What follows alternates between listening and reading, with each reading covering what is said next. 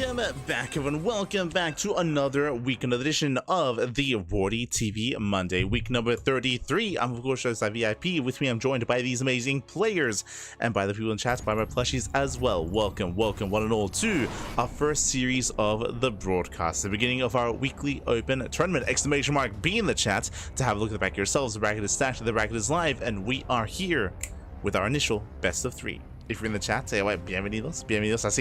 I see Rowdy in the chat. I see Rowdy. ¿Qué tal? ¿Cómo estás? I see Pikachu as well. Shema, one and all, to those that are just now tuning in as we are jumping into our initial PvP. And spawning in the bottom left-hand corner of ley lines, we have the red Protoss player, himself. It is Strange. And spawning in the top right-hand corner, we have his opponent. We have the Taiwanese Protoss player, the blue Protoss. It is Nice. And here we go. We are settling in. If you're in the chat, you know what time it is. It is Gamba time. Predictions are now open. Place your bets on who you think will claim the series. Best of luck in the chat as we jump into our fresh best of three. Again, we'll be going over the bracket after this series. We'll be catching up on all those upcoming matches. For now, we can focus on our initial matchup here. And it's going to be an interesting one. It's going to be a strange one. So I will say Strange, of course, he's known for some more unorthodox plays. He does often come up with his own builds and can be very chaotic and very aggressive. Likewise, across the map, Nice, he is, Strange, I was to say. Meanwhile, across the map, Nice, likewise, is a retired player. Nice, he hasn't been competing in quite some time, at least not at the highest level play like he used to. Did step away, did retire, but recently has come back to stream and to compete again for the past maybe 2 months. I want to say for the past 2 months or so, Nice, he has made it back, he has returned, and he has been looking in form. He's been having some very impressive results, especially in PvP.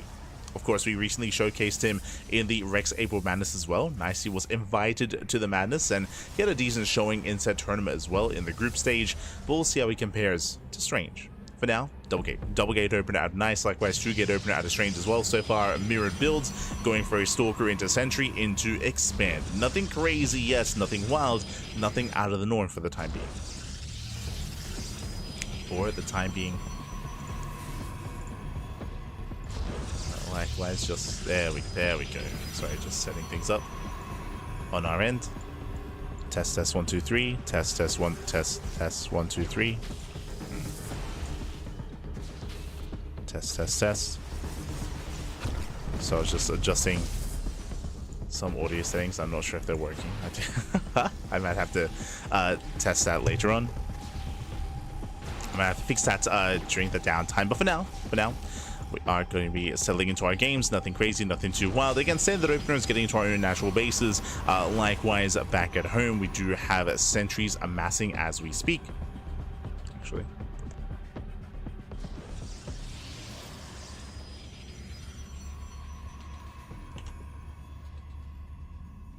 To have them amassing as we speak, and hopefully we can fix up our audio issues.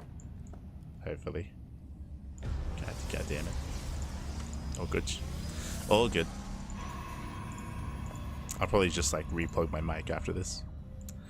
Until then, we do have our tech of choice, Twilight Council opener out of Strange, likewise Twilight Council opener out of Nice as well. Everything so far looking as it should. From here we go into Blink, we go into the mid game, no major signs of aggression. We could try to see someone hiding a Dark Shrine, for example, but so far that is not the case. We just have additional gateways. We can turn this into a 2-base all-in and throw down even more gates. Speaking of a 4-gate setup, very aggressive at a Nice, and Strange will see everything. Strange does get eyes on the 4-gate setup. Meanwhile, Strange back at home, Robo response into safety immortal production. Again, Strange, he knows that he has less gateways, he knows that his opponent has a higher production capacity here, and immortals will be enough here, or at least should be enough to help recover from that or help make up for that and be more defensive back at home, and ideally take a 3rd base. Go. Ideally take set expansion.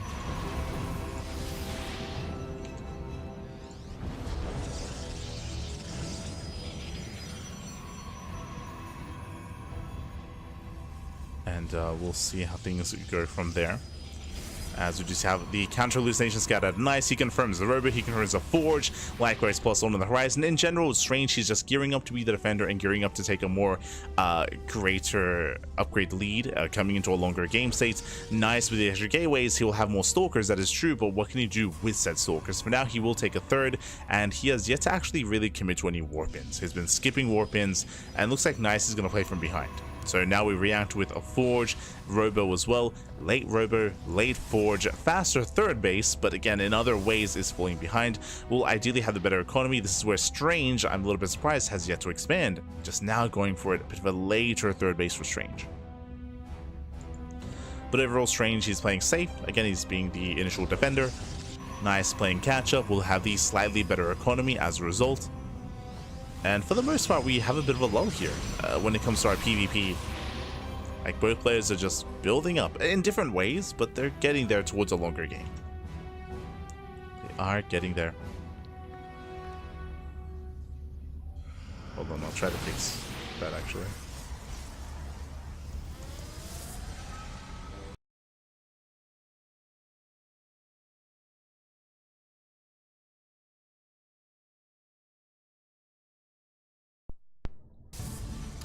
We'll see if that works. Oh, we shall see. For now, though, we do have. Oh, sorry. So we're back. Sorry, just some audio issues on our end.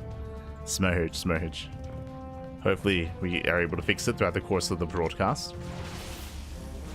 Hopefully, test 1 2. There we go. Oh my god, beautiful. Okay, we can cast. We can focus. So, first things first, again, a lull period here. We do have a lull in our match so far. I mean, both players are just being very defensive, very safe. We're just building up, no rush, 10 minutes at this point? Yeah, we're just calming down, we're building up. From here, we should be taking into charge. I mean, both players are charge into +2 into Archon production. One of our players might skip tech and might rush into disruptors before Archons. That is a possibility here, but for the most part, nah, no one is deviating. Everyone is going into Archon production. Now, the reason why the tech path is in such a way is that charge lots are ideal. They're a big mineral sink, and they're ideal when it comes to tanking immortals and tanking stalker shots, and they can be very efficient. Once charge lots come into play, then you need your counter Archons. Archons are the counter to the charge lots, and with a high enough Archon count, you do need a higher immortal count to focus said Archons down to be able to break through that kind of defensive line and allow your zealots to actually get some damage done. From this point, you can either commit to this or you can start working towards disruptors. Disruptors are just a more efficient tool to zone the army away and to have a little more firepower with said army as well to try to punish your opponent moving in. It does take a little bit to get into though, because you have to get into your own bay, your robotics bay, and disruptors, especially in low numbers, aren't too ideal either. There is a window where you are vulnerable to your opponent, so it can be risky rushing into disruptors. We'll see if we get there. For now, we're just going into this more mid-tier army of charge lots, of Archons, of immortals, all things Protoss. All things Protoss. Aye. And from here, we do have Nice taking his 4th base, Strange looking to do the same. Again, so far it's just been a very passive PvP. God, I done the tune-up! We were live, of course, with Sparkling Tuna Cup last night, and we'll have to remove the tune-up for this broadcast. Not the same tournament. Aye. It's the tune-up. My apologies. Every time. Meanwhile, Chargers did happen. So the Archons, first Archon does get targeted down. The first and second Archon as well, not bad. Does break through the Archons. There's one Archon left. Immortals are trying to break through. But we're running out of Zealots. Strange, he's running out of Zealots here. We do have the reinforcing Zealots coming in. Strange is running out of Archons as well. In the end, Archons do go down from both sides. Strange, he has up more reinforcements. The Immortals, they hold strong. And Strange holds. Strange holds, he does take the fight. And with Snowballing at control, Nice. He doesn't really have much here to defend. Oh, the Prism! Oh my god. Prism does get away. He does survive with 2 Immortals, with 0 Archons are left. And Strange, he can keep pushing. From here, would we rise to reinforce with just going for Zealots? I was going to say with like maybe 2 Itemblar for another Archon, but no, he's just going for it. Just going for the kill, going for the throat. He has the upgrade lead, he has +2. Just +2 just now finishing up here for Nice, but GG gets called. Nice, he is overwhelmed, and Strange will take game number 1. Whew. GG. Strange, of course, with the upgrade lead, likewise did also have the greater army, barely the greater army there to work with, and those 3 immortals did pack a punch. They did a great job at focusing down the archons and of course being the backbone to that army. We spoke about the value of the immortal and how they can help target down those high value units like archons, and Nice didn't have any. Nice, he didn't really have any immortals to hold it himself, or I should say it was a far lower mortal count, less impactful. Did save 2 of them towards the end, but only 2. GG, well played with that. Strange does take a lead, and now we are getting into game number 2. After this series, we'll be going over the bracket itself. We'll be going over the brackets, and we'll be catching up on all the other matches that have been going on. We'll get there.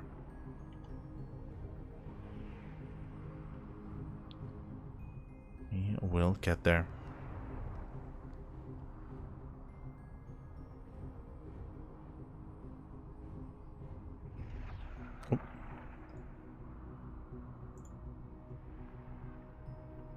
As game 2 is going to be on Whispers of Gold. Whispers, of course, being one of the smallest maps in the map pool. I would say the smallest ladder map in the tournament map pool, and aggression here can be favored. I say that based on how our players played out game 1, it does feel like they're more comfortable building up and getting into the mid game. That is definitely how some players do approach PvP, and these 2 players might be of the same mind.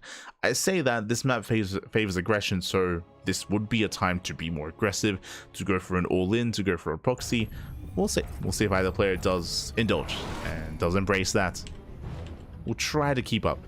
As spawning in the top left hand corner of Whispers of Gold, we have the red Protoss player. We have leading the series 1-0, Strange. And spawning in the bottom right hand corner, we have the Taiwanese Protoss player, the blue Protoss. It is Nice. Nice. Here we go. So our players are set up. So far, so good. We do have our initial gate openers here. And based on what happened last game, we do expect both players to open up 2 gates. Just 2 gates into their cyber core, into our initial units of choice. That's what we're leaning towards. I should say gate, cyber, gateway here. After this series, I'll get rid of the tuna when we have some downtime. I'll get on it.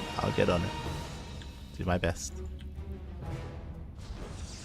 So happy though. The tuna. There's 2 gate opener out of Strange. Likewise, Nice should be going for his own second gateway. No, gate expand. Okay, Nice. Cutting corners. Being very greedy here. So gate expand before the cyber core. This is one of, if not the greediest opener you can go for in PvP. And Strange, if he does scouts, which he's going for the fake proxy pylon, it's going to be a late scout here for Strange, and as a result, on top of that, his pylon is going to be out on his side of the map. Reactively going for an all-in here, it's going to be difficult. It's not impossible, but it's going to be on Strange here to try to punish this once he confirms what's going on. As we do see Nice scouting for the proxy pylon. Again, he knows that there's a proxy. He knows that the pylon is missing. He is checking. He's looking. He does not find the probe. Strange dipping back in. Now, upon seeing the timing of this Nexus, he has to react in some way. There we go. He knows. Now he's aware. Stargate opener out of Nice. Again, Nice is being very greedy, cutting a lot of corners. Strange, yeah, you can see the double take. Now he knows. Now he's aware. But again, he can't make use of that fake proxy pylon. He can go for a real one. Nah, he's going to expand. Okay, so he's going to be playing from behind, at least economically. There it is. Nexus on the way. Nice will have an economic lead. The pressure is on Strange to make up for that. So Strange moves out with his adepts. Does move out. So likewise, Nice, he does sit by. Gets across the map with the Zealot. We're going to wreak some havoc.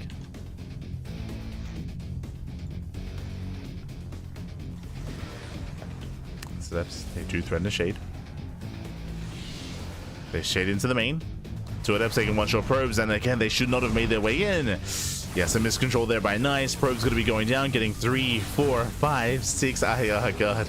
It's getting out of hand. The advantage that Nice had by going for the faster base is not there. Not anymore, as he will bleed out 6 workers. Ay, ay, ay. 6 probes go down for 2 adepts. Well worth it here for Strange. And now Nice, he is in a world of hurt. Nice is struggling. Strange across the map. Twilight Council opener into Blink. Remember, he wasn't all in by any means. It was some light aggression out of Strange.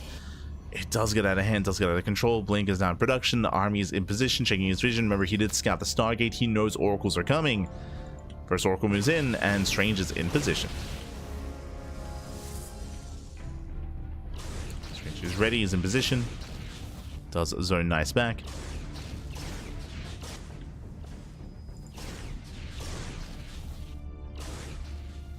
Ay. And behind this, we do see Nice going for his own Robo. I'm curious to see if he does go into Immortal production early on. We'll see what he does with said Robo. For now, the second Oracle moves out. He has potential for some kind of damage here. The Natural's exposed. Strange out of position. Yeah, Strange not where he needs to be. 1, 2 probes going down. Ooh, almost getting 3. Oracle into the main. Strange, he deflects. But with this damage, Nice, he's recovering. He is recovering here. Is catching up.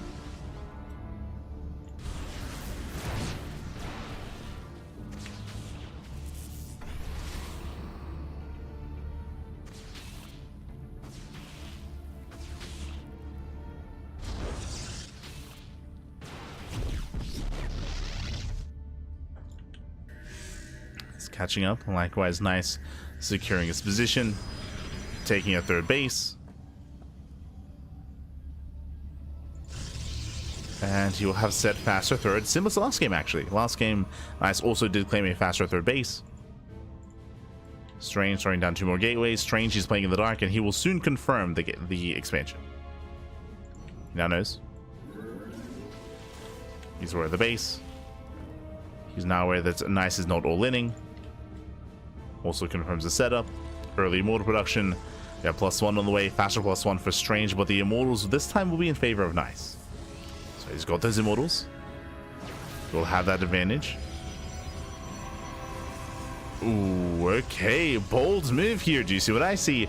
Last game, we had 4 gateways going into an expansion. This time 6. 6 gates on 2 bases. This is a 2 base all in. It's 2 base all in. Hallucination will confirm everything. Nice. He sees all. That's what's difficult about all ins in this matchup, is that it is so easy to scout. It's so difficult to keep a build hidden. As a Strange, he's going to hit with +1. The Prism is on the way to reinforce across the map. It'll soon be go time. Strange, he will soon pull the trigger. The gateways are finishing up. Did I say 6 gate 2 base all in? It's going to be a 7 gate 2 base all in. 7th gateway's on the way, and it's all or nothing. And again, Nice, he knows. Like, he saw everything he needed to. Like, he saw the gates, so he's getting ready. Throwing down stasis traps, throwing down stasis fields.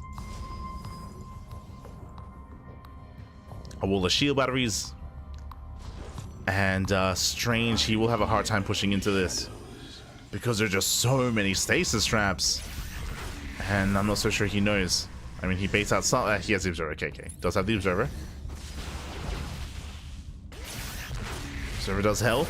There's still another wave behind this. Yeah, still another wave.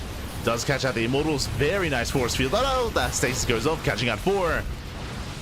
And Strange, he's running out of steam a little bit here. He's being forced back. The Immortals, they hold their own. More reinforcements on the way. Does catch another Immortal once again. Very nice force field. Oh no! Oh, baited in. Another bait, another stasis.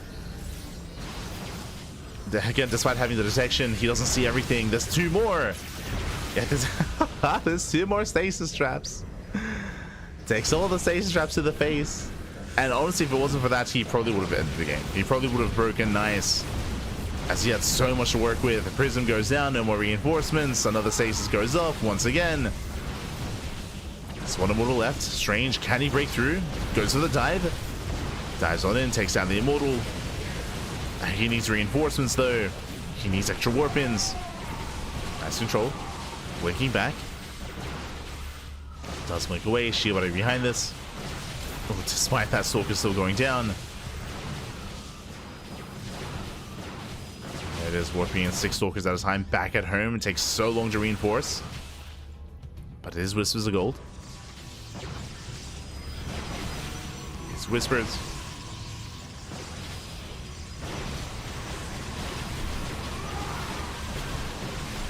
Likewise, once again, nice blink control, but the Stalkers are getting so low. And again, if only he had those reinforcements. They're not here in time. They're not here in time. Prism has arrived.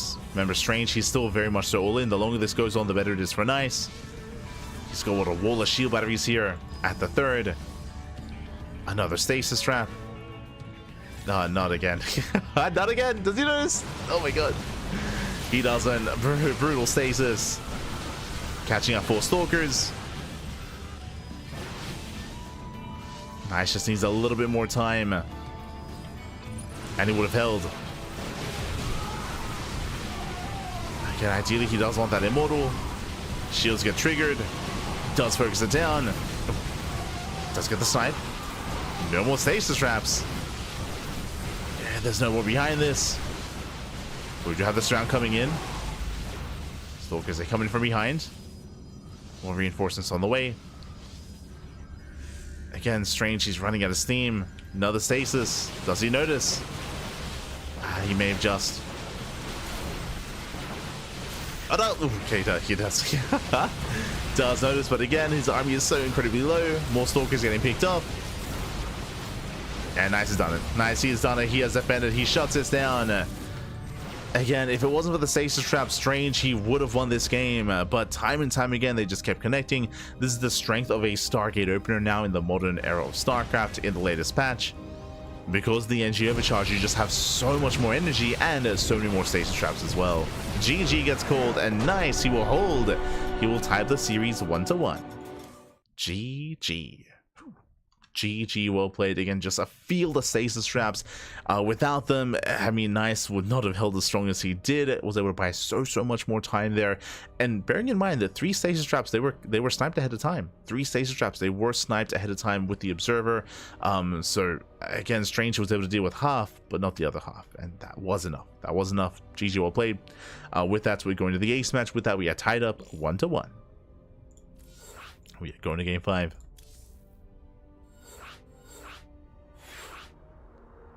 And we'll see how the story ends as game 3. Sorry, game 5. We're going to game 3. Game 3 is going to be on Amygdala.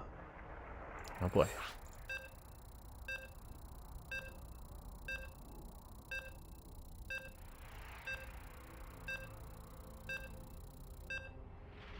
We are loading in. And this could go either way. This could go either way here.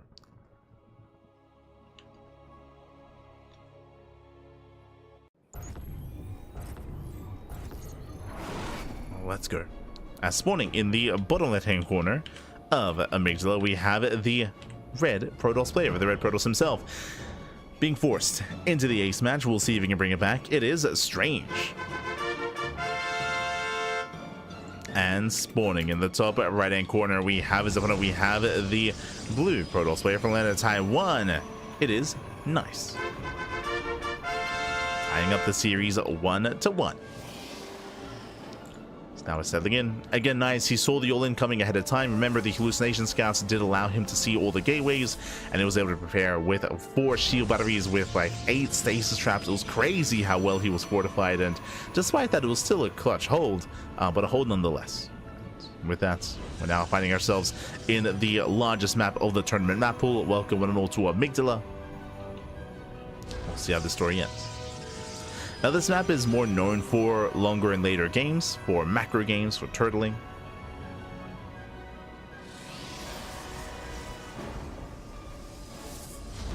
We'll see how this goes.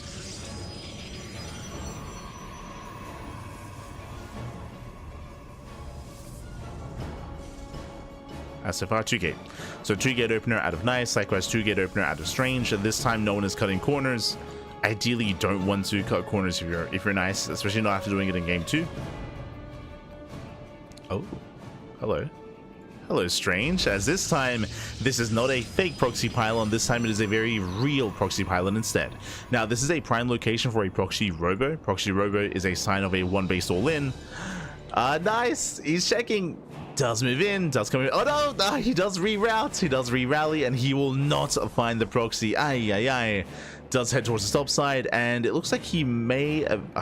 It's going to be close. Like, this scouting pattern, this scouting path may barely be out of range of the pylon. It's going to be close as he is moving in.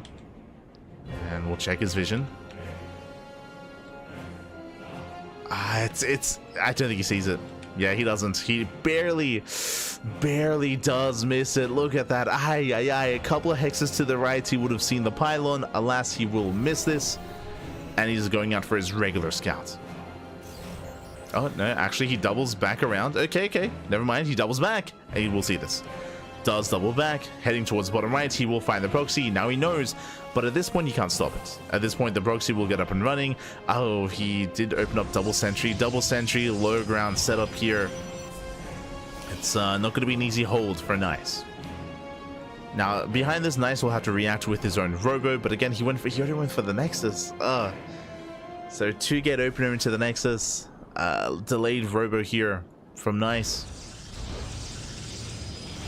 So I'll say very greedy play here from our Protoss player. And here we go. Strange is rallying. He's rallying across the map. Gets a probe. Gets a probe. Immortal likewise rallying in as well.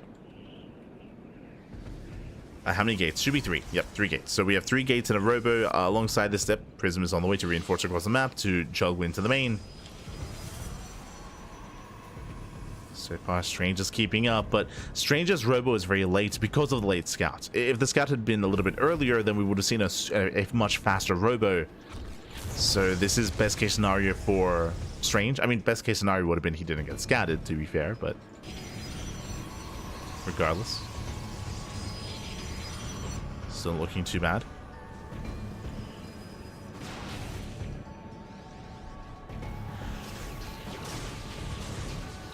Let's see, hallucination attempts to break out.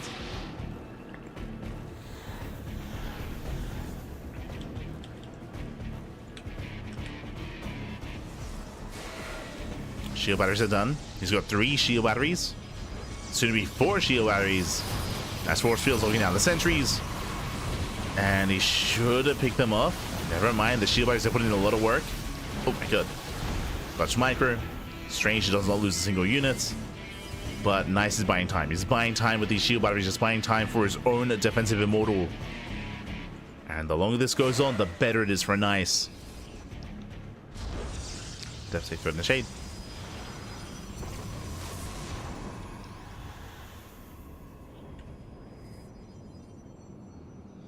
Army dropping in. Nice, he keeps up with the rotation. He has 2 shield batteries in the main, and he's done it. Nice, he's holding. He's holding on. His shield batteries are done. The immortal is out. Now, Strange, he can still pop off with some force fields. He can try to either isolate away the immortal or lock it down. Oh, he's following this up with disruptors. The bay is done, going into disruptors. This is a little bit desperate. This can work. So basically, Strange is behind. Strange is behind, but a disruptor can help make up for that. As oh, the Prism is under fire. Has to be careful. Prism pulls away. Stargate here from Nice. Stargate into Phoenixes. That'll be ideal.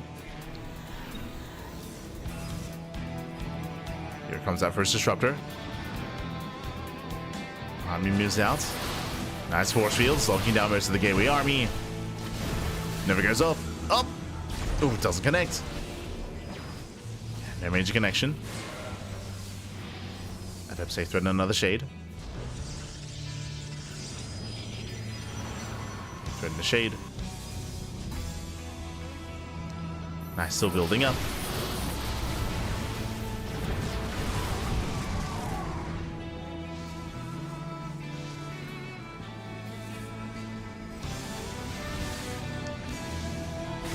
So there's a crazy army. They catch another 2 stalkers. 2 stalkers going down. Oh, getting another 3rd stalker. Decent pickoffs.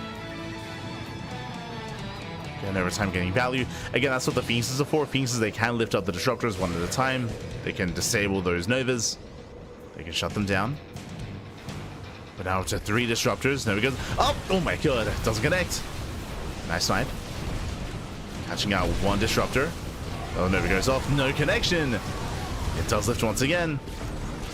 No connections whatsoever. As an energy overcharge would be ideal. Ooh, as the probe is not in position. That's a big misstep. Nice, gotta be careful. Has Nova this time, does connect. Brutal connection. Another one as well.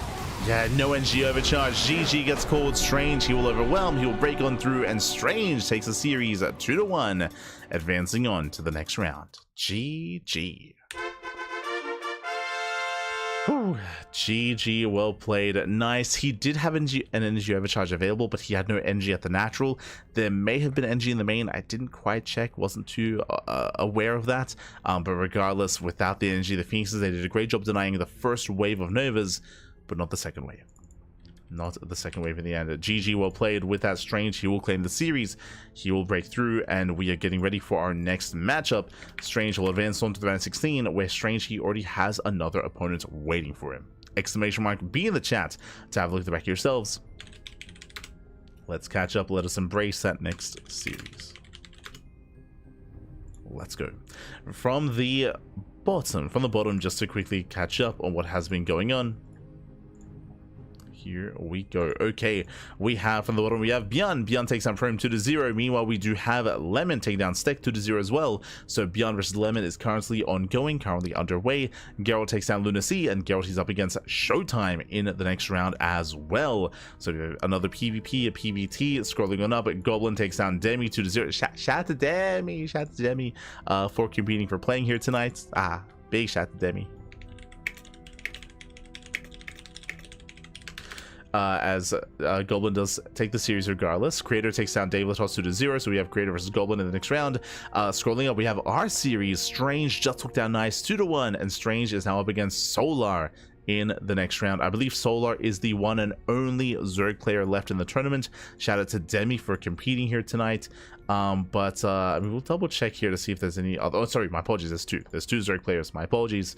So Solar, he's the only Zerg player in the lower half of the bracket. In the upper half, there's one Zerg as well. So we have Percival takes down Homeowner 2-0. Percival up against Cure in a TVT. Mana takes down Sebestus, now up against Classic in a PvP. So mirror matchups continue. Harsam takes down Ateshi. Spirit takes down Hacker's Top. We have Harsam versus Spirit. That's going to be a spicy PvT in the next round. And we have Wayne. Wayne takes down Nickrak 2-0. Wayne is up against MaxPax in the second round. So Wayne is the second Zerg player in the tournament. So we have 2. And we'll see how far they can go. As Wayne is up against the #1 seed, up against MaxPax. Now, for those that are curious, you may be thinking to yourself, hold on, we're missing a couple of people here tonight. We're missing Hero and we're missing Clem, the usual #1 and #2 seed of the tournaments. They are not here. They're not. Clem is otherwise preoccupied. Clem, I believe, is competing in the Pigsty Festival. The Pigsty Festival group stage is currently underway. Unfortunately, it is clashing. It is clashing with the WardiTV Monday, so that is a bit of a shame. But regardless, is currently underway as we speak, and Clem is competing in that. Clem alongside Zaun, Rogue, and Skillis. So those 4 players would usually be in this tournament, but they are not due to scheduling conflicts, of course, with the Pigsty Festival. So Clem is up 2-0 against, so Clem is facing off against Skillis, Rogue, and Zaun in a different tournament. But that doesn't excuse Hero. Hero is also missing, suspiciously. It's possible that maybe Hero, he saw that Clem wasn't going to play, so he's like, it's not worth my time. It's like, it's possible that Hero, he thought that, it's just without Clem, what's the point? So Hero does not compete either. Because of that, MaxPax is the #1 seed of the tournament, and usually it's players like Clem, like Hero, to bring MaxPax down. Without them here, I would say that MaxPax is favored to win the tournament. We'll see if anyone can stop that from happening. We shall see.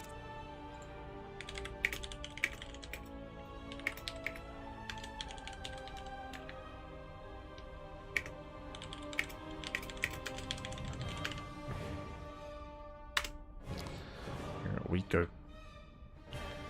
As the round 16 is underway, the entirety of round 32 has already concluded, so the first round is done, and now we're getting ready for that second round. Just catching up.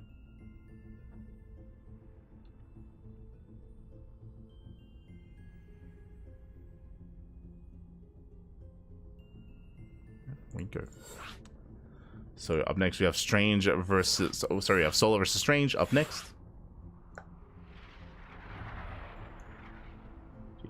Is it nice or is it strange? Which one is it? Can it be both? Oh no. I guess it can. Guess it can. But yes, we have our next series. Videos are done, and we are jumping to game number 1. Game 1 is going to be on Ultra Love. Let's go. Again, we're going to be typically centralized around the bottom half of the brackets. Usually, whenever we cast a tournament like this, we'll be jumping on Solar and Strange, or we'll be sticking with that kind of area here, following their opponents and following their next series. That's typically how we do things here on the CranKy Ducklings, is we follow the same player, or the pathing of these players, for as long as we can, up until the semis. And spawning in the top right hand corner of Ultra Love, we have the South Korean Zerg player, the Blue Zerg representing Team Falcons. It is Solar. And spawning in the bottom left hand corner, we have as opponent, we have the Red Protoss player, the Red Protoss himself. It is Strange. And if you're in the chat, you know what time it is. It is Gamba time. Predictions are now open. Place your bets on who you think will claim the series. Best of luck in the chat as we jump into our round of 16 match. Let's go. Now, coming into this, Solar is going to be coming in as the heavy favorite. Solar, he has been hyper aggressive in ZVP over the past couple of months, and he has found a lot of success with that aggression. Meanwhile, Strange is, I would say, his strongest matchup is PvZ. If you were here last month for Firegrow Cup number 8, you would know that Strange, he won off of the back of his PvZ. He dominated the other Zerg players in the CIS region.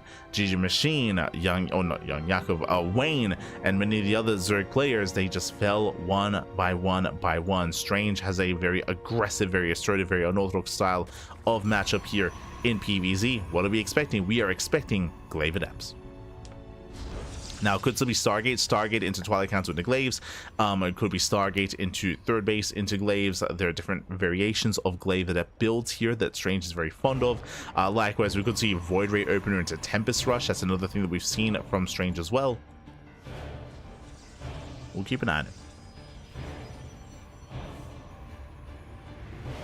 I said Tempest Rush. I think it was a Carrier Rush, actually. Regardless. Strange, he has some cheeky builds. It's going to be up to Solar to figure out what's going on and get a better read on his opponents.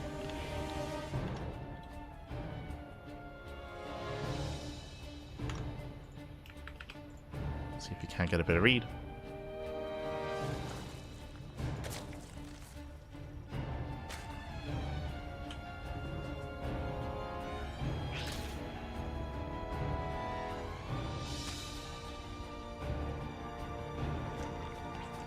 Strange just going, Solar just going Hatch Gas Pull into a third, so standard opener out of Solar.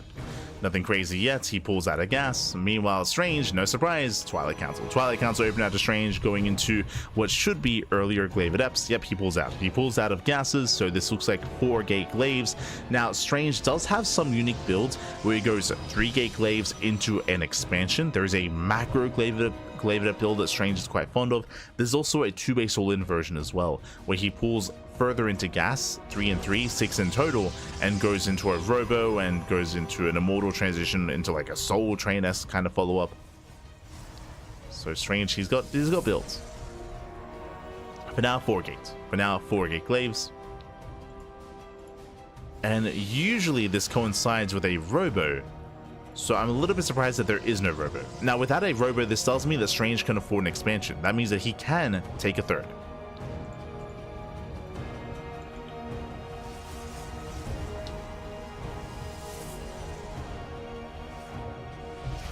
Just because he has extra resources. Safety Roachhorn timing here at 3:45. Safety Roachhorn out of Solar. There's that third base that we mentioned. Again, this is a macro glaive that builds. Again, without the robo, you can't afford the Nexus, so third base is being taken.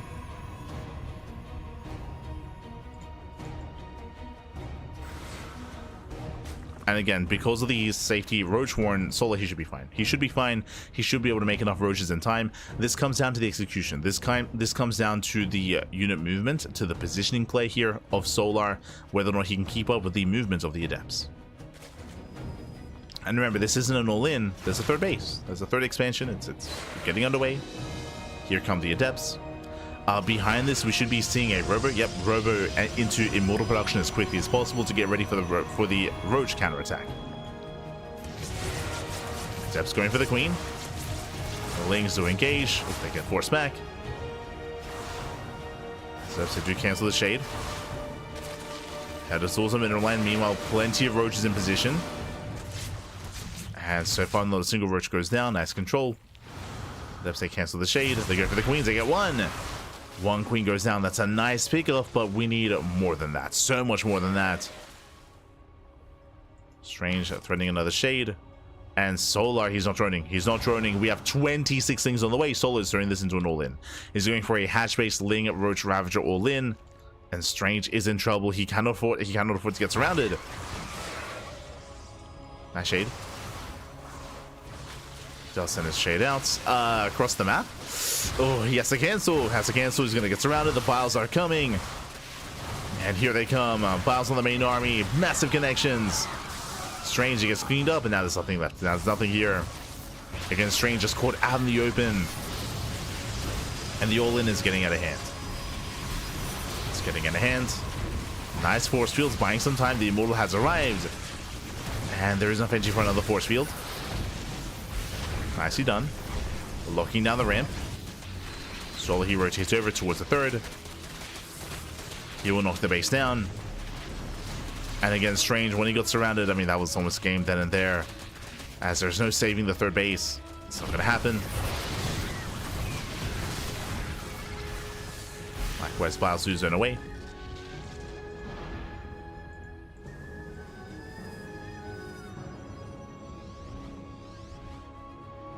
Strange, he's forced into a 2-base all-in, is throwing down 4 more gates. That's going to be an 8-gate 2-base all-in. And Solar's droning. Solar, he's droning up. Getting to a lair, working towards Roach speed. Like Solar, he's still fine. He's still in a decent position here. As long as it doesn't over-drone. Like, droning up to 2.5 base saturation is perfectly fine. Droning up more than that, that's when I'm going to be concerned.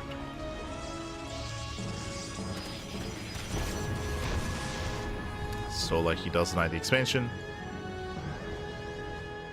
Solar, he's massing Roaches. He does cut drones here at 56. So a nice amount here to cut workers.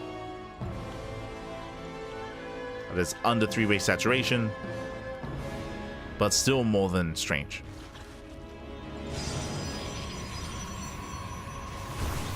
Strange is taking a delayed third. Very delayed.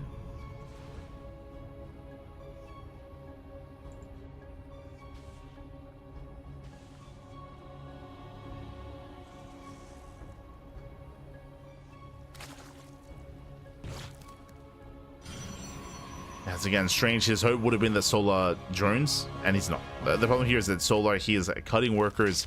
He's being very tentative about droning up. Now we have 5 drones on the way, but that's after the Roach Ravager has massed.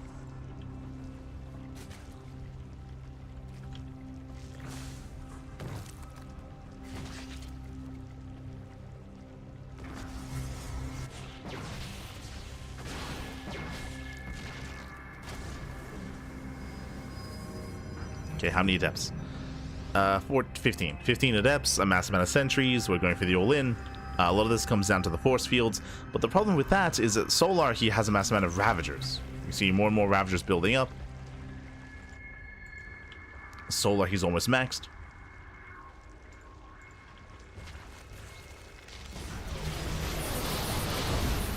Nice force fields, locking down the Ravagers. Ravagers getting locked down. Oh good, the Biles, they do connect. Strange will take them to the face. One of the Immortals is getting very low. Sentries are going down. And Strange is trying to force his way through, but he's bleeding out far too much here. I mean, does have 4 immortals behind this, but where's the support? Where is that support? As Biles, oh, they take down one of the immortals. There's 3 immortals left. Reinforcements trickling in. Queens, they hold the line. Solo does force this back. Now 0 sentries are left. 0 sentries. Lings are coming from behind. GG gets called. Strange, he has nothing else remaining, and Solar will take game number 1. GG. Solar does take a lead against Strange. Unfortunately, he was scattered early on, and Strange also got surrounded. If his Adepts didn't get surrounded, then maybe he would have had a greater chance coming into an earlier all-in, but getting surrounded like that was brutal. I'm referring to the moment when his Adepts got surrounded outside of his natural base, when he was caught off guard, when he cancelled the shade, and he lost everything then and there. That was game. It was right after that moment where Strange lost his third. He lost his third base. He lost his 3-base setup, of course, and he was just contained on 2 bases. And again, the only hope there for Strange was hoping that Solo would overdrone, hoping that Solo would be too greedy and then punish that greed. But as we saw, Solo, he was playing safe. He was just playing very safe. He delayed droning for as long as he could, making sure he could amass an army, and with that, Solar takes a lead. Now, Strange, he has builds. We saw last game that Strange, he did go for a macro glaive adept build. We could see something more committed. We could see more of an all-in. We could see a Void Ray opener instead. We'll see how he does try to catch Solar off guard. Oh boy. As we're getting into game number 2. And game 2 is going to be on Whispers of Gold. Here, all-ins are favored, aggression is favored, but it also goes both ways. I did mention that Solar, he's been having a lot of success himself by all-inning Protoss. We've seen a lot of ZVPs from Solar with shorter games, with lower base counts, with a lower drone count as well. Just going for all-ins and having success. We'll see if he needs to. Spawning in the top left-hand corner, we have the blue Zerg player. We have the blue Zerg himself representing Team Falcons, leading the series 1-0. It is Solar. And spawning in the bottom right-hand corner, we have his opponent. We have the red Protoss player down in the series. We'll see if he can bounce back and force that ace match. It is Strange. Here we go.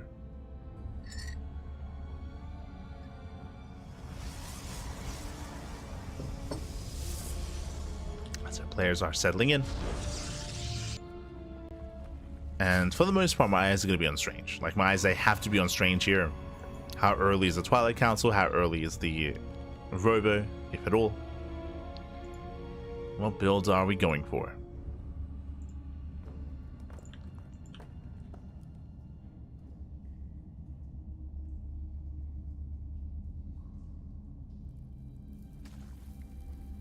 Strange does move out.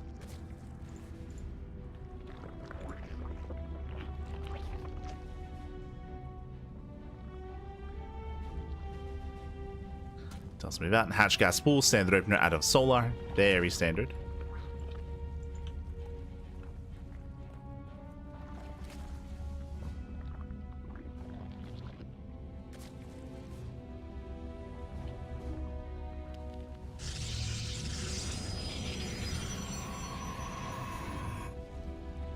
So likewise, Strange is setting up.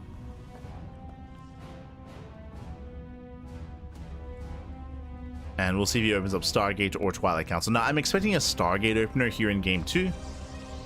Just because, I mean, ideally you don't want to go for the same build and the same opener 2 games in a row. Especially if you're more of a cheeky player like Strange.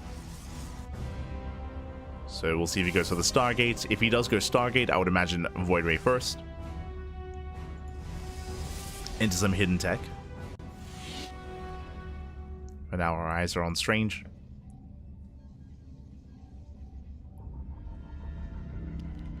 See what it's going to be.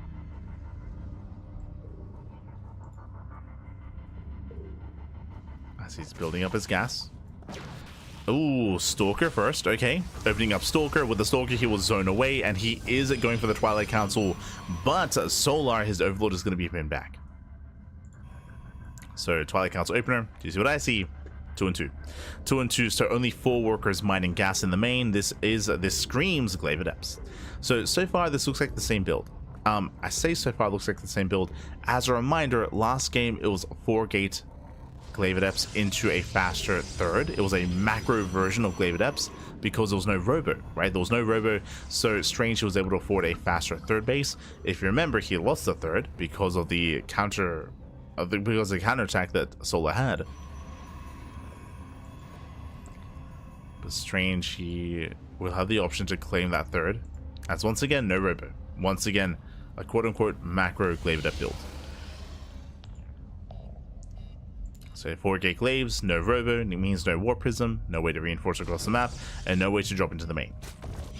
Likewise, this also means delayed immortal production because of delayed robo.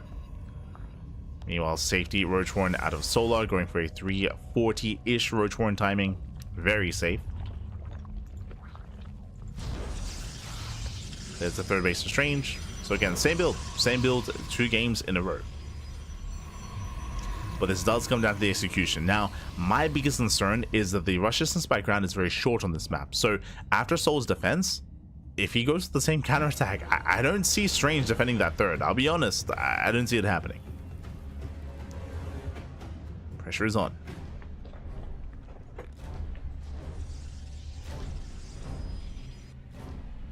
Depths are amassing. Solar cuts worker production at 48. So it does stop at 48. He's massing up lings, roaches. He's building up back at home.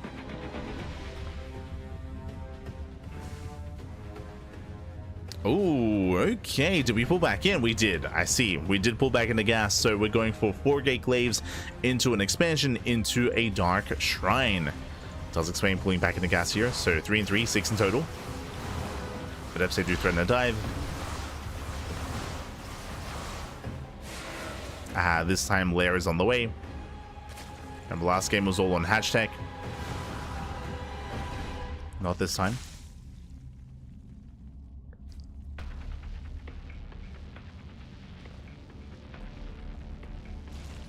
Yeah, not this time. The Lair is almost done, and you know what that means? That means Overseers. That means Overseers, that means mobile detection. This is what looks to be a fake third. Strange is making some probes.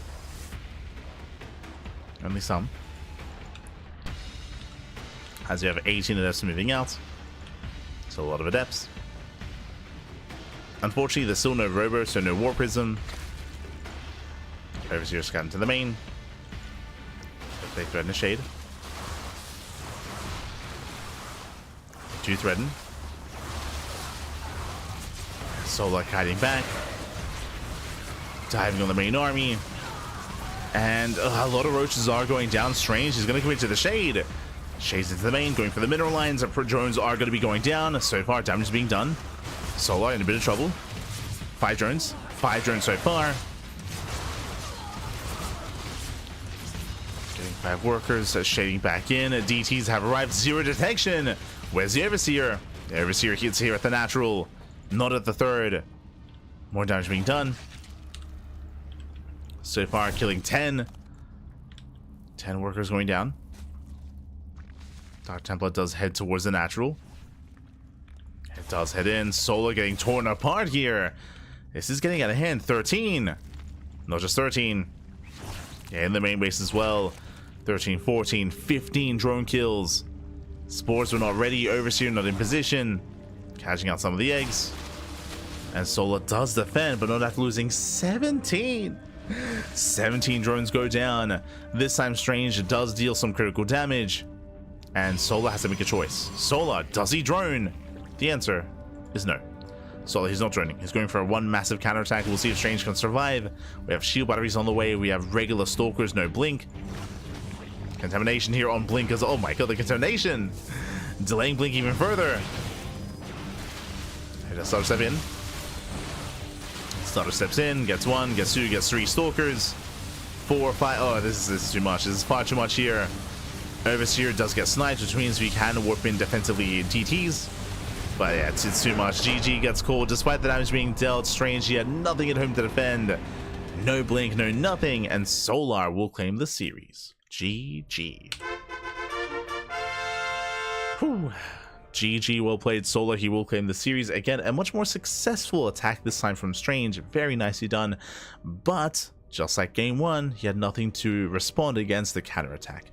He had no Blink, he had no Robo, he had no Immortals whatsoever. He only had regular Stalkers, and again, Hero versus the Gold rush distance or attack paths, attacks, counterattacks, they hit that much faster, that much harder. There was that much less time for Strange to respond. GG. Oh. GG, well played. And with that, Solar, he will advance on to the next round. And he already has his next opponent ready and waiting for him.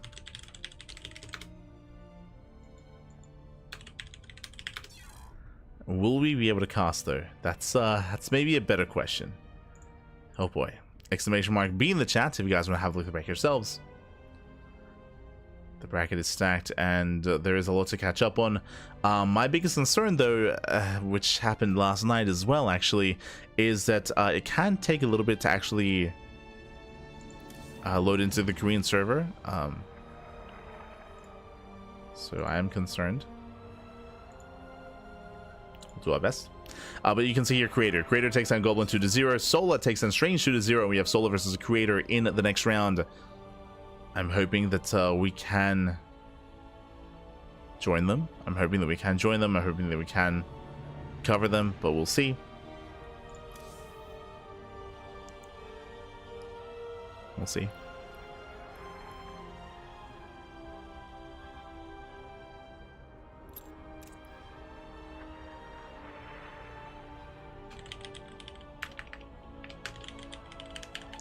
As we have ShoWTimE versus Geralt, currently ongoing in the PvP. ByuN is up against Lemon.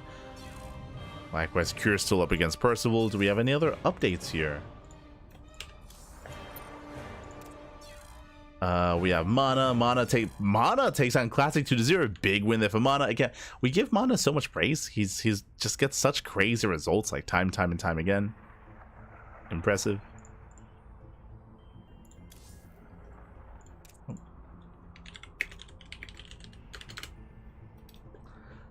But yeah, Mana, he is a sniper. He's a bit of like a sleeper agent almost. Like, I think a lot of people do forget about Mana until like he just shows up in tournaments like this and takes down a Cure, takes down Classic, takes down Max Packs. Mana, every now and then he pops off like this. So big win there for Mana. Mana waiting for the winner of Cure and Percival. Meanwhile, Spirit still up against Hearthstone, and Max Packs has taken down Wayne 2-0.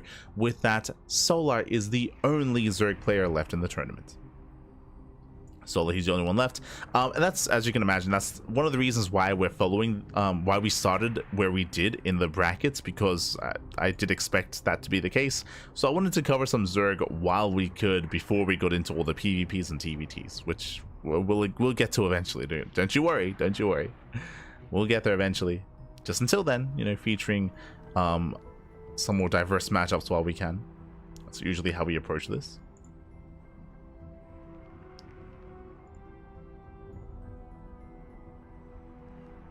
Catching up. Go for ShoWTimE would also be nice. Once again, as I mentioned before, whenever we cast a series, we typically follow them and we stay centralized in that area. So we started with Strange versus Nice, we follow that into Solo, we follow that into Creator. So that's typically, and we're going to follow that into the lower matches here. If our series is faster than the lower matches, then we'll probably wrap up Solo versus Creator, and then we'll try to catch the winner of ShoWTimE, Geralt, ByuN, and Lemon. So we'll try to catch these lower matches coming into lower semifinals. So we usually stay like centralized, like in this area. There's a lot of other matches going on in the upper half of the bracket, with Max Packs and Mana and Cure, Percival, Spirit, and Hearthstone. A lot of really good matches, a lot of really good players up there. But again, most likely that'll be covered by Wardy. We are focusing on the lower half instead. Just as a heads up for the trajectory of where the stream is going, just so you know. We try to avoid jumping around the bracket too much, because it's a little bit disorienting and harder to follow like the story of some of these players.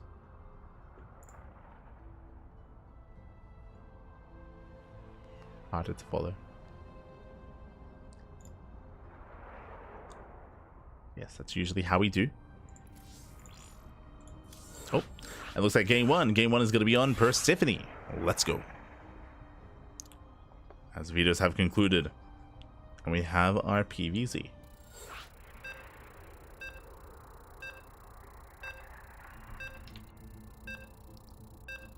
Here we go.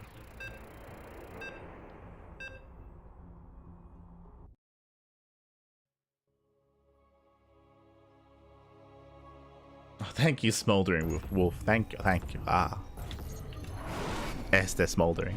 As spawning in the bottom left-hand corner of Persephone, we have the South Korean Zerg player, the Red Zerg, representing Team Falcons. It is Solar.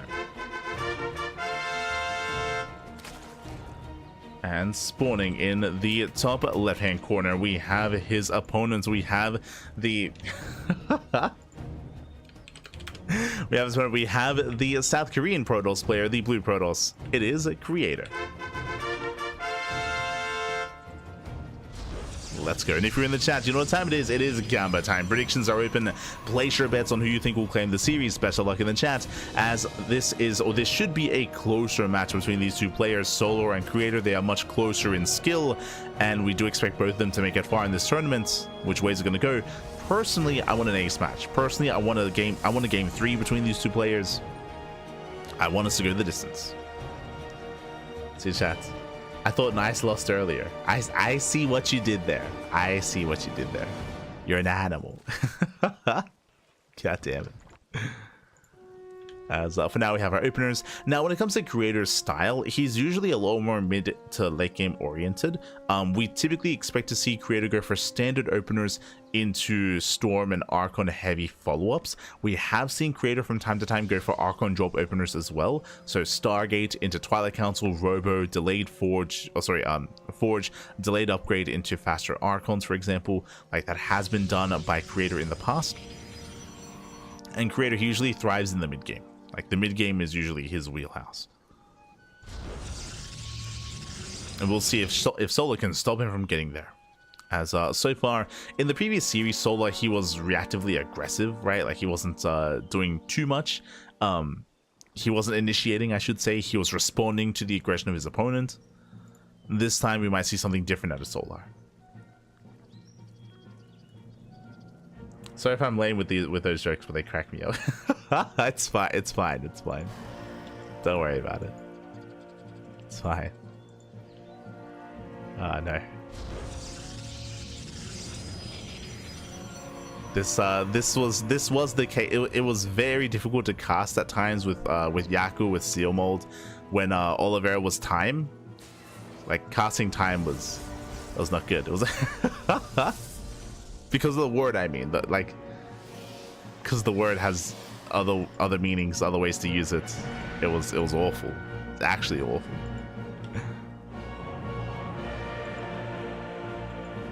No. All the puns, man. All the puns. I think another one was Epic. There's a player in the Americas called Epic. There's who's the other one? Maybe Patience? Patience a little bit. A little bit. For now, Adepts are moving out. Adepts are moving out across the map. Again, so far, standard opener. It's going to be a Stargate. Stargate's into Oracle out of Creator. Everything looking as it should. Overlord comes in for the Scouts, and Solar, he will confirm the opener of choice. He will see everything. He will know all. He will see all. Likewise, Solar back at home. Just droning, just saturating. Spores are on the way. Solar getting ready for the Oracles. Likewise in the main base, yep, Spores going to be done in time. Queen getting in position. I should also say welcome one and all to Persephone. Persephone is one of the new TLMC 20 maps, very popular amongst the players, very popular. We feature it in our own tournaments as well, but recently we have, I guess spoiler for next week, we have actually adjusted our tournament map pool, and we are going to be removing Persephone. The only reason why we are is to just get more experience on some of the other TLMC 20 maps. Like, we've actually casted a lot on Persephone, and it is featured in a lot of other online tournaments, so we do want to try to diversify a little bit more and feature some of the other maps that are suggested for the provisional map. Just as a heads up. Meanwhile, the Oracle comes from behind. Nice damage here. 1, 2, 3 drones going down. And behind this, we do have our Twilight Council, and I don't see a Forge. This is an early Twilight Council. This feels like Glaives. If this was a standard play, I would say Glaives. If this was Hero, I would say Blink. So there are options. There are options for Glaives, options for Blink. No Forge. This should be Glaive Adepts. Should be. Show us what you got. Creator is going to take a page out of Strange's book. Ah, Blink. Okay, never mind. Out of Hero's book instead. So this is going to be Blink Stalkers. Now, if you notice something, Late Forge out of Creator, this can turn into a 3-base 8-gate all-in. We'll see how many gateways get thrown down in total. So far, only a 4-gate setup. Aggression continues. Checking the unit source tab, but Creator, he was able to snipe. I was alluding up to like 7 kills earlier. 8 in total, including the damage done by the Oracle. So 8 drones go down, already a beautiful start for Creator, and Solar is struggling. Solar, he is struggling to keep up.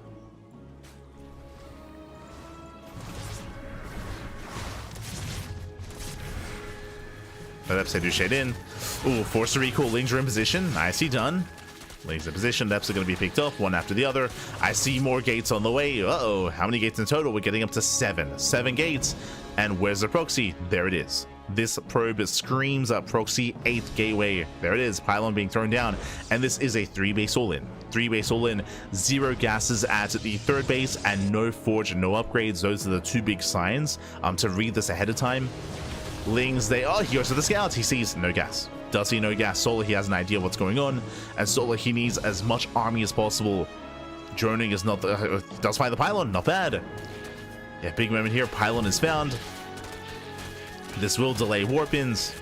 At the same time, double Oracle here in between the bases. And with the pylon being shut down, Creator expands. Creator, he expands. And Creator's in a rough position. So at this point, the all-in has been deflected. Like Solar, he has shut down the all-in. Solar, he has forced the expansion.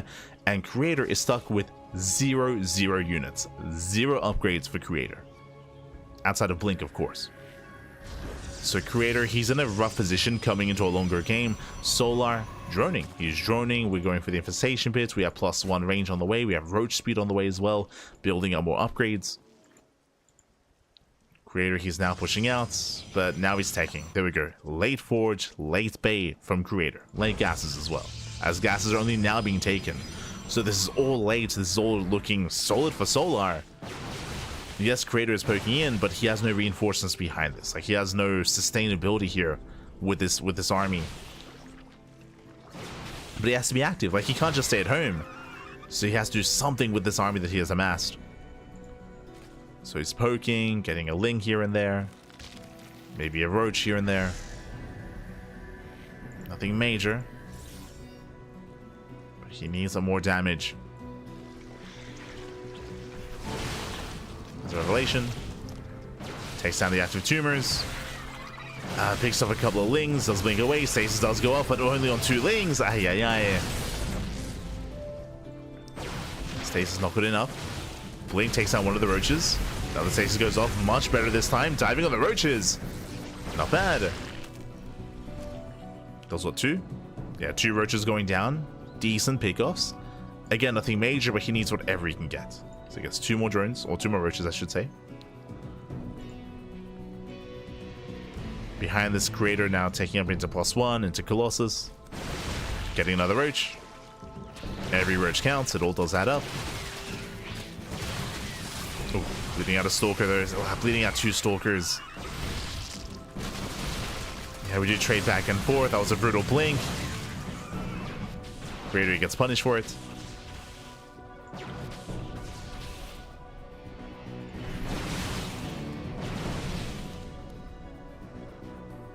And the Hive is done. The Hive is done.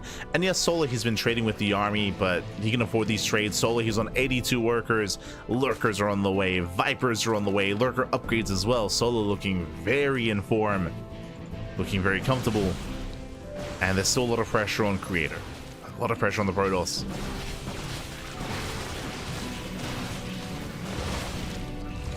Shaving off some Lings. We can see him reinforcing. Does rock up with his first Colossus. Extendable lance is not done. But he does get 1 Lurker. Oh, getting 2. Nice control. Takes down 2 Lurkers.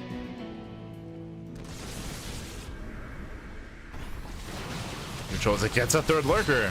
3 Lurkers go down. Big Revelation gets another Lurker as well. Again, the pickups here are crucial from Creator. Getting as much value as he can. Getting lurker after lurker, but now we've built up to 8. Hey, lurkers in position. Creator, he cannot break through this. Viper coming in, gets the abduction. Oh, not quite. Almost. Creator, he rotates around. These are slow lots. Charge is done in a couple of seconds. It's still not ready. Ideally, Creator, he does want that Viper, though. The Viper is the biggest threat to the Colossus. Oh! He's going in! Viper does threaten a dive. Lurker's pushing forward. Now, when it comes to this posturing that Creator's doing, he has no intention of pushing it. He has no intention of breaking a base. He's just shaving off links, trading with the army as efficiently as possible. Again, there's pressure on him to get that done, but oh no! These Stalkers, they're not over this world. Stalkers going down, massive abductions, gets 1, gets 2. And Creator is losing far too much here, bleeding out so many Stalkers, the Colossus as well. Yeah, expensive losses, and you can see Creator, he plummets in supply. Again, losses that Creator could not afford. He's trying to take another expansion, but Solo's done it. Solo, he has done it. Remember, Creator, he just could not scale into a longer game because the early game, because of the failed all-in. And Solo, you just keep pushing. Oh god, no! Stalkers, they run through the lunkers. Stalkers go down, lunkers back at him to defend as well. And again, Solar, he's snowballing out of control. You see a desperation warping into the main. Creator going for a base trade, that's the best he can hope for. We have Zealous on one end, we have Warpins on the other. I mean, Creator, he is getting some damage done, but he has no answer to the lurkers. That's right, even some defensively. And GG gets called. Creator, he runs out of steam, and Solar takes game number 1. Whew, GG. Solar does take lead in the series. Again, Creator winding it back. For those of the curious, Creator, he went for a Stargate opener into a 3rd base, into a Twilight Council, into early Blink, into an 8-gate all-in. I say 8-gate all-in. He went for a 7-gate setup, no gases at the 3rd base, fast forward, lack of any forge, lack of any upgrades, and it was getting ready for a proxy gateway across the map to commit to the all-in. And if you remember, the proxy was found. The proxy was found. On top of that, Solar, he also saw, he scattered the lack of gases, and with that, Creator, he was shut down. Before he could commit to the all-in, before he could set up for the all-in, he was kind of cut off at the knees, and he tried to macro out of that. He tried to get into a longer game. Couldn't quite get there. Could not get there in the end. GG. GG, well played. That leads us into game number 2. That leads us into Killer's Mile. Another aggressive map. And another TLMC 20 map at that. We go.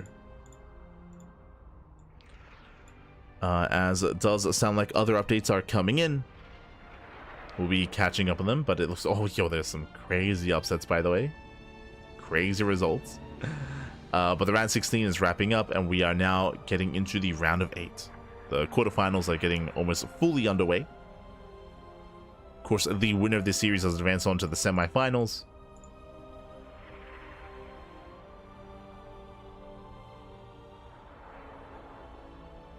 We'll see what it's going to be.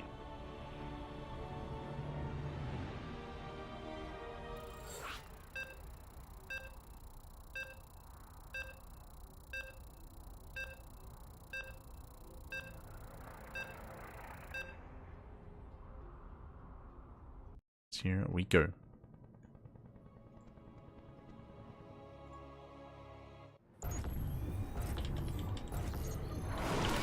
And spawning in the top right-hand corner of the Killer's Mile, we have the South Korean Zerg player, the Red Zerg, leading the series 1-0, representing Team Falcons. It is Solar.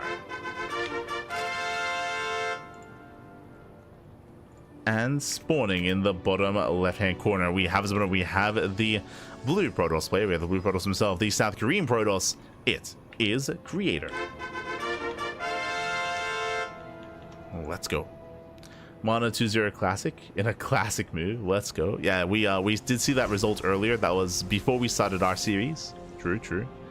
We were talking about how Mana, he has like, there's just something about Mana, but specifically this year, and even the end of last year. Like, he's been getting some big results. Like, it's very sporadic, but every now and then Mana takes down max packs, or he takes down classic, or he threatens someone like Cure and ByuN. Mana is, yeah, solid. He's still got it, man. He's still got it.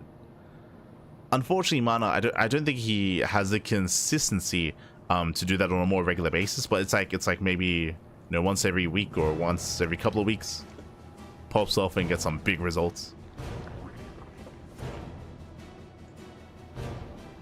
It's very Mana, very Mana.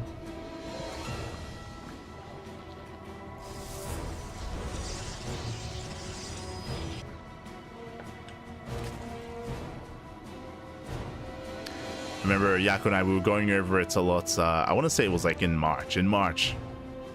Going over a lot of Mana. But for now, gonna be settling in.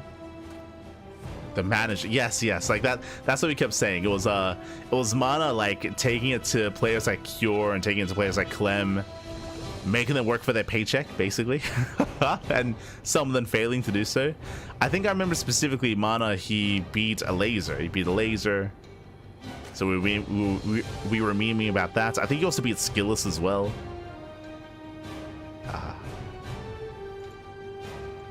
Again, the players that were fighting for the salaries. Crazy.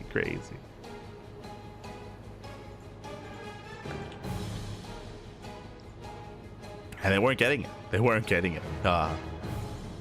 Not from Mana. For now, Stargate. Once again, Stargate opener out of Creator. For those who weren't here, last game we had Creator attempt to go for a 3-base all-in. This time we do expect a different build though. It's something that you don't typically go for multiple times in a series.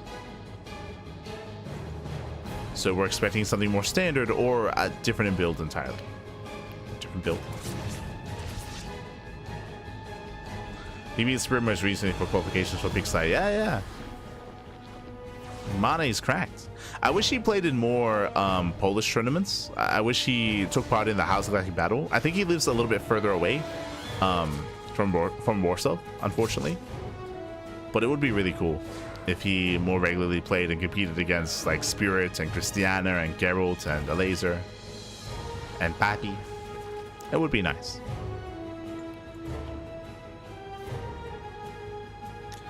Would be nice.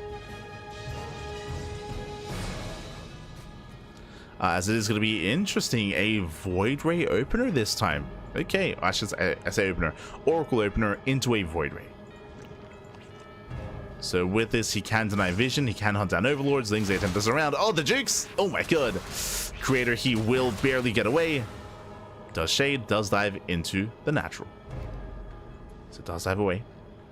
At the same time, Ling's will threaten the third. Merely only threaten. As Creator, he will maintain himself. Likewise, stasis into the main.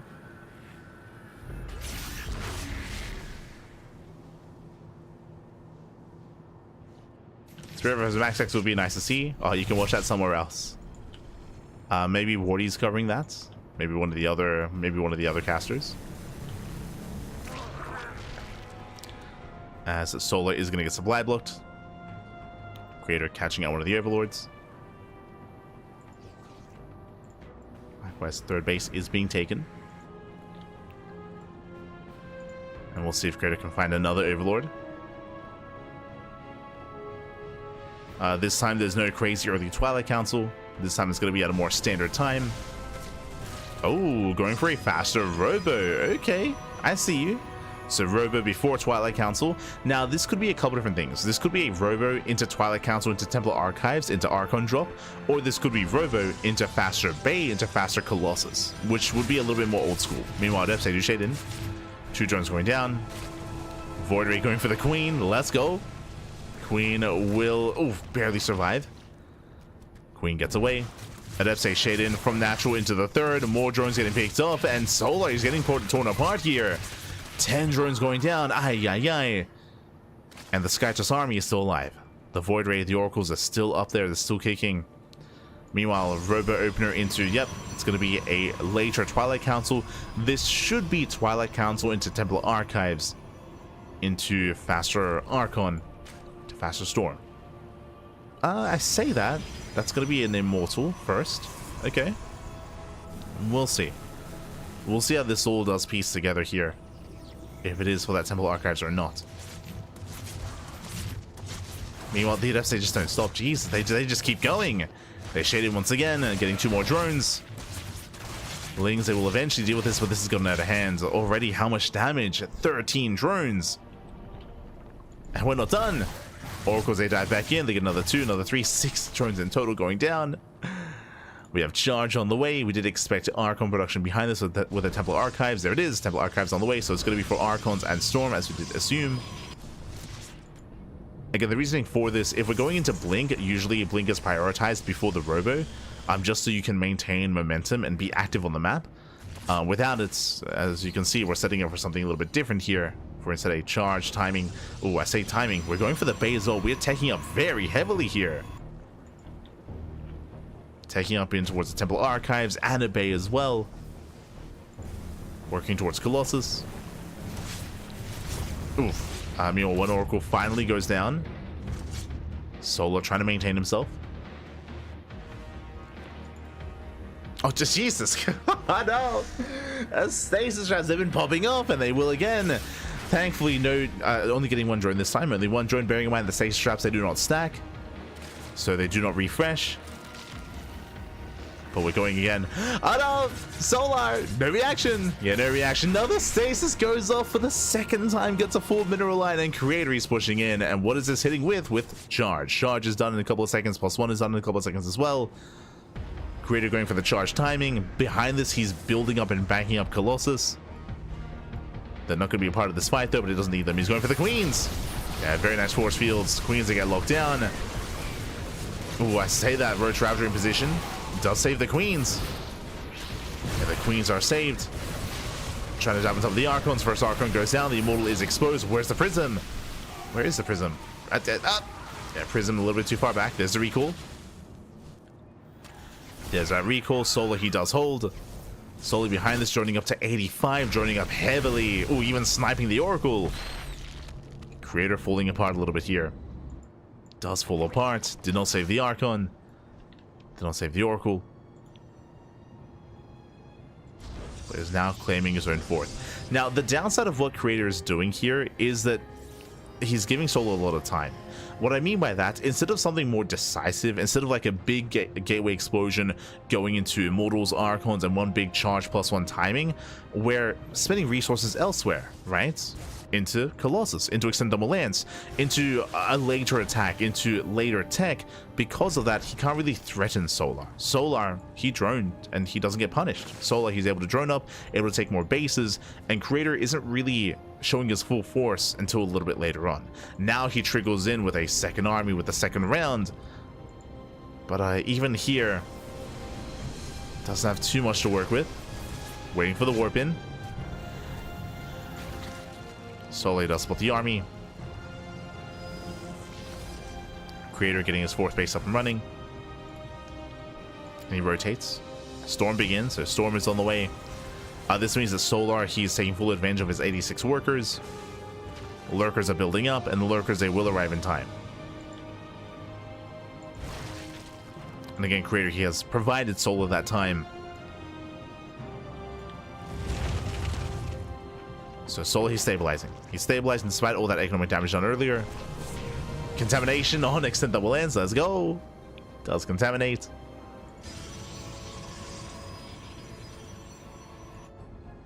Vipers are on the way. And at this point, we would typically see Sky Toss. If this was any other player, as soon as you see Lurkers, bam, Fleet Beacon, Stargate, into Sky Toss. Like that's you just react immediately into that. Here, Creator, he doubles down, going for a 2nd Robo. Creator, he's very fond of Ground Toss, and what I will say is that Ground Toss can still break a Lurker army. That is true. Like Mass Immortal Archon Storm, we have seen time and time again, even with the nerf to the Immortals in the most recent patch last year, despite that, these Immortal armies can still break through siege lines of Lurkers. Like, it still does happen quite regularly.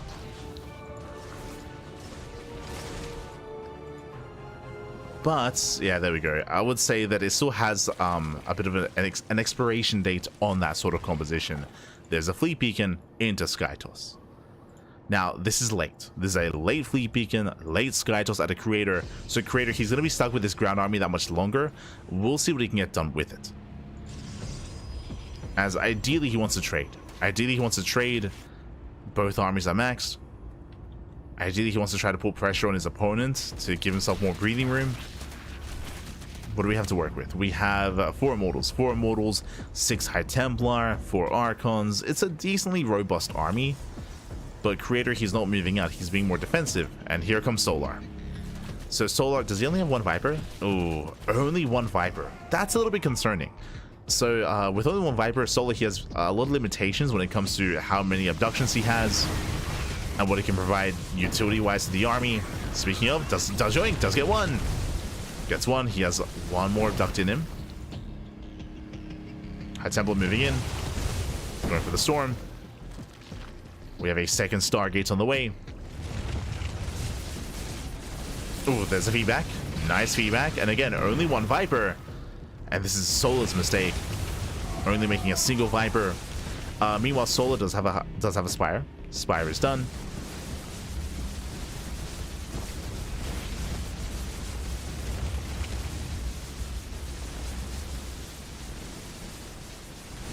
Lurkers, they knock down that gas geyser. Likewise moving it. Oh my god. Getting himself with a High Templar. Cybercore goes down. Tempest are on the way. So far, Solar gaining ground. Oh, the choke point is brutal. Oh my god. Yeah, they punish the Archon. And Solar slowly making his way into the natural base. Tempests have arrived, and there's no answer. It's almost purely Lurker here. So free damage from the Tempest, but we need detection. Observers here. Likewise, the Larambe, as they get across the map, they do buy some time. Robos are depowered. Oh, we're coming in. We're getting ready for the surround. A creator catching reinforcements. The Lurkers have to get the hell out of here. They try to. Getting within range. They do snipe the Colossus. Not bad. Yeah, who surrounds who? We just sent to spread. These Lurkers will all fall. Every single Lurker goes down. Expensive losses here for Solar.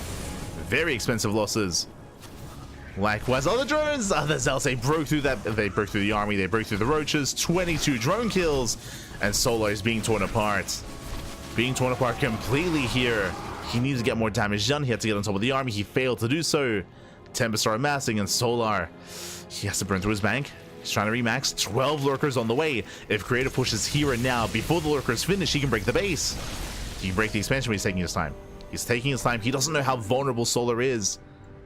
We can go in. Yeah, he's taking his time. Solar, he will build up. He will build up. He'll rebuild, remax. Lurkers and Corruptors. Now these Corruptors, they are on 0-0, just now finishing up +1 air attack. So alas, the upgrades are lacking. Upgrades are lacking. Oh! Corruptors moving in. They get 1. But these Tempests, they will still have control of the base. Solar forced back. Solar, he's on 65 workers, and he has inefficient mining. As he will lose his expansion. Solar trying to break out. Comes in from behind, does catch one of the Tempest. As one Tempest did overextend. Meanwhile, Creator, he rotates. Rotates on over. Archons towards the mineral line. Corruptor's trying to respond. Ooh. Getting forced back. Yeah, and this base will fall. Storms, they don't away. Massive storms! And massive storms on the Lurkers. Base goes down. And Solar just getting torn apart here. He's going for the dive. One desperation move. Ooh, Solar takes down 2.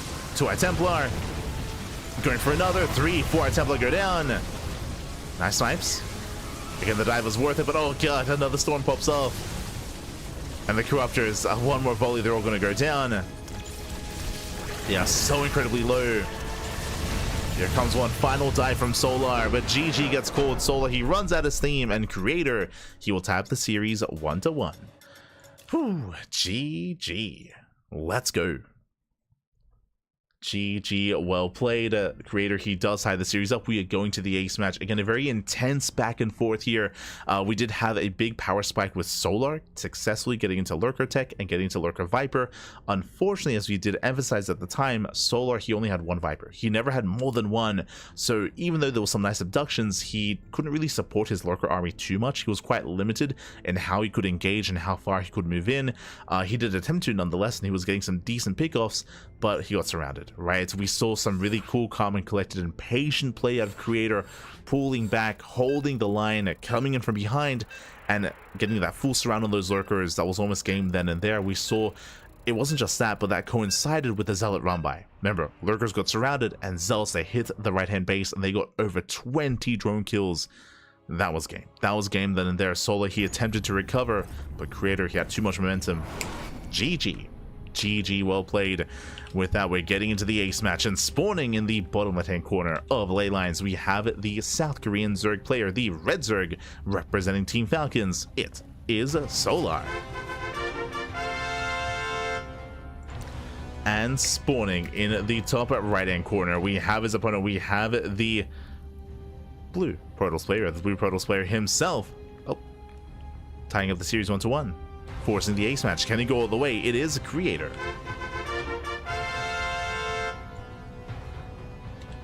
We go. He beat Skills and TLMC. He beat Laser and Soup. Yeah. Again, we go over all the tournaments on a weekly basis during the podcast. So we do see the snipes, the pickoffs there from Mana. Mana beat Max X OSC Championship. Yeah. Like all those results that you're mentioning happened this year, right? It'll happen this year.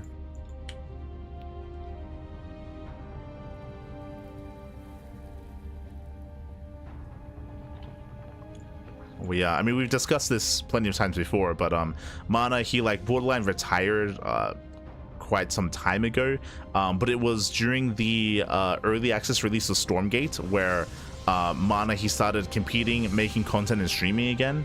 As he was of course competing quite regularly in Stormgate, and it was after those Stormgate events died down that Mana, I guess like he got his like fire like lit again, like his competitive drive, and then he started like going hard at StarCraft. This was, I want to say, second half of 2024, I want to say.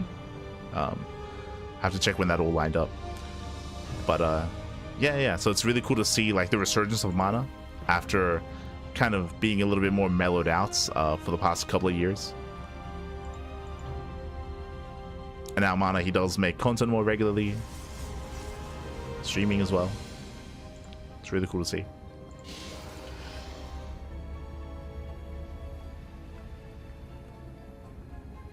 What is the difference between WardiTV and CranKy Ducklings? We're different casters. We're different people. Oh no. We're different people. What is the difference between Creator and Solar? I mean, they both play StarCraft. They both compete. True. They're basically the same. Creator and Solar. Not wrong. Aye. Something that you might be asking though is because some people sometimes are a little bit confused, especially if they tune into the WardiTV Mondays for the first time. This event is organized by Wardi. Wardi does organize this tournament, of course, but the event is open to other community casters, to casters like ourselves, to Steadfast, ByuN sometimes, and at times other casters like Chicken Man or Dave Testa. And we are covering different matches. Wardi, I don't know what series he's in. I imagine he's covering some of the upper matches, maybe covering Max Packs or ShoWTimE and Spirit.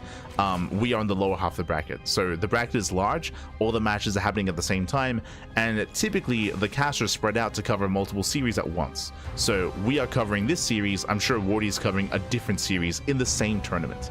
Eventually we will meet up. Eventually we'll join up in the semifinals, and we'll be covering the same matches, but in the lead up to that, we typically cover different matches. So it's a way to kind of spread out and to cover more matches at the same time. I'm sure that's more of what you were asking. Meanwhile, we do have a Twilight Council opener. Twilight Council with the Glaive Depths. Let's go. Hyper aggression here from Creator. No Stargate, not this time. Now Solar, he's playing it safe. He does throw down an earlier Roach Warren. This was around a 340-ish Roach Warren timing. Solar, he does not scout the main base, but he does confirm the lack of third.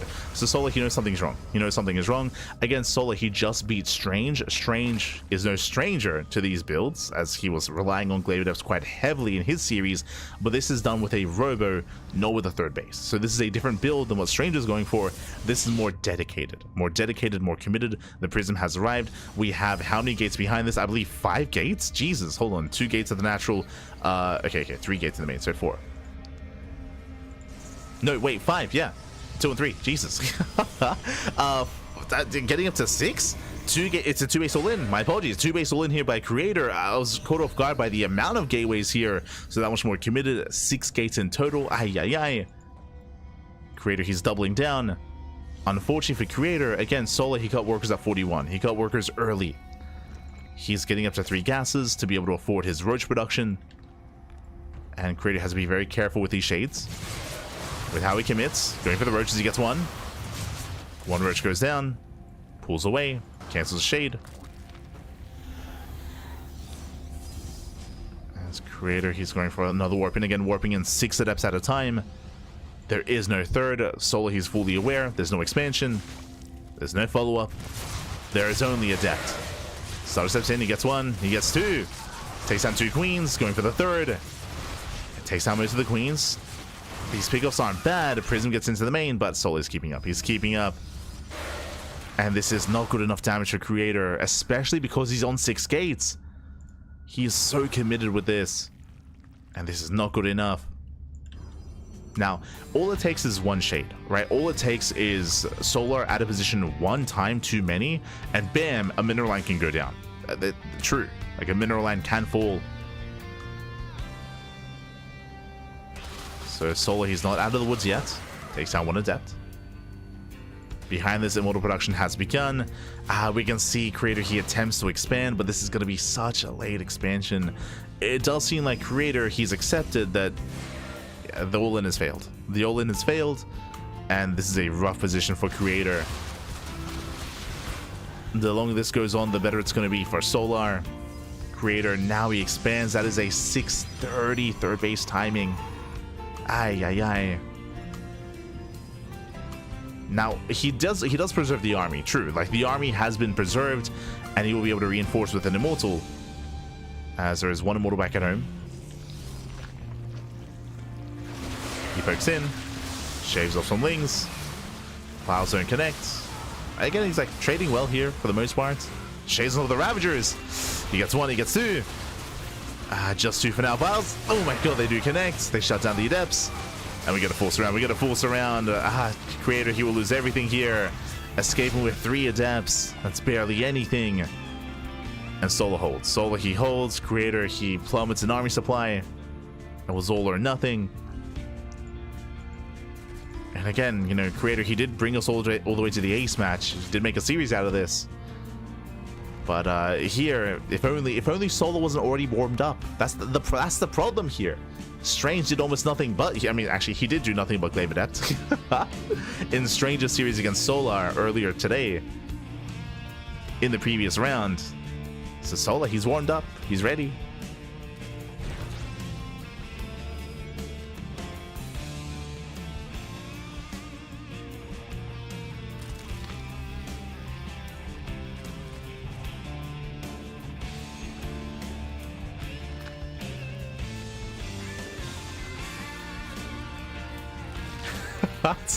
I see the plushies conversation happening in the chat. Oh no, back. Yeah, no. Not like this. Not like this. As a Creator, he's building up his... I'll catch up on the chat after this series. I'll catch up. I'll catch up. I will say this though, you're all animals. You're all animals. I can say that ahead of time. Oh no.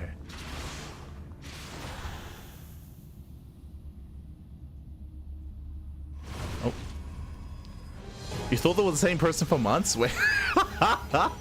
No shot.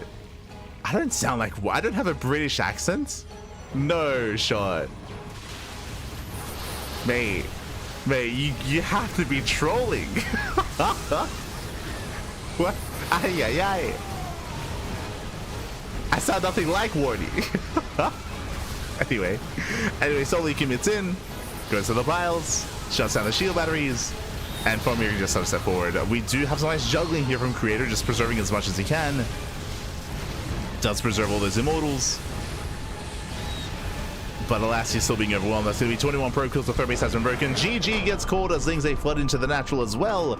And Solar, he will claim the series 2-1, advancing on to the next round. GG. What's the difference between Yaku and Young Yaku? True. Oh, unless that's what you're referring to. Okay. I have seen unironically people say that Yaku and Yakov are the same person. Or they just assume. True. GG, well played. As Solar, he does claim the series and does advance on into the semifinals. Question becomes, where exactly are we? Who's up next? Let's go. Exclamation mark be in the chat if you guys want to have a look at it yourselves. Let's quickly catch up on what has been going on. Okay, from the top, we have a Cure. Cure takes down, oh, sorry, actually, I guess from the bottom. Solar takes down Creator 2-0. Solar is in the next round, and Solar is waiting for the winner of Geralt and ByuN in said next round. Likewise, scrolling up, actually, I can make this a little bit cleaner. Hold on, I got you. Bam. Beautiful. Meanwhile, scrolling up, we do have Cure. Cure takes down Mana 2-0, and we have Cure waiting for the winner of Max Pax and Spirit. This is where we do have to figure out where Wardy is, as we will be joining up with him, because both semifinals are typically covered one after the other. So hold on, let's see. Wardy, he's in ByuN versus Geralt. Okay. So Wardy, he's currently casting ByuN versus Geralt. They are in game number 2. So this might be a 2-0. This might go to the ace match. We will wait for them to wrap up. And that means most likely we're going to be following the winner of that series into Solar. Okay. That is the plan. Semifinals. Solar versus TBD. Beautiful. That is going to be a rematch. For those that were here for Sparkling Tunic Cup, you will know that Geralt did face off against ByuN, and they had a banger of a series, especially on El Dorado. Like Geralt versus ByuN on El Dorado was peak TVP. It was very clutch, very close, very intense. So I do recommend checking out the VODs if you missed out on Geralt versus ByuN during Sparkling Tunic Cup, as they're having a rematch here tonight in the WardiTV Monday, also on El Dorado, funnily enough. There you go. Also on El Dorado. Looking to be a more chaotic game though. Jesus. Otherwise, just catching up with the chat.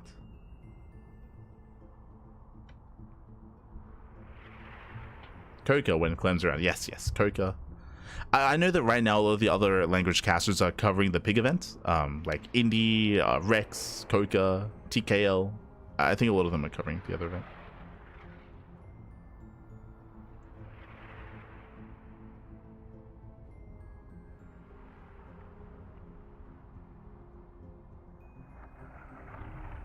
Yaku is the coolest caster. I can't say you would say Yaku is the coolest caster when Cristiano is around, Bobby. Cristiano, he is the coolest caster. But Yaku's up there, 100%. Yaku is a close second. I think even Yaku would submit to Cristiano. But they both have some nice blazers, and they both have some solid sunglasses. I would love to see a cast between Cristiano and young Yaku. Sorry, and Yaku. God damn it. I did it myself.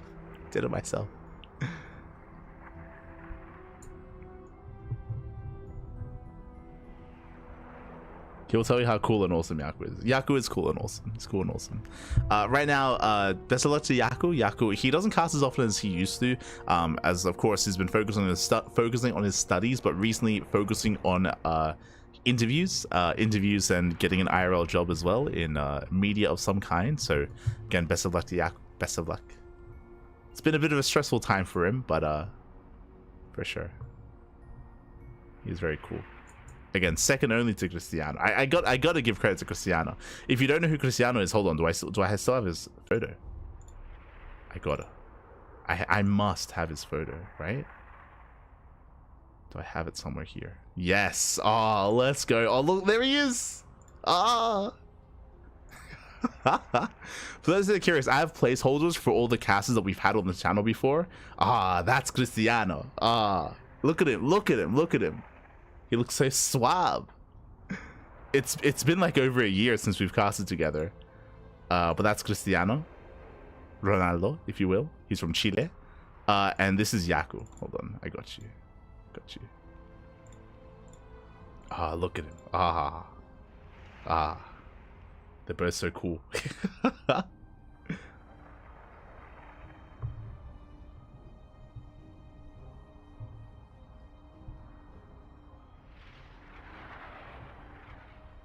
Plushies are the cutest. The plushie conspiracy. Yeah, all good, all good.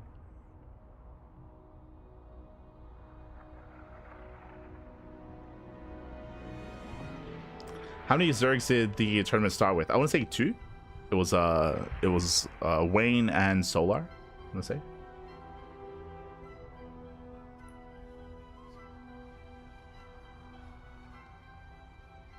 We can only take so much. Who else do I have here? Hold on. So that's Yaku. Who else do I have? Yo, I got Chase. Yo, I miss my Chase. I miss my Chase. Look at him. The cowboy. That's not Photoshop, by the way. That's Chase in the outback of Australia. Ah, let's go.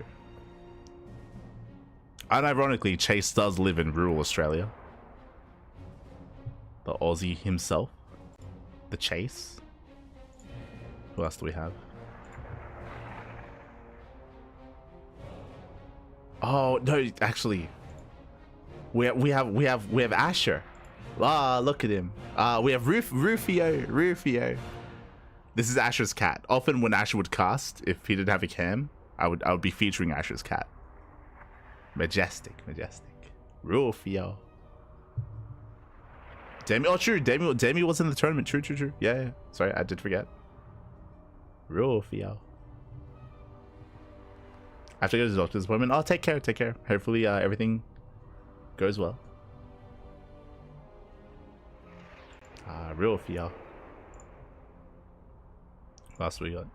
So we have some downtime. We're waiting for ByuN and Geralt to wrap up anyway. We have some downtime.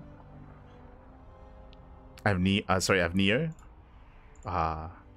Mi abogado, papi, mi abogado. Neo nowadays he's a lawyer.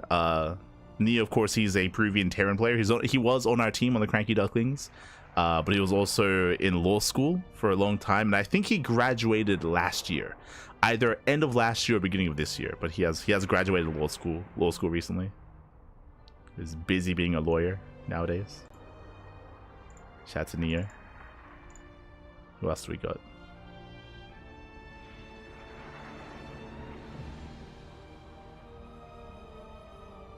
But yeah, I've just got like a big library of people that I've casted with, where I place their placeholder, and of course, how could I forget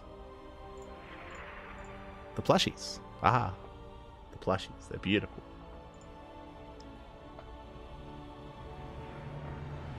Right shoulder being sore for time. Okay, cool. Good to hear there's nothing serious. Good to hear nothing serious. Alright, let's take care. The only real cast is on this. Exactly. The plushies, baby. The plushies. They're beautiful. I keep saying it. I need to take a new photo soon. Like I've got I have all the plushies, or most of them. I don't have the Korean plushies, unfortunately. I know Wardy has the Korean plushies, but I have I have the Marines, I have the Dirt Fester, I have the Overlord. Like I've got all the more modern plushies. The carbon ones, but yeah, one day we'll take some new photos. One day. Still have my duck though. You can't see him because he's chroma keyed out, but still have my duck. Quack.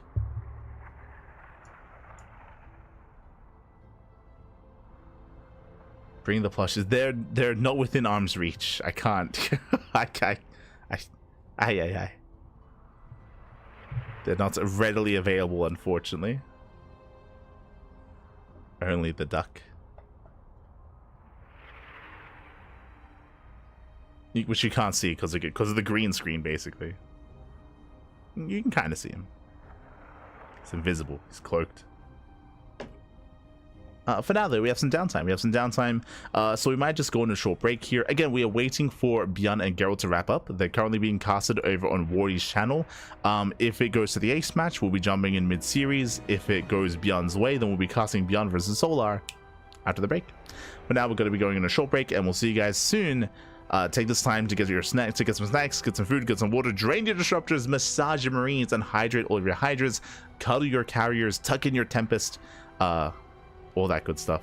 Pet your probes, and we'll see you soon. We'll see you soon in a couple of minutes with some more WardiTV Monday. See you soon. See you soon.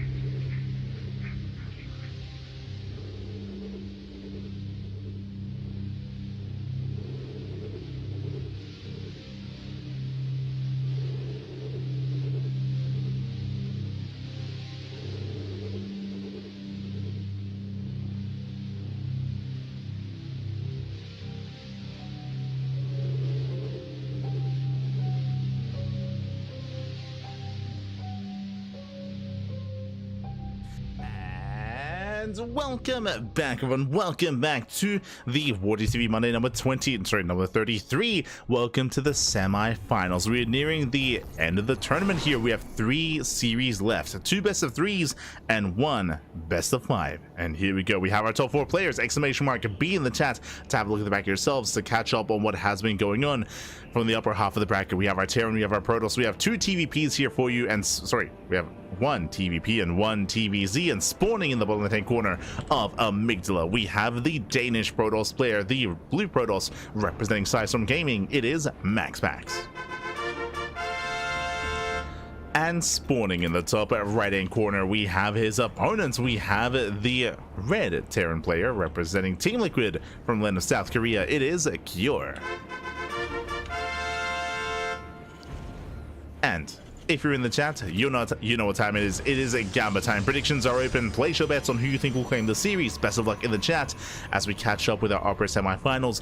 Again, when it comes to ByuN versus Geralt, did conclude. ByuN did defeat Geralt 2-0, and ByuN versus Sola will take place after this series. So back-to-back semifinals into semifinals into grand finals thereafter.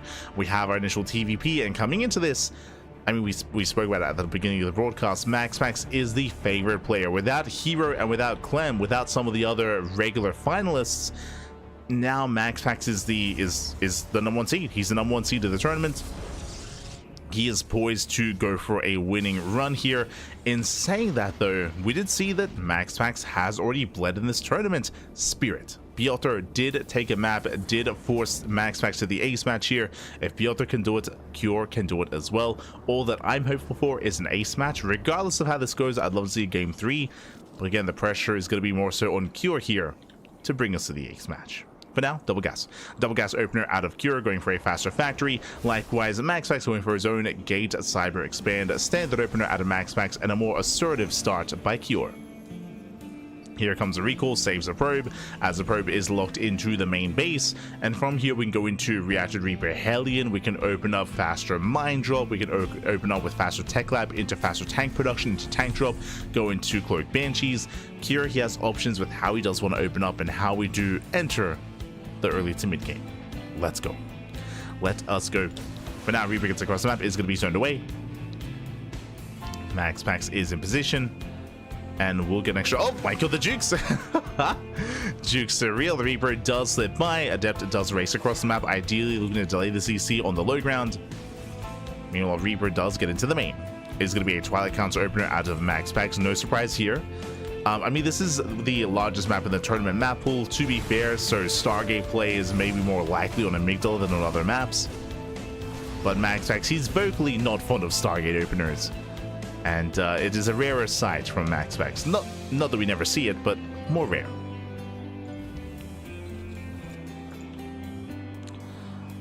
As Cure, he did not scout the tech, did not get behind the mineral line, so Cure, he's in the dark.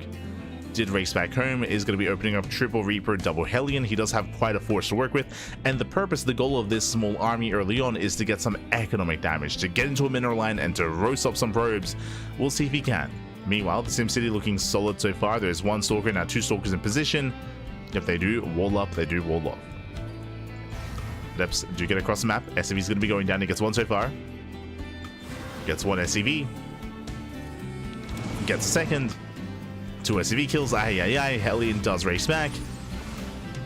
And Cure rushing into a 3rd TC before Starport. Very greedy. Okay, very greedy build here by Cure. We'll see if we can get away with it. So meanwhile, back at home, how many gates? We have 2 gates here so far. I say 2, getting up to 3. So 3 gate blink out of MaxPax. Reaper's going for the Stalker. Shield battery's ready. MaxPax will hold.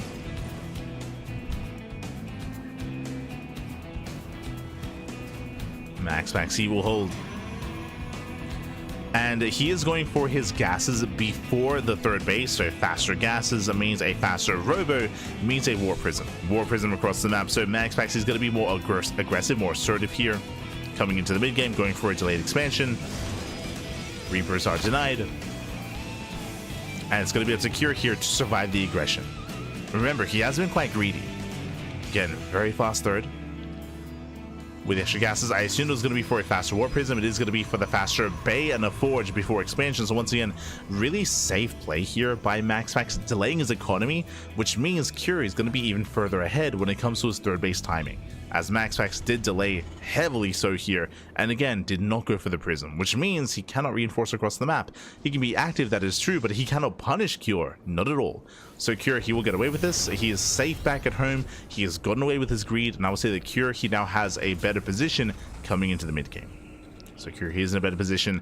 It's going to be up to MaxFax to recover, to make up for that. Again, the advantage that MaxFax will have is going to be the faster Colossus. The faster Colossus production, the faster +1, the faster upgrades, faster tech.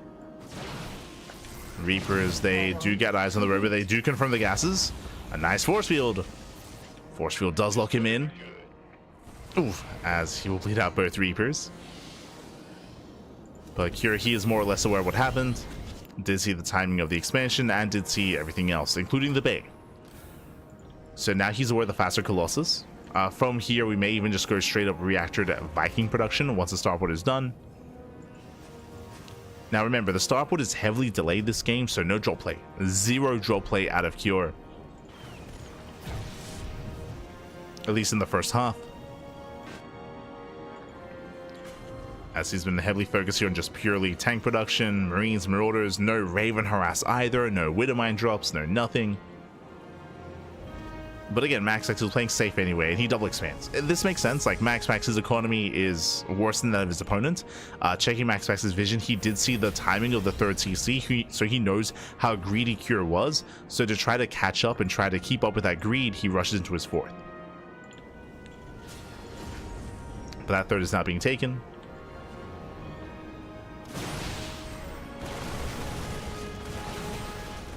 Here he breaks out.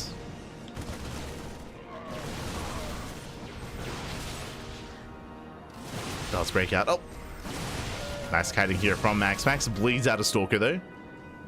Bleeds out one of the Stalkers. Getting a couple of hits off here on the CC. Tanks are repositioning. And Cure, he will secure the space. So far so good. Now we don't expect Cure to move out anytime soon until he gets his medevacs and upgrades fully underway. Speaking of, he now has his first 2 medevacs. So we can start being active. He can stim a little bit more freely.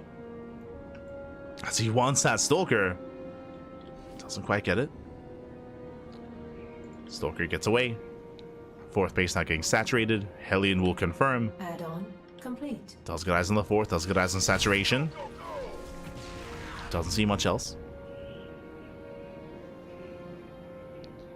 As we have the Temple Archives finishing up, we have a High Templar warping in. No Storm yet, just Archons.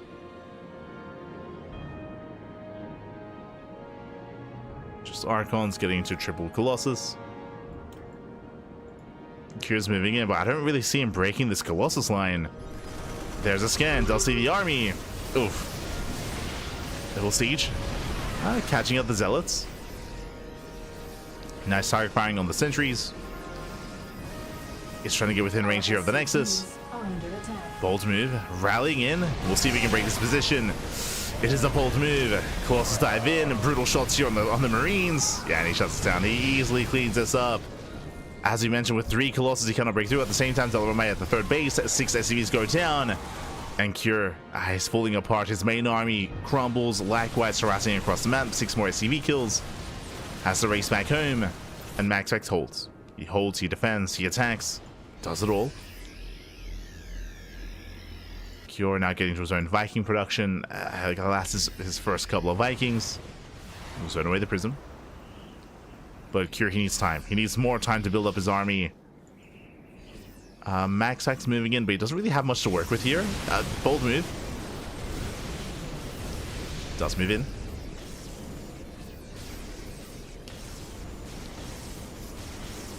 Does move in. Picking off those depots, getting 1.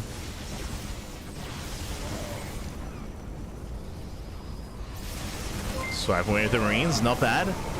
Bio army going down, the Curie collapses in, a couple of Vikings do come in as well.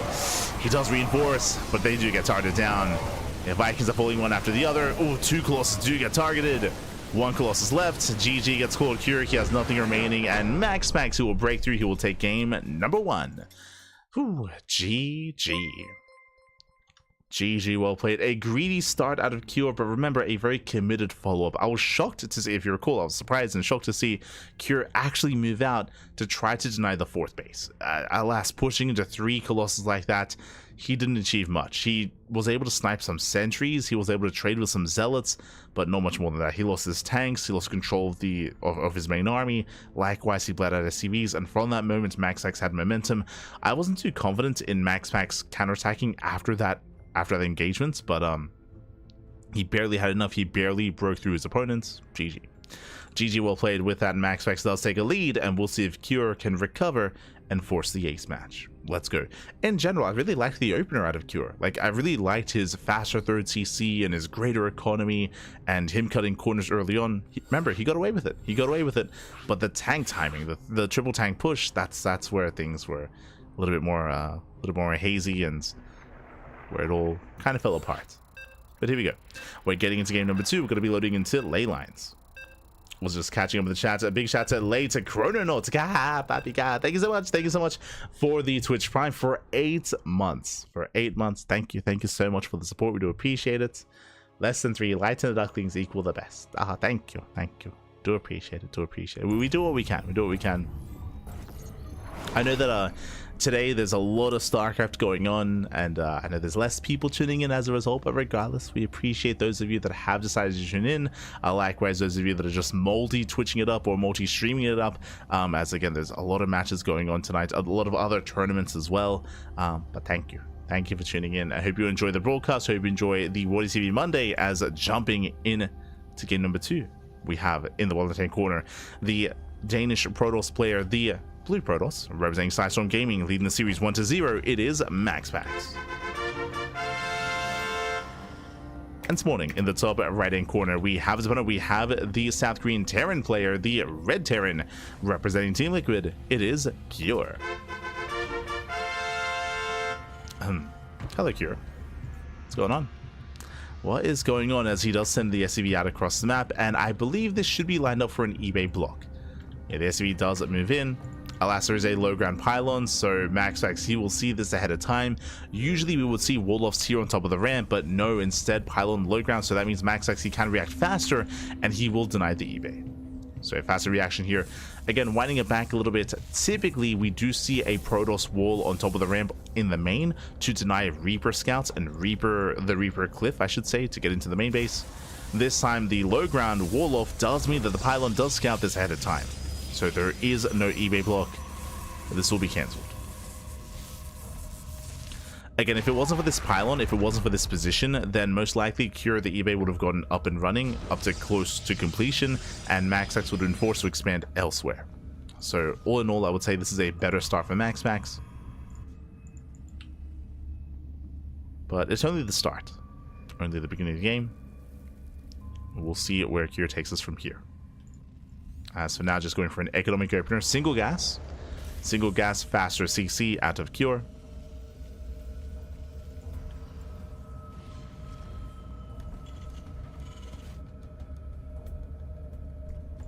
From here we are building up. And again, this is a really nice adaptation from MaxPax on some of these smaller maps. It does make sense to go for the low ground wall off, just so you don't get forced into an uncomfortable position where you are forced to expand elsewhere. Doesn't happen.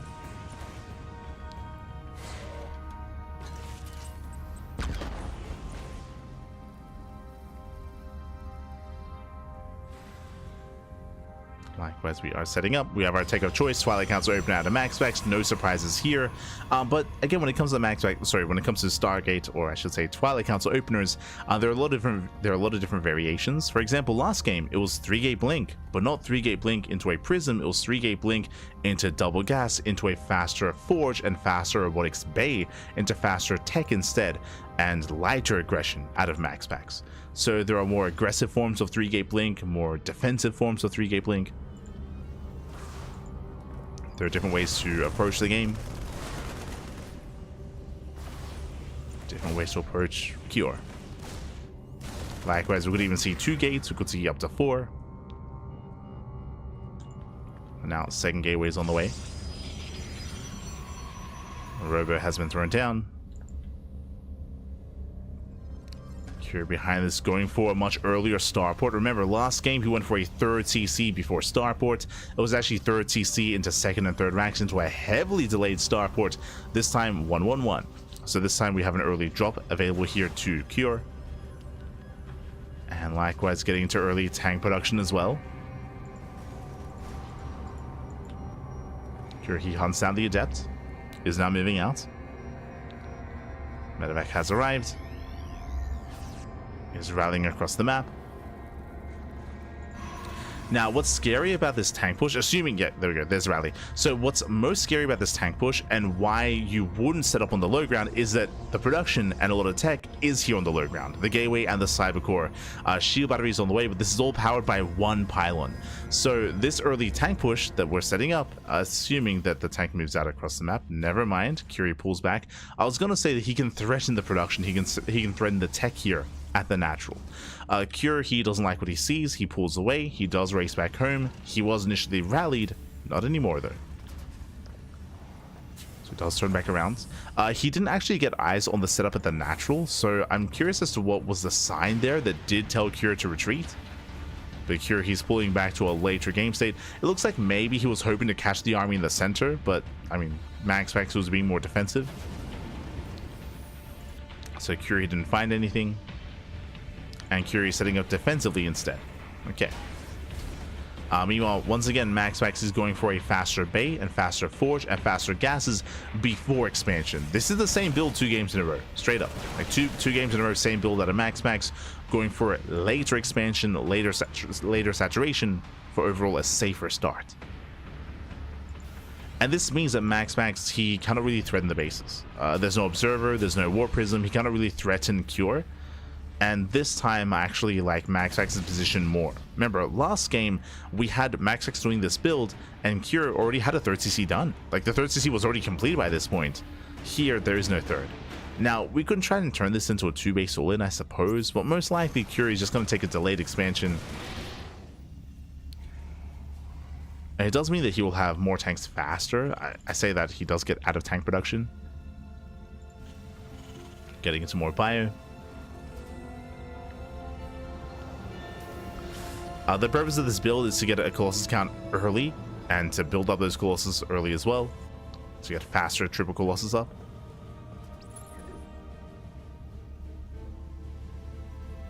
We'll see if Cure can get something done, but I'll be honest, I don't really see that happening. Charge is almost complete. Auto harass into the natural. Does get 2 probes. Does get a handful of workers. Now we have our delayed 3rd CC back here. I say delayed, this is more of a standard 3rd CC timing. True. This is more standard. Later compared to last game, but last game was an exception more than anything. Curie fans out.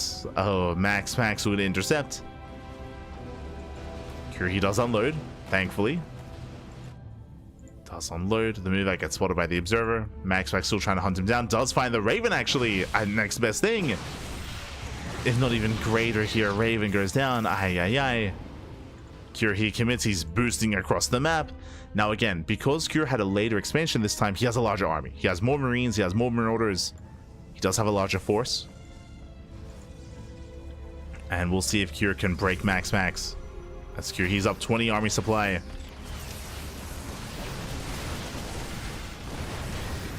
Cure, he takes on the pylon, he denies that he would be 4th, or he at least delays. Max actually just has to buy some time. And Cure playing it safe here. Pulls away. Does pull away. Soon it will expand. Floating on over.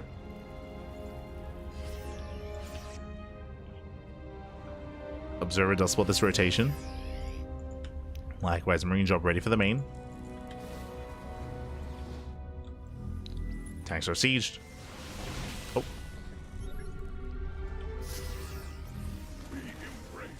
Observer getting caught out. Ooh, brutal tank shots. Yeah, Max actually did not see the tanks. was unaware. Drop into the mineral line. Cure achieving a lot here.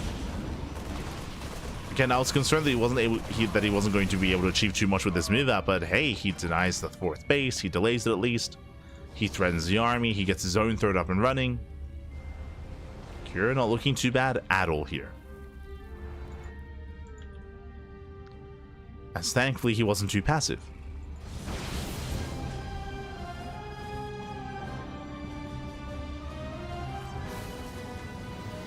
With that, Max taking a later 4th base. Much later. Working towards +2. Getting in position. The tanks are in their siege. They're ready. Widow mines as well. Oof. Brutal on Burrow. Yeah, Cure, he was unaware of the army location. Now he is. Likewise, drop across the map is going to be dealt with.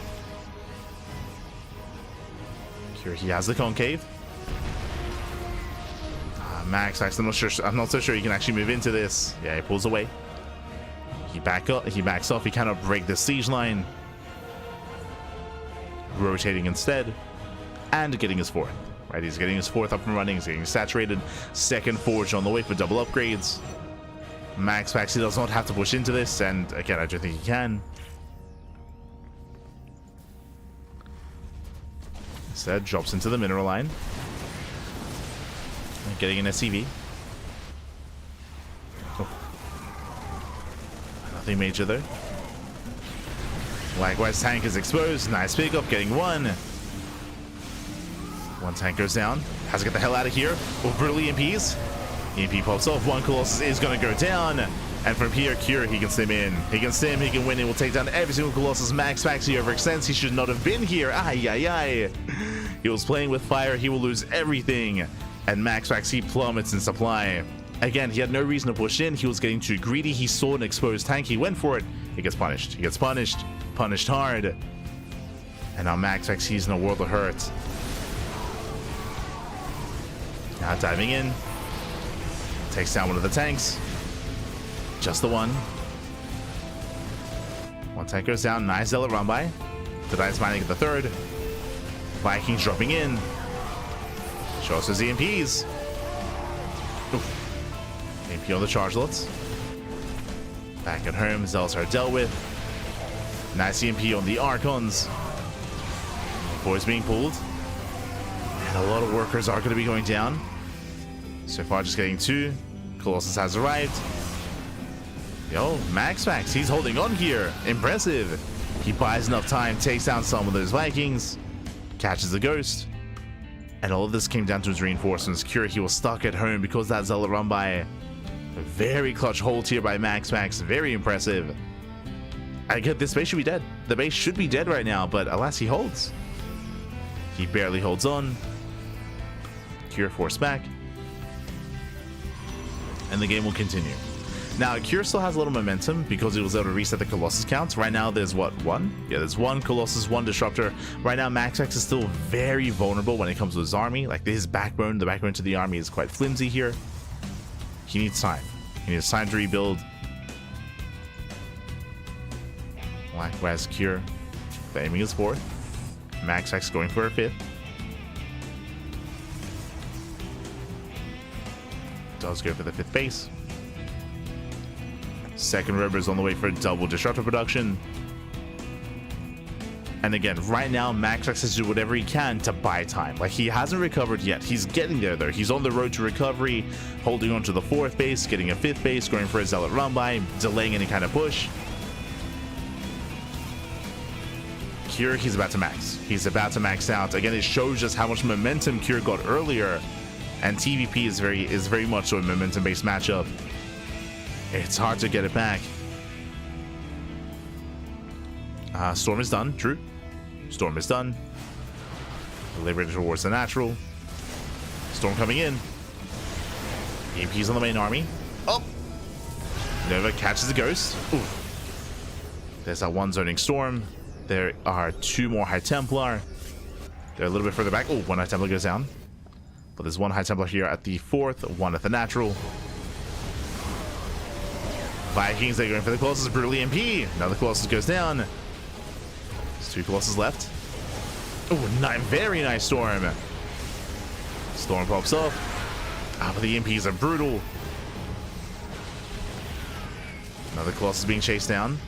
Still just a very awkward angle of attack here from Cure. He has to rotate.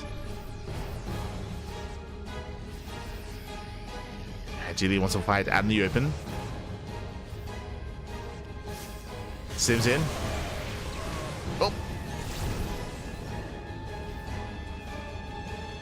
Does Sim in.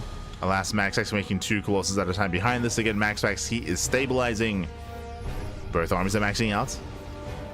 To have Cure getting to 3-3. It's getting to 3-3. The army is overstimmed. Still very tense. He has 1 High Templar with the main army.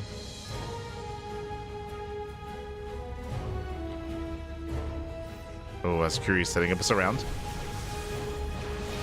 EMP pops up. MaxX getting baited in. He has to be careful. Here he wants MaxX to go further into the bases. Ghost getting caught out though. Miss rally there from Cure, but here comes the stim. Here comes the surround. Oh, barely does not get on top of the Colossus. 1 Colossus does fall. Never goes off. Nice connection. Yeah, Storms as well. And MaxX, he does take the best fight he can go for. Lands a Storms. Takes down most of the Bio, but he will lose every Colossus. Still very close. It looks like he barely has enough though. Yeah, barely enough. The Stalkers, they stand their ground. And again, Cure, he had a massive lead earlier, but it did slip through his fingers. Did slip through. MaxX, he bounced back. Storms out coming in. Oh. Stealth push into the mineral line. Taking down more SCVs. Yeah, it does shut him down. Brutal losses that Curie can't quite afford. He can't quite afford this. Still with a comparable army size. But where are the ghosts? Where are the ghosts, Pappy? Oh my god, brutal storm. Yeah, just Marines and Marauders, just purely a bio army. The final Colossus is going to go down. 1 more volley, but it's about the Gateway Army. It's about the Gateway Army. GG gets called. Massive storm in the mineral line, and MaxX will take the series 2-0. Whew. GG. GG, well played. MaxX had a massive overextension, a massive moment where he plummeted in supply. You can actually see it here. Hold on. I don't mind showing this here. MaxX is the blue line and Cure is the red line. You can see that moment. That was the moment that MaxX overextended into the tank line, and MaxX, he lost everything. He lost all of his Colossus. He lost most of his army. That was Cure's moment to end it. And if you remember, we expected Cure to break the 4th, but he didn't. He did not break the 4th base. If you remember, it was a clutch hold. MaxX, he barely held on to it, and from there it was MaxX buying time. Cure, he still had a lead, he still had an advantage, but he failed to really press that advantage. MaxX able to get into Storm in time, able to buy enough time to rebuild his Colossus, and then stabilize. Then stabilize from there. GG, well played. Oh. GG, well played. With that, we are heading over to the Korean server, and hopefully we don't get left behind. Oh boy. But MaxX does advance on to the grand finals to face up against the winner of our next series. And hopefully we're able to get into that.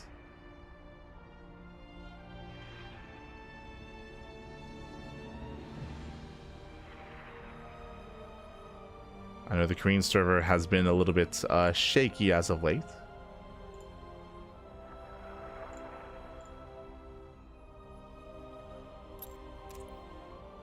We'll do our best.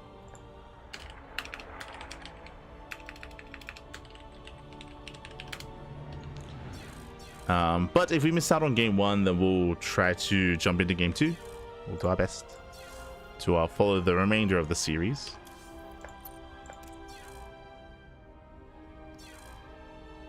As we attempt to get into the Korean server.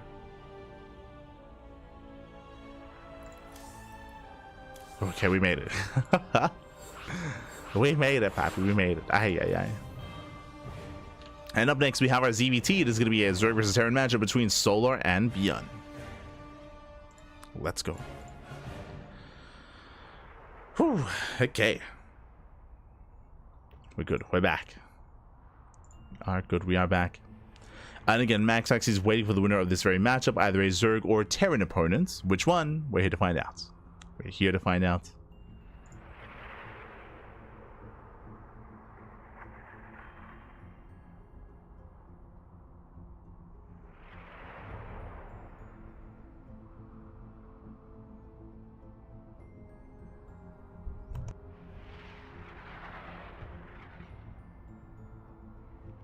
Late game. We got maxed out. We didn't quite get to the late game. Not quite, but got to max out armies. It was very chaotic. Very chaotic. Very intense.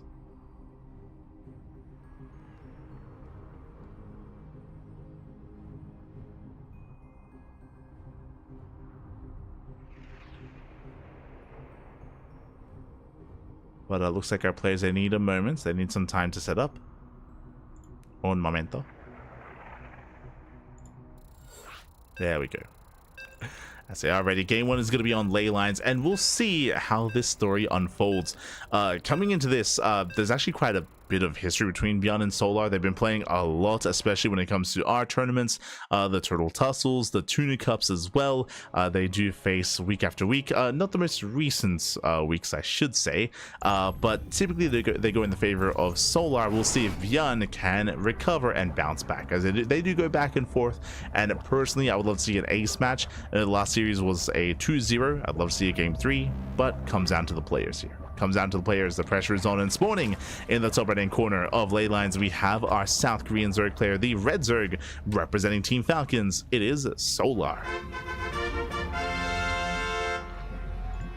And spawning in the bottom left hand corner, we have his opponent. We have the South Korean Terran player, the Blue Terran, representing Shopify. It is ByuN. And if you're in the chat, predictions are now open. Place your bets on who you think will claim the series. Best of luck in the chat, as these two, they do trade back and forth, and we'll see who comes on top this time. I was blanking out a little bit here.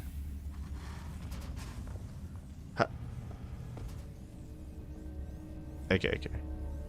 I think he was asking about ping. There's a reason why we had a delayed start. Oh god. They keep talking. Hold on, I got you.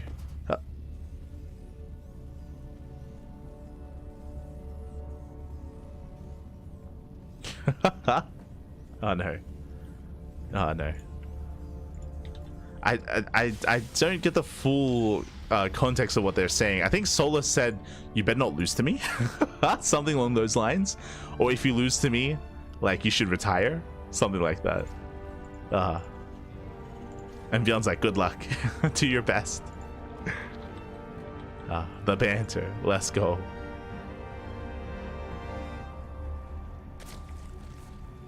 Are you good? No, there you go. Oh, thank you, Lunacy, thank you. You should retire. Yeah. I got that part. Big shout out to Lunacy. But yeah, he said, if you lose to me, you should retire. Solo and ByuN, they often do banter between the two. But shout out to Lunacy for the translations. Thank you. I was relying on Google Translate on my phone, but Lunacy, even better. Thank you. 감사합니다.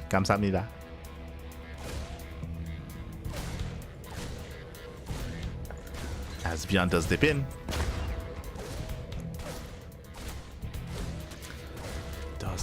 Going for the drones. So far, Solar does pull away in time, doesn't lose anything yet. So far, maintaining his position. You won me some grapes the other day, Luna. Let's go. Of course, Lunacy is the Korean Protoss player. Very powerful Protoss. Este Lunacy. Much love.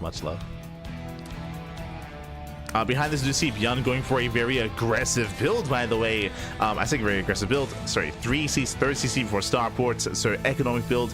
I was thrown off because I wasn't expecting the CC on the low ground. So interesting position here for ByuN. Solar, he is yet to go in for the scout, but technically if Solar attempts to scout the main base, he will not find the command center. Not in the main, at least. So a quirky position here for ByuN. Very quirky. The mind games are real. as we often see the CC in the main, which is just a safer location. Here comes the add-on salt third CC into Cloak Banshee, or into Banshee at least. So Banshee production underway. Hellion Reaper moves out. So far Solar, he's keeping up. He's keeping up. ByuN looking for an opening. Does go for the dive. Oh! Queens are ready though. We have that dance, that back and forth. Oh! ByuN juking, jiving. So we do see no cloak. So without cloak, we're going for faster stim. So faster stim instead from ByuN. Likewise, he threatens a dive into the middle line once again. Does not find it. Does not get in. Does catch a tumor.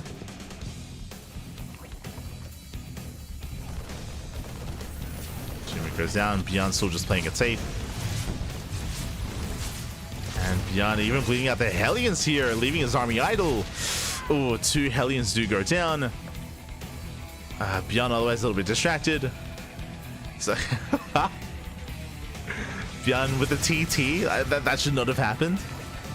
Should not have happened, Papi Lings. They do slip in. Just getting guys in saturation. I know that ByuN is crying with TT from there. From that. Ah, no. Not like this. Oh. As the Banshee does get deflected. So Solar keeps up with the natural. Likewise, at ByuN, he's deflected towards the left-hand side as well. Solar is secure from here, just droning, saturating, getting up to 3-way saturation. Double Evo chamber on the way. Double upgrades.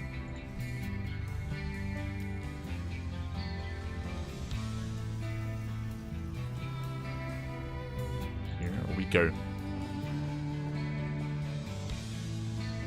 It's all good. ByuN, he's on this. It's okay. It's okay. It's all good. I believe, Fabi. I believe. Yo, hold on. Why did I not see Oreo in the bracket? Just saying. Este Oreo. We needed some more Zerg representation, Fabi. Demi signed up. Even Demi signed up. It was crazy. Varun. Next time. We'll get some Oreo in the WardiTV Monday. We'll get him. So now we do see Solar keeping up with said Banshees. Behind this is taking his 6 gases, and with his 6 gases taking up into a Hydra Den. Joining up to 72. So going into earlier Link Bane Hydra. Not taking up into Hive, not as quickly. I never heard of this tournament before. You're an animal at Este Oreo. You're living in 2020. You're like, yo, if it's not an ESL Open Cup, I don't know what it is. Where is my Grand Platypus Open? God damn it. That's all I know. EPT Open Cups and Platypus Opens. Where is our die? The rules don't even have OC, so yeah. True. You're not wrong. No. If it's not GPO out die, I never heard of it. Let's go. As we do see ByuN sitting up with his tank, getting within range. Oh, Queens, they hold their own. One Queen does go down, but the tank is going to be focused down. Does pick up the tank. So far, so good. Likewise, Solar coming in from behind does go surround the other tank. Yeah, tanks are falling, and Solar, he will shut this down. He will force the pick up, and Solar holds. Whew. Solar, he does hold on. Does force back the army. Behind this, investing into Hydra upgrades. Hydra production has begun. Again, getting to 78 workers. ByuN behind this committed. What's he doing? He's going for the A-Racks. We have A-Racks here. No add-ons, no gases, no nothing. 3 base all in. 3 base all in. Pure A-Racks out of ByuN. And we'll see if Solar can hold. We'll see if he can survive. ByuN stimming on in. Solar trying to mass out more Link Bane. Has Solar been too greedy? Again, he's throwing down an Infestation Pit, taking up towards Hive. Solar, he did get up to 82 workers. Going for a Link counterattack at the same time. Yeah, tanks are slowly getting in position. Solar, he's going for the third. Banshees are ready. Banshees do defend. Yeah, the defense Solar gives off the expansion. The 4th base does go down. Solar trying to trade with some of the Marines. Trying to. Solo here retakes the fourth, getting up and running. Solo, oh, it's back up though. Fails this around. Both armies are maxing. ByuN, he is quite deep on creep. He has to get the hell out of here. That's a lot of Marines. Again, pure Marine here by ByuN, and one Hellbat. Again, just to emphasize once again, he's 3 base all in. He's 8 raxing. Sims in. Does barely get one of the queens. Yeah, one queen goes down. Solo taking up into lurkers. And just has to buy time. Like, Solo's win condition here should be lurker attack. Oh, catching out some of the Marines. Not bad. Takes down some of the ByuN. Hive is almost done. Solo double expanding, getting a 5th. Getting a 5th base, going for another run by. Once again, Banshee does deflect. Oh, Queen's coming into support. Remember, there's no cloak. There's no cloak, but the Banelings, they get caught out. Brutal pickups. Solo getting forced further back. The Vipers are on the way. Lurkers are on the way as well. Solo, he's bought enough time to get into Hive. Oh, does not get the tank though. Big overextension, and Solo, he will lose another base. Another expansion is going down. Solo, he's in trouble. Yeah, brutal overextension. Lurkers, one lurker goes down instantly. Gets 1 and gets 2. Yeah, takes on 2 lurkers, and ByuN, he's done it. He breaks through Solar, takes out every single lurker. The Vipers are too late, baby. They're too little too late. GG gets called, and ByuN, he breaks Solar and takes game number 1. Whew, GG. Solar, he was so close. He was so close to his lurker tech, so close to his Viper tech as well. Unfortunately, one big overextension. He did overextend, he did bleed out far too much, and everything just snowballed out of control. He had nothing to actually protect to support his army, and despite moving in those lurkers, he had no support for them. GG, well played. Likewise, ByuN, time and time again, he was able to deflect and deny those link run-bys. The Banshees, they put in quite a lot of work at deflecting Solo at every turn. ByuN does snowball out of control. From there, ByuN takes the lead, and now we are getting ready for game number 2. Let's go. Let us go. Hashtag bring back our die. True. Jackie, I think Jackie started hosting some tournaments. I say Jackie, Pleiades. I think Pleiades. I think there's the Pleiades Open. Like, he started hosting some Vietnamese tournaments again, which was really cool to see. That was earlier this year.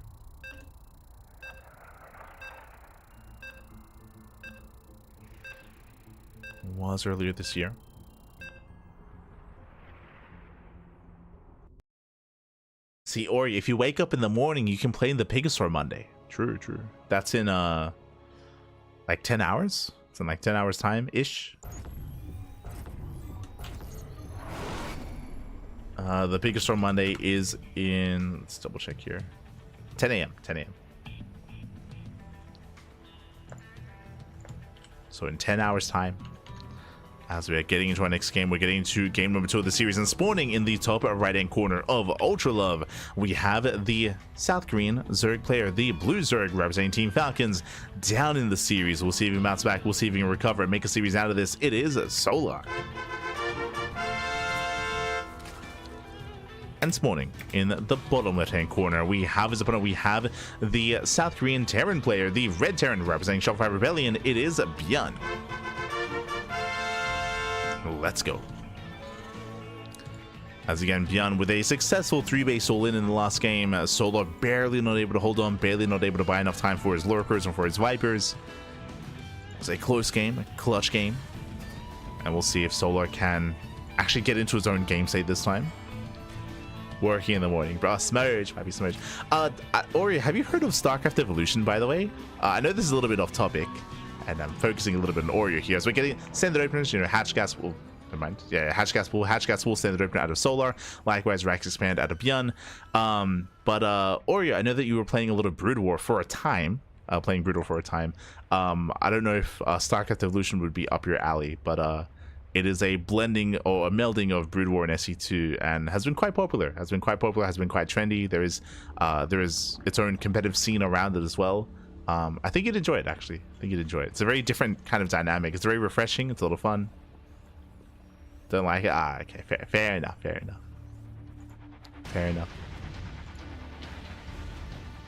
but it has its own active scene with regular weeklies and open cups. But fair enough, fair enough.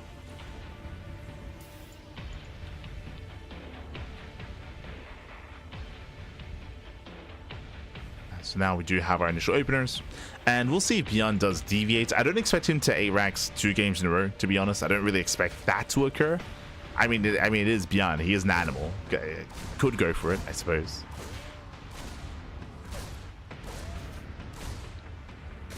Dancing with the army.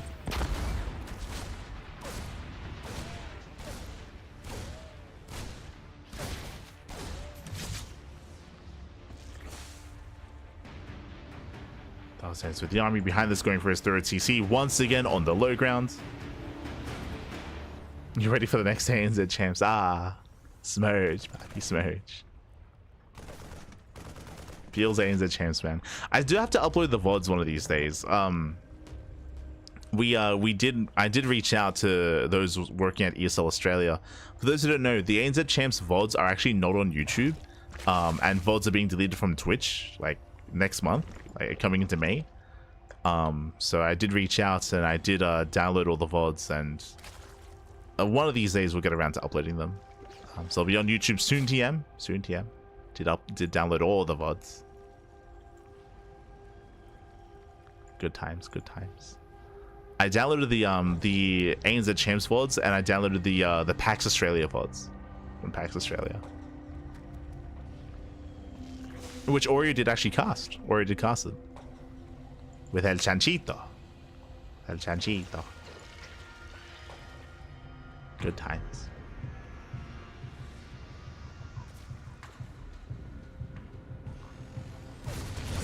Now though, ByuN poking in. Does poke in, does threaten a dive.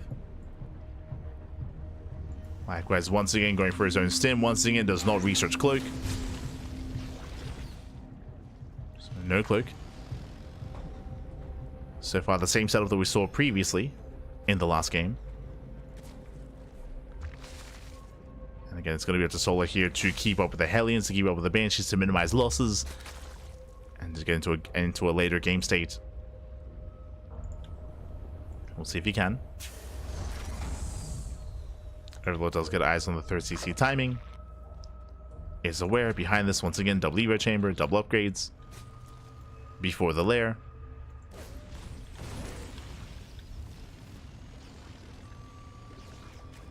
Let's be honest, still looking for a way in.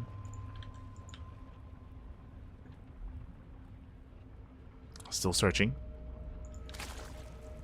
Soul's keeping up. Talking about the maps itself, I should mention as well, Ultra Love is one of the more quirkier maps in a sense. It's actually smaller, has a shorter rush distance by ground, but there are some defensive features here, like you can knock down the towers. There are some choke points as well. There's a lot of ramps, a lot of points of elevation, which at times can be more defensive. Oh, Ling Runway does come in, does catch out some of the Marines. Yeah, 3 Marines do go down. Likewise, SCV is going to be pulled away. Does force back the Hellions and doesn't get too much economic damage, but does distract the army. Yeah, delaying some of the Raxes. Forcing back the Hellions. So we have our 5 rack setup for now. This will allow Solo to drone up. Solo does drone, getting a 4th base, getting to his own Ling Bane once again. Now, last game we did see Solo tech up in towards Ling Bane Hydra. We'll see if he does something similar here. ByuN going for the dive. Oh, gets a volley off. Gets one. Yeah, gets one volley. 3 drones do go down. As ByuN is forced back. Is forced back. Lair is almost complete. Solar still setting up. ByuN does threaten those tumors. It doesn't quite get the queen. Still poking in, still saturating. Likewise, Solar, instead of going for the Hydrogen, this time going straight for the Infestation Bit, setting up for some Ling Bane Ultra. No Hydras, not this time. As Solar, he's run up to 75. Likewise, creep is spreading, looking solid. Banshees, they do hit the northern base. Uh-oh, no spore. Yeah, no spore in position. Drones are going to be going down. Solar caught off guard, out of position. Getting 6 drone kills. No spore here at the natural either. Trying to keep up with those queens. As thankfully there is a transfuse. Queen is saved. As the queens are distracted, as the Ling Bane is here at the natural. ByuN moves in. ByuN, he does move in, going for the mineral line. Does take down the queen.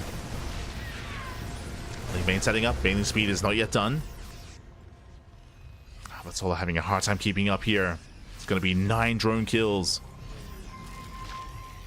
9 workers go down. Hive is on the way again for those ultras. ByuN is doing it again. 8 racks. 3 more racks is on the way, getting up to 8 racks. No gases at the 3rd.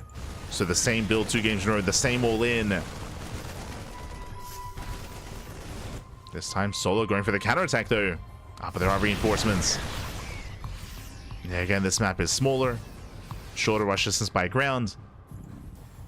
ByuN is ready for it, more or less. As Creep is already encroaching upon the 3rd. ByuN stimming in. Trading with the army. Bane's speed is done now. Going for the expansion. Can he get it? Oh, he can. Just barely. Slice the base. Gets a 3rd. Dives into the main. Going for more queens. Distracting Solar. At the same time, rallies in towards the 4th. Can he get into the mineral line? But now just going for the base. Going for the expansion. And the base is going to go down just barely. Oh my god. Down goes the 3rd. Down goes the 4th. Solar down to 2 bases. And sure, he has a hive, but his economy is going to be stifled. Now going for the Ultra Cavern. Is supply blocked? And Solar, he's hurting. He's hurting. He's being torn apart. Ay, ay, ay. ByuN denying creep. Still securing himself. ByuN does have that supply lead. As ByuN, he finds the backup expansion. No, there's no saving this. Solar, he attempts to, but this base, it's long gone. As that's going to be the 3rd hatchery going down. Solar just cannot keep up. Not like this, not anymore. ByuN stimming towards that triangular 3rd. And the base is denied. Again, the Banshees, they did create an opening for ByuN. They distracted the queens, the Ling Bane, the everything. All it takes is 1 moment. ByuN, he had it. Had a couple of moments, actually. Ay, ay, ay. Likewise, sniping more of these overlords. Creep is receding. Just some ultras on the way, but again, the supply is lacking here. Oh, the target firing. Takes down some of the Bailings. ByuN moving in, dropping into the main. Attempted to. And there it is. Does drop in. Solar, he has to respond.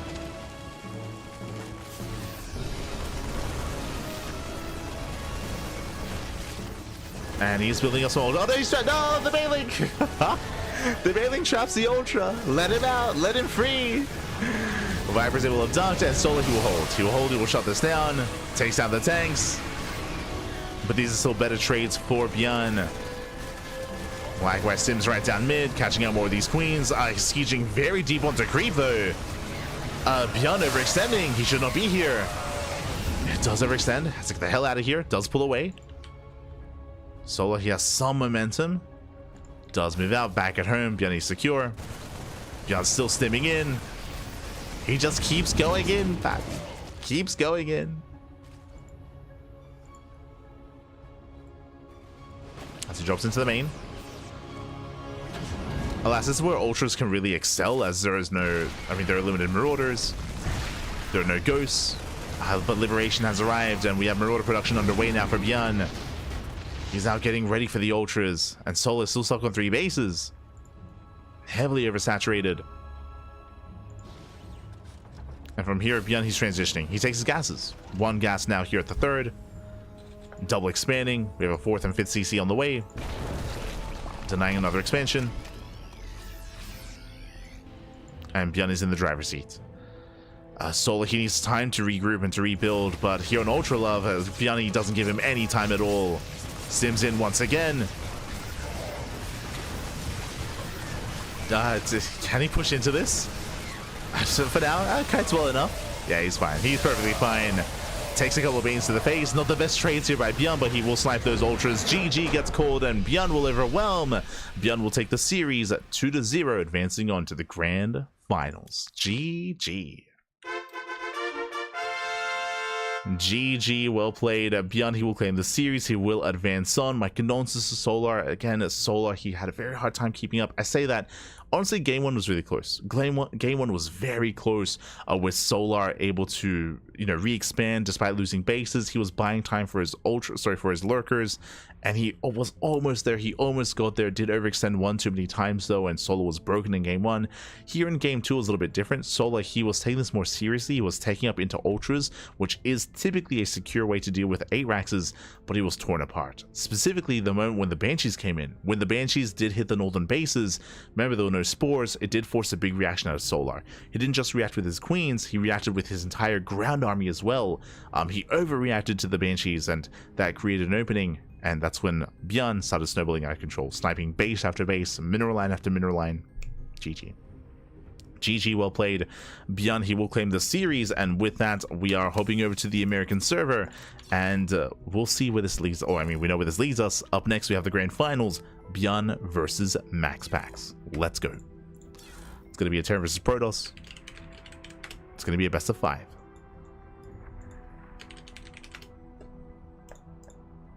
And ByuN, he won't have to retire. Oh no. He won't have to retire. Let's go. As of course, Solar, he did say that if ByuN loses to him, he would have to retire. Didn't happen. Smurge. But with that, we are now getting ready here for the grand finals. Vetoes are underway, and we will soon be getting into that best of 5 between MaxPax and ByuN. Let's go. Let us go.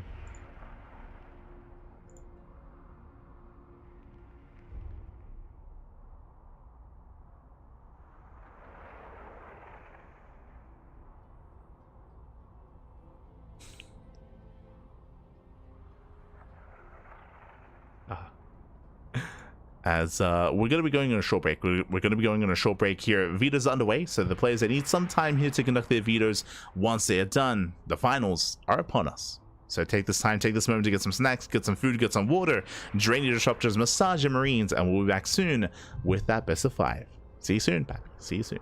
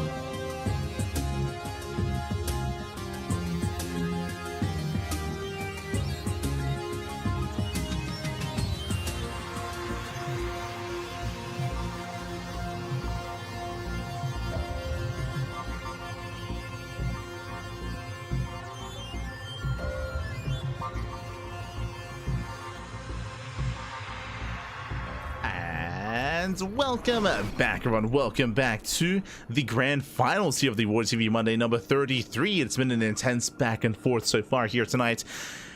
And now we're down to two players. Two players remaining here, a Terran and a Protoss. Not your typical Terran and Protoss, though, that we'd expect to see in the finals. We have no Clem, we have no hero. Instead, we have MaxPax and ByuN.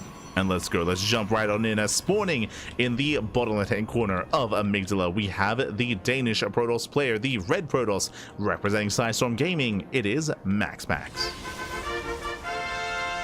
And spawning in the top right-hand corner, we have his opponents. We have the South Korean Terran player, the Blue Terran, representing ShoWTimE Rebellion. It is ByuN.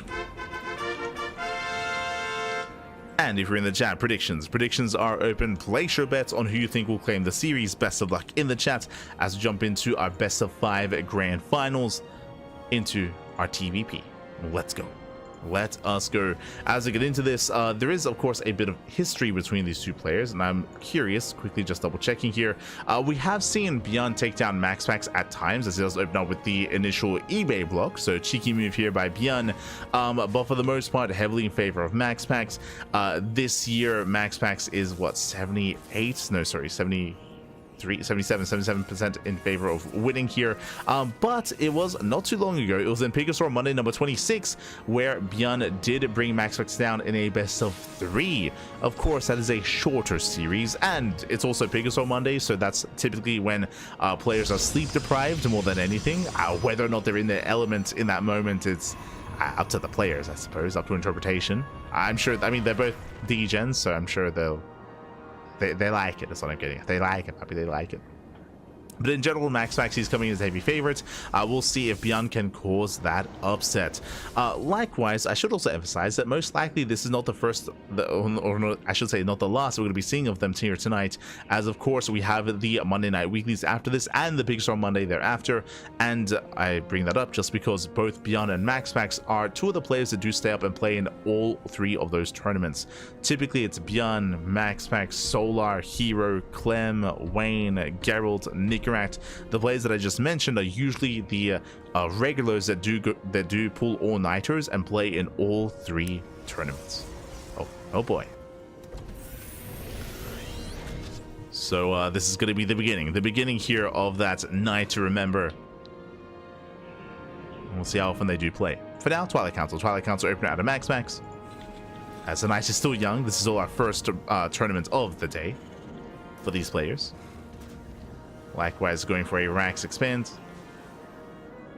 Oh, sorry, I should say Rax into factory into CC. Likewise, MaxPax forces take the unnatural. So far, a successful opener here out of ByuN, just making MaxPax that much more uncomfortable. And we'll see if ByuN can capitalize on that. We'll see if he can abuse this position and abuse this location. We'll see.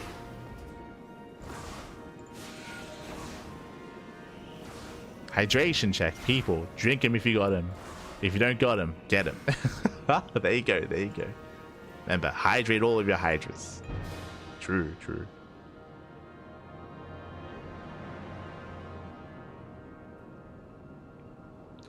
As we have extra gateways on the way, so we have a 3 gates blink set up here at a MaxPax.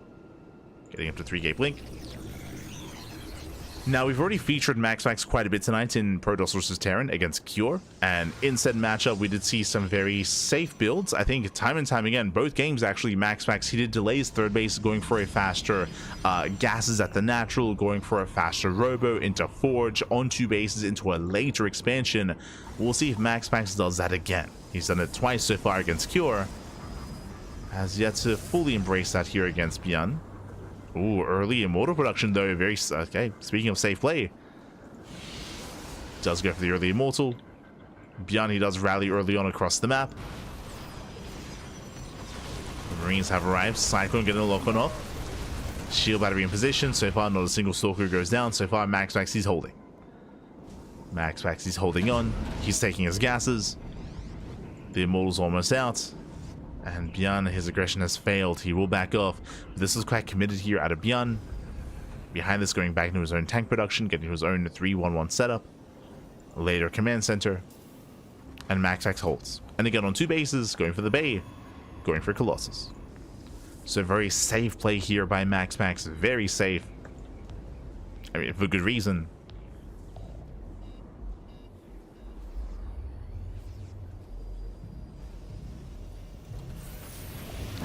Likewise, yep, forged before expansion. Stalkers, they poke in, they're going to be forced back.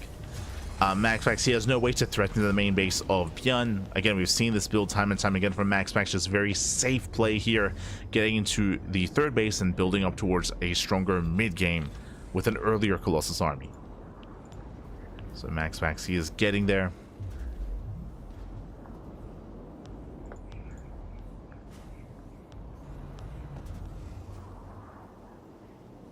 Meanwhile, ByuN, he's secure on 2 bases. And MaxPax, he can't really threaten ByuN.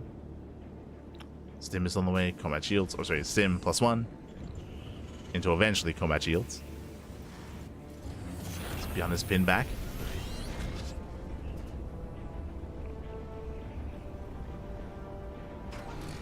MaxPax now going to be reinforcing with his charge lots. Charge is on the way, +1 alongside it.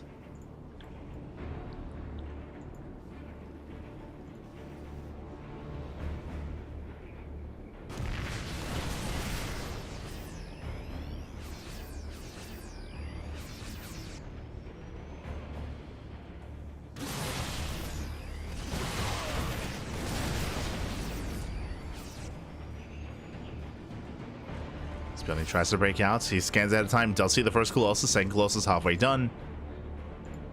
And ByuN, can he break MaxPax ahead of time? That I'm not so sure of. He's going for it though.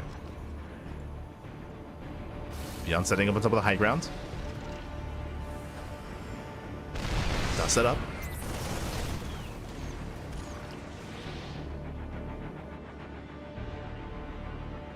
Doesn't quite move in. Third CC on location for ByuN. Again, just being hyper assertive here, hyper aggressive. Hoping to catch MaxPax out in the open. But ByuN, he shouldn't push in, and he won't. Okay, does back off. Again, just hoping to catch MaxPax wandering in. MaxPax, though, playing it safe. Checks for the hallucination. And the game will continue. Game does continue from here. I would say that MaxPax will have a big power spike soon. We're waiting for him to build up to 3 Colossus. And I mean, he's there. He's already there. Now has his triple Colossus. Temple Archives on the way for a Storm.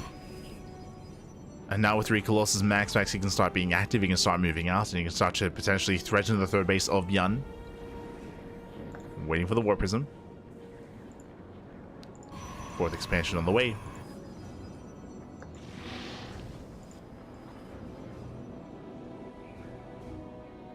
And here comes the move out. Here comes the main army. Back at home, ByuN, he does have a siege line. Has his tanks, no bunker. Limited Sim City. MaxPax getting ready for his own run by. As ByuN, he spots the army.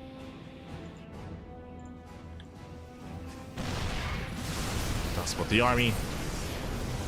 MaxPax threatening a dive, pushing further in though.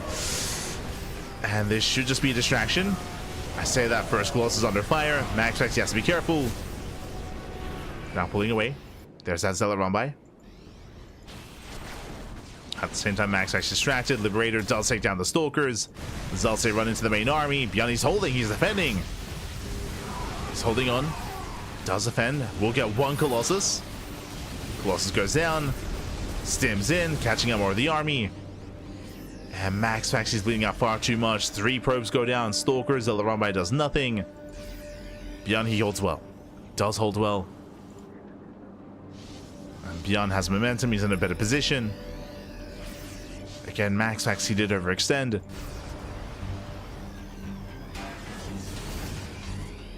We actually saw something similar, if you remember, against Cure. It was in game 2, if I recall correctly. It was game 2 on ley lines when MaxPax, he overextended into Cure. MaxPax, he lost all of his Colossus, and then Cure almost snowballed into a win. It was very close. That almost happened here. This time, though, MaxPax, he only lost 1 Colossus, not all 3. So still has an army to work with. But ByuN, he has gained map control. He has stripped it away from MaxPax. EMPs are available. Oh! Doesn't quite go for it though. Here we go, reinforcements have arrived. Mass Viking bullying those Colossus. EMPs, they pop off, and the Colossus, they are going to go down one after the other. But is there enough bio left over? As the final Colossus will fall. More Marauders rallying in. It's still so close. Again, he does take down all the Colossus. Nova doesn't connect. But ByuN doesn't have enough. He does not have enough. He has to back off. He retreats. MaxX holds. He holds on to the third. The fourth is fully saturated, and the fifth is on the way. So a clutch hold here from MaxX. And once these bases get saturated, he can be the one with map control instead. But now MaxX is stuck at home. Likewise, ByuN pulls back, going for the gold. The gold is a good way for ByuN to maintain momentum. Second robe is on the way. ByuN, he rotates. MaxX, he spots the rotation. He is aware.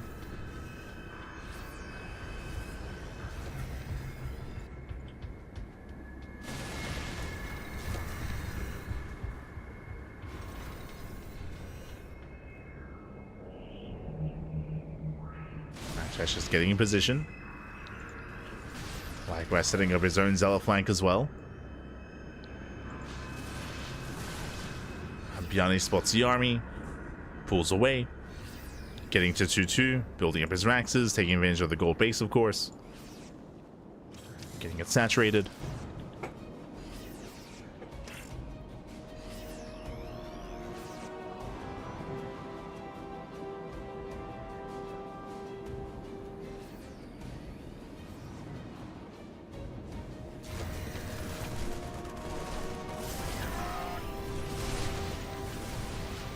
Seeing up. Oh, as matches are going up. Brutal connections.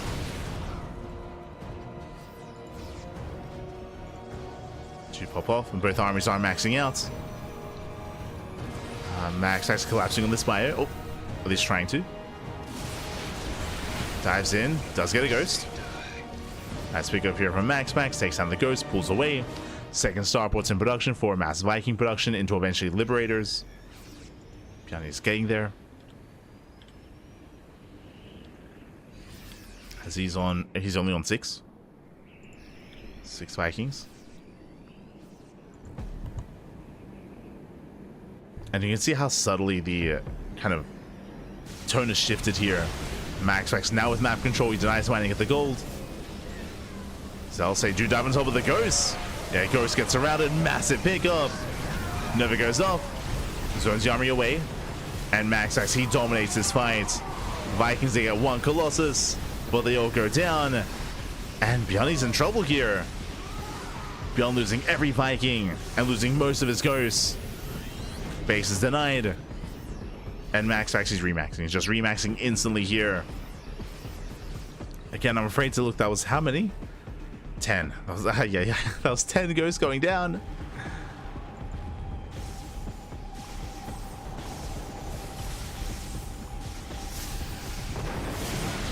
ByuN trying to sim in.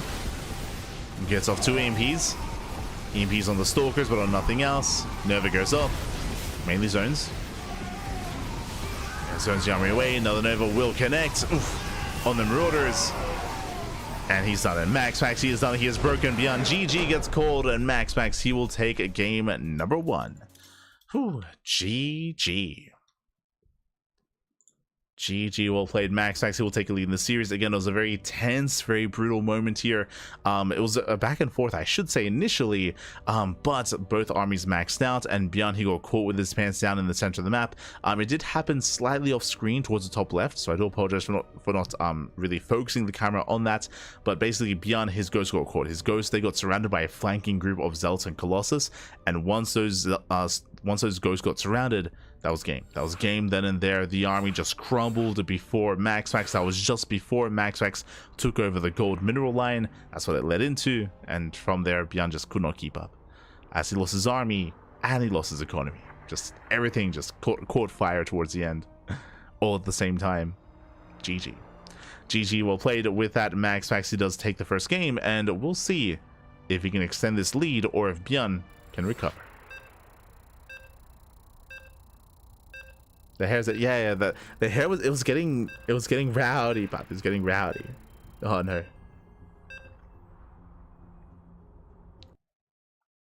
Oh no. It's also getting hot as well. But yes. Did have a haircut just before the broadcast. Just before. Here we go. We're getting into our next game. We're getting into game number 2 and spawning in the top right hand corner of Killer's Mile. We have the Danish Protoss player, the Blue Protoss, representing ShoWTimE Gaming, leading the series 1-0. It is MaxPax.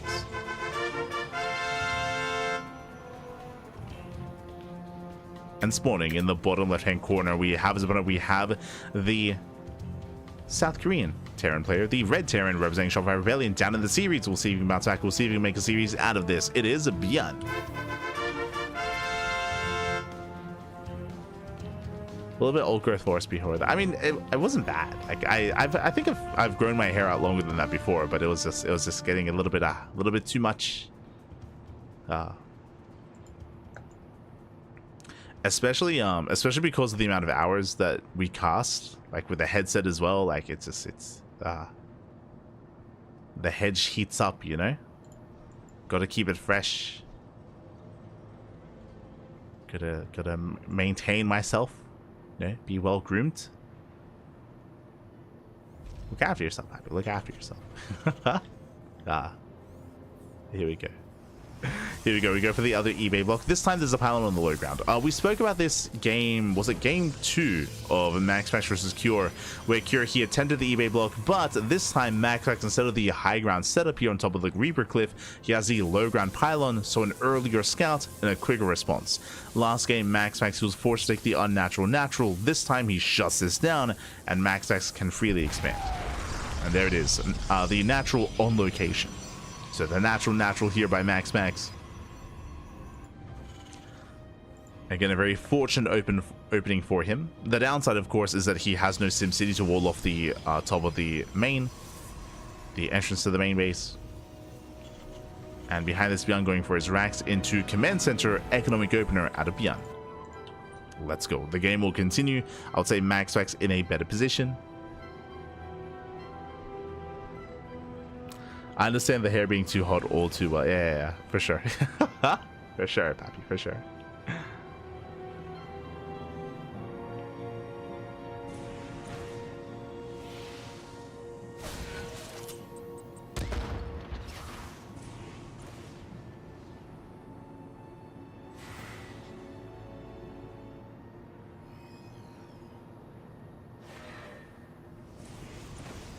ByuN does dip in between the bases. So far, Twilight Council opener out of MaxPax, further back behind the main. ByuN trying to avoid that soul. Oh, good. Does avoid. Heads for the natural. The Jukes. Oh. And you will get one probe, not bad. One worker goes down. KDA charge here on the ramp. And ByuN, he will scout the tech. He will spot the Twilight Council. At the same time, across the map, the Adept will get eyes on the setup. Does get eyes on the CC. Is aware. Is aware of what's going on. Reaper did get shut down. And MaxPax, at least he's aware of the timing of the command center, the factory. And I believe he did see the initial Widow Mine as well. So we have a mine drop opener here by ByuN. Setting up for the drop. Something that's very standard, but something that we haven't actually seen yet today. As Cure, he didn't play with drops at all.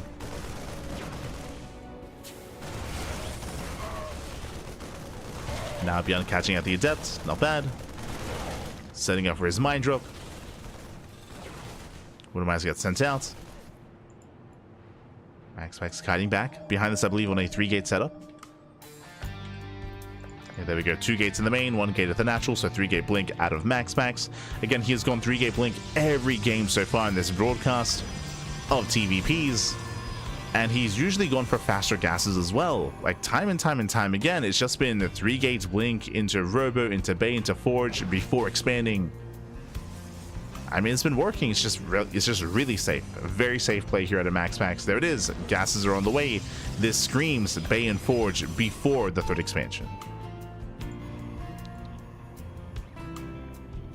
For whatever reason, Max is quite fond of this here tonight. Quite fond of it.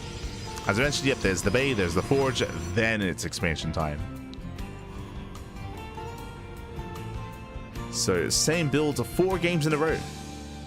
4 games. 2 games against ByuN and 2 games against Cure. Oh. Medevac does boost in. Max in position. He will catch the Medevac. Medevac goes down. Oh! Mine going up. Nice blinks. Gets 1, gets 2 probes. Clean defense here by Max. Shuts down the Widow Mines. Colossus production on the horizon. And ByuN back at home, setting up as well. Going into his own 3-1-1. Building up his bio army, building up his tanks, going for an earlier push, which is spotted by the Observer. So Max, he sees the move out. Is getting ready. Ideally, he wants to slow this down, pick off some Marines, force an early stim. Before he gets across the map. For now distracted by the Raven. Uh-oh. He's distracted. Bleeds out a Stalker. That should not have happened. 3 probes go down. Tank does siege. And Max will take a tank volley to the face. Does take a volley. Another auto shot. 5 probe kills. Not bad. Getting up to 6. 6 workers go down. ByuN once again with the early siege. He's hoping to try to catch the army out, and he will. Yeah, tank boy's going up. He gets 1. He gets up 2. 2 Stalkers go down, getting 3. And ByuN is going for the Colossus. 1 more volley. Barely does get it. The Colossus is so very low, but the Colossus does survive. Whew. And Max holds. Max he does holding, and the Colossus barely standing. 1 more volley. That's all he needed. But ByuN has no more pushing power here. He's down to barely any Marines. The tanks are still alive, true. But at this point, he has no pushing power, and yeah, he backs off.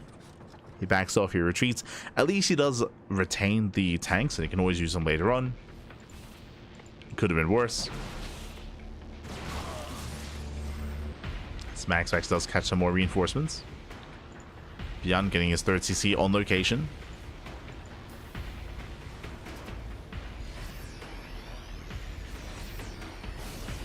It's almost winter in chat. It's true.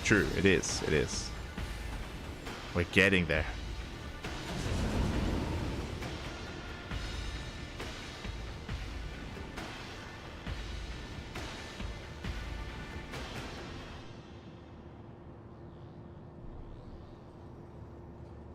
It's okay. My hair grows fast.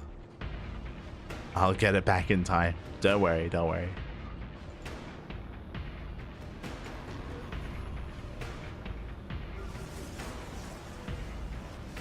That's ByuN dropping into the natural.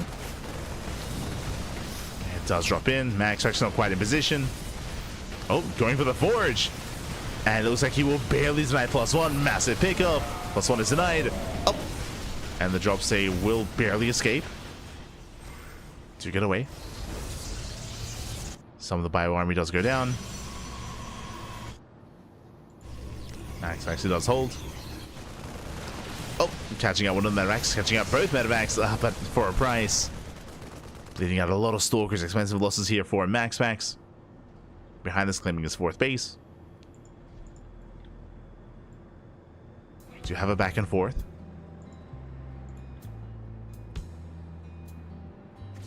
But Max actually has some catching up to do here. Again, losing that Forge was brutal, as he has to restart +1. ByuN back at home, content just to defend. Setting up. We have the tank line, we have the bunkers, the depots. He's ready for the push. Max dropping into the main. Observer gets sniped.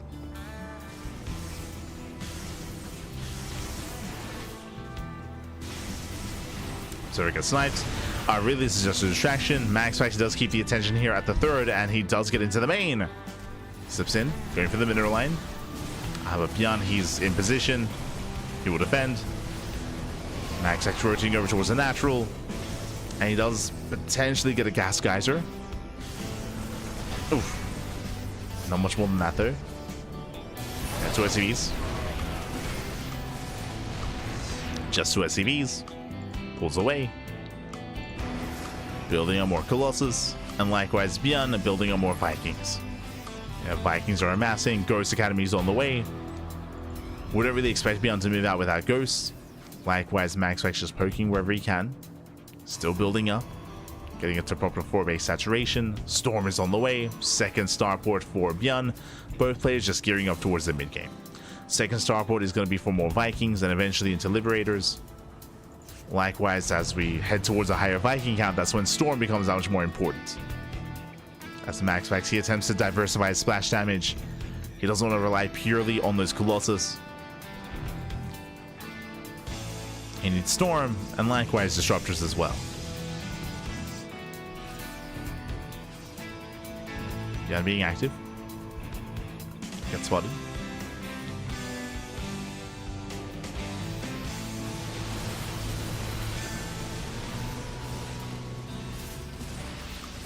MaxVax poking in. Oh! Chipping away at the army. No major losses. Second Robo's on the way. That's going to be for double Colossus, sorry, double Disruptor production. He's getting there. That needs a little bit more time. Likewise, so does ByuN. ByuN now up to 8 Vikings. 4 ghosts at a time. Does need those ghosts. As the ghosts are popping out, Disruptors also on the way as well. As we are building up towards the mid-game. The game hasn't necessarily been passive. A lot of posturing, a lot of poking. But no major commitments. And not yet.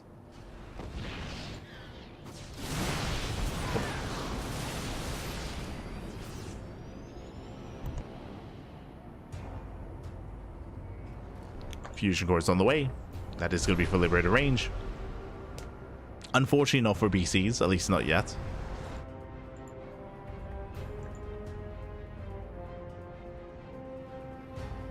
So MaxVax making his way towards the natural. Turret's in position. Prism goes down.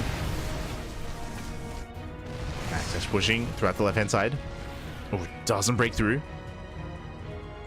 Tanks are in position. ByuN is holding. Going for the EMPs. Nice connection.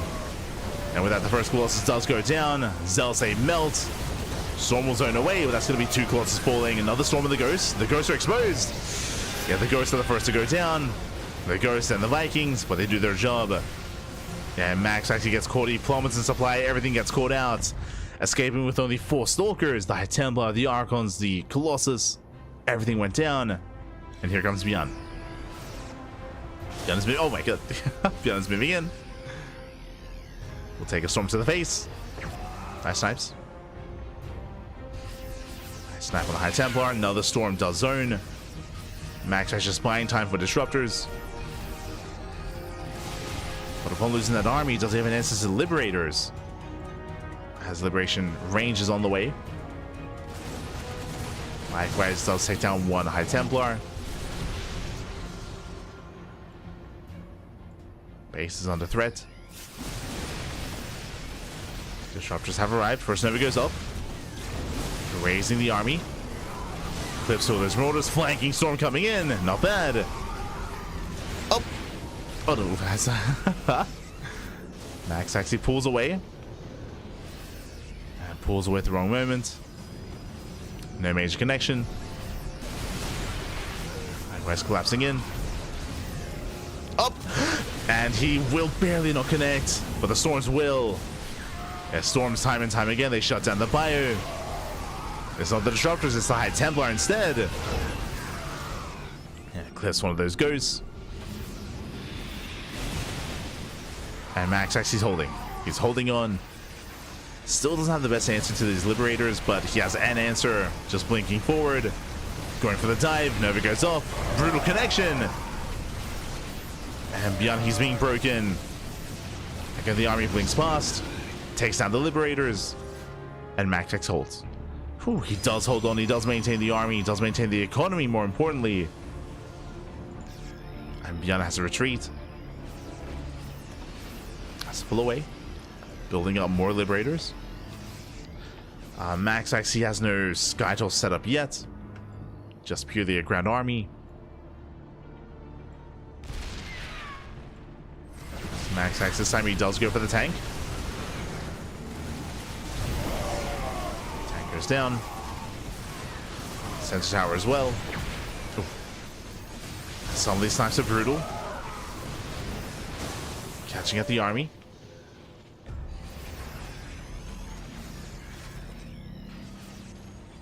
MaxX, he's remaxed.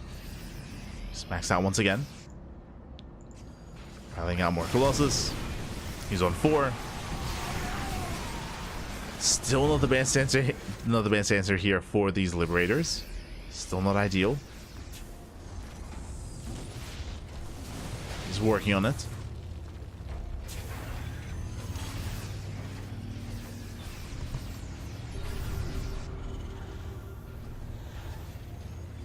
Especially if he wants to be more aggressive. He just refuses to go into a Skytoss. Refuses to stack up. ByuN is turtling though. Yeah, it does siege up the ramp. Stems in, takes down a Colossus, big overextension.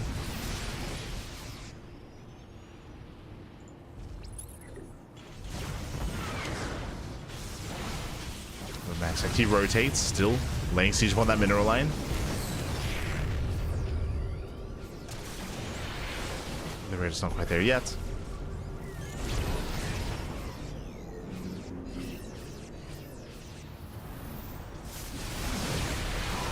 MaxX moving in once again outside of range of those libs.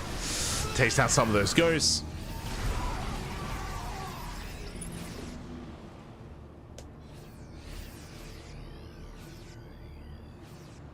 So very close. MaxX is setting up for those Dark Templar. We have Shadow Stride on the way. Oh, does catch one. Gets 2. 2 Liberators, not bad. Takes down 2 Liberators. More Chargers diving in. Oh. Stalkers, geez, they take a lot of hits, a lot of damage. Oh, and the Stalkers, they get punished. So many Stalkers go down. The Storm is helping. Massive Nova. Oh my god, takes out most of the ghosts. And Max actually the better trade. He may lose all the Colossus. He does stand his ground.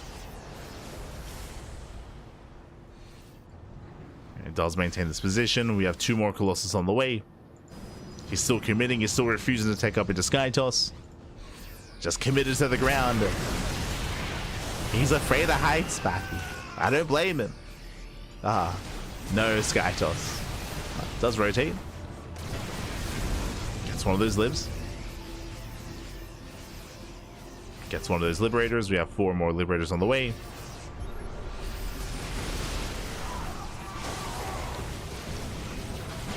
Stealthing in, takes down that final Liberator for now.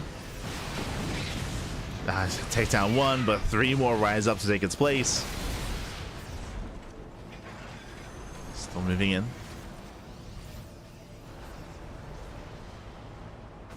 Still just walling off that ramp. Now, what's important about what's been happening here as these skirmishes and these trades just have not stopped is that MaxX has been mass expanding. Taking the northern base, the base on the bottom right hand side as well. MaxX is on 94 probes. Oh, brutal EMP. Brutal EMP. As here comes the Stargate. That should be for Skytoss. Again, looks like MaxX has now recognized what's been going on, but this does feel like a late realization from MaxX to get ready for Skytoss.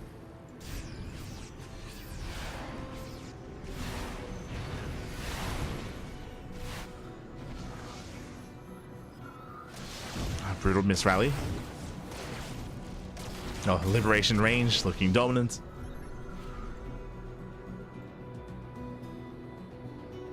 MaxX rotating around. Oh, we're gonna move in. Takes on 1 Liberator. Alas, there's no more storms with this. Down to 1 Colossus. Very shaky trade here from the Protoss. Full energy High Templar goes down.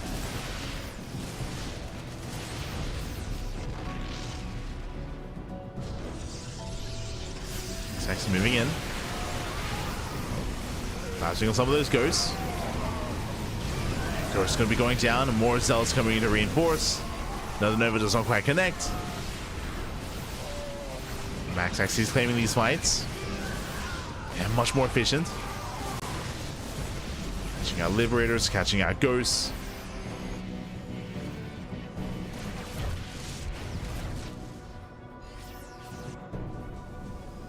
ByuN doesn't have much of a bank to work with, but still a terrifying army with 3-3.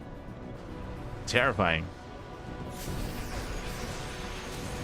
There's too much freedom. There's too much freedom. That's just more liberation going to be thrown down, forcing these fights out of max. Never goes off. But once again, a good connection though. The Novas, they've been popping off. Never connects.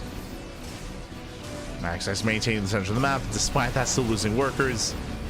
16 probes go down.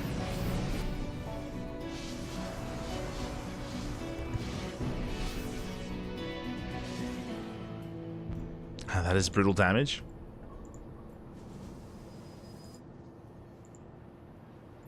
Getting 16 workers. Liberator does get picked up. Okay, the army's still quite close, quite neck and neck.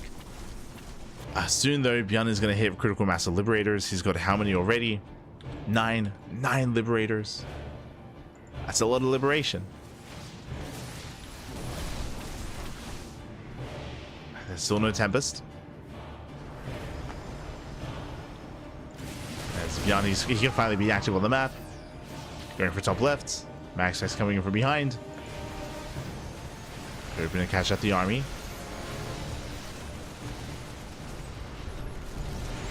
Oh. Last Max down to 2 Disruptors, 1 High Templar. Maxed out mainly on charge lots. Decent storm. The EMPs are brutal though. Yeah, brutal EMPs. ByuN holds the line. Just out trading his opponent.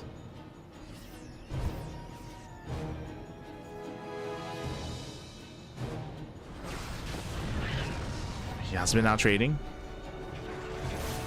Oh, Jesus. Likewise, Liberation has arrived. Nova's going up, no major connection, and he comes in for the flank as well. ByuN, he may have just done it.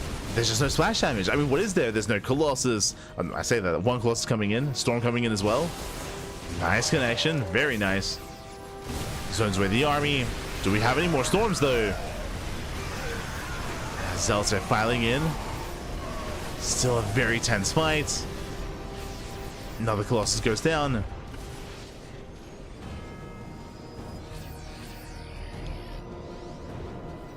These have been expensive losses here for Max. Trying to replace. Oh, but he is oversaturated. Heavily, actually.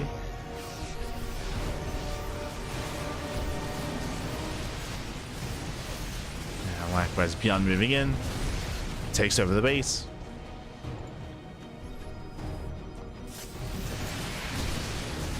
And ByuN's had momentum for most of this game at this point.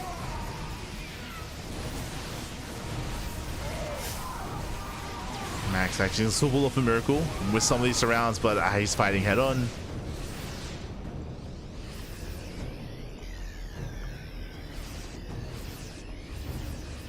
Max, his fringe bases have been left untouched though, so he still has an economy.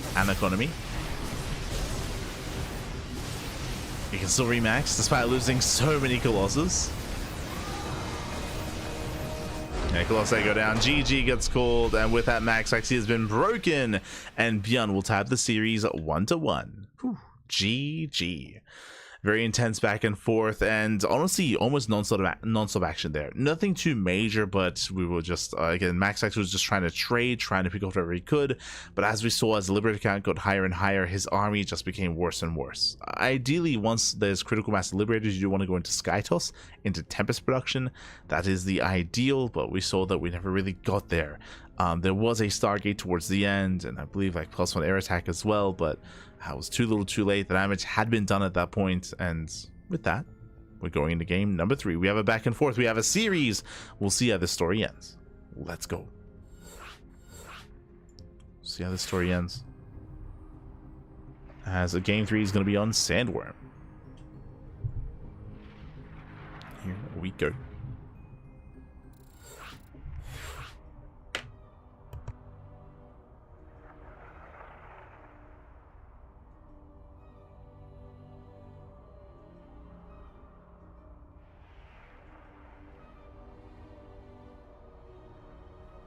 So just trying to stay alert. Trying my best. It's 1 a.m. here in Australia. 1 a.m. Aye. As we embrace our best of 5.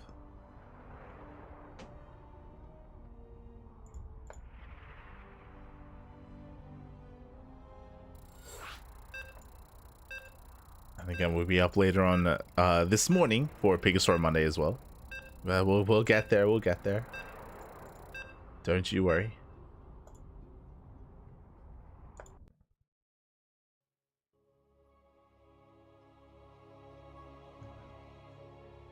So there we go. You can hear our beats. We're loading into game number 3. And we'll see who can take a lead in this best of 5. As spawning in the top left-hand corner, or top right-hand corner of Sandworm, we have our Danish Protoss player, the Blue Protoss, besides some gaming, Max. And spawning in the bottom left-hand corner, we have the South Korean Terran player, the Red Terran for Shopify. It is ByuN. And again, ByuN, he was able to persevere, able to outscale Max. Once the Liberator count gets up to a certain point, sticking with a ground army is stubborn more than anything, and it is so difficult to make work. We saw that the Skytoss transition from Max was insanely late, and it never really came into play. Despite the fact that Max was maxed out, the soup does lie. One army was not quite like the other. With the massive amount of Liberators, with about 6 to 9 Liberators that ByuN would have at a time, the ground army of Max would trade very inefficiently to deal with it. Very inefficiently. At times would not even deal with it. So ByuN just outscaled Max over time and did outtrade him and did snowball out of control. Max did have map control and did have most of the bases, that is true, but even then, was not enough. Not enough.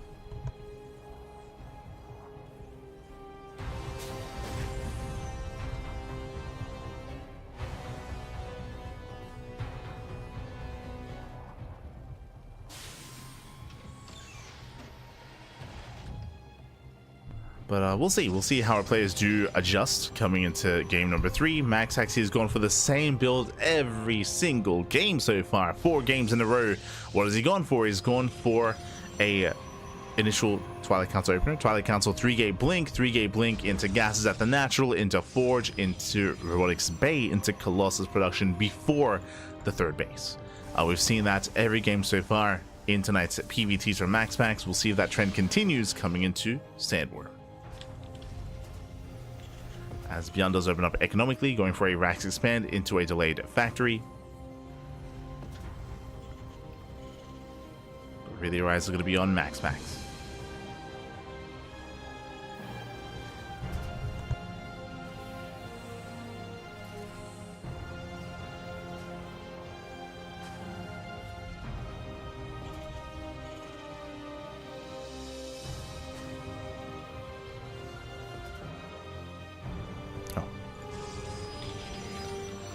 Are going to be on Max, and there it is, Twilight Council. Twilight Council opener once again. We'll see if he does go for the triple gateways. We'll see if he goes for his Gases at his natural before expanding.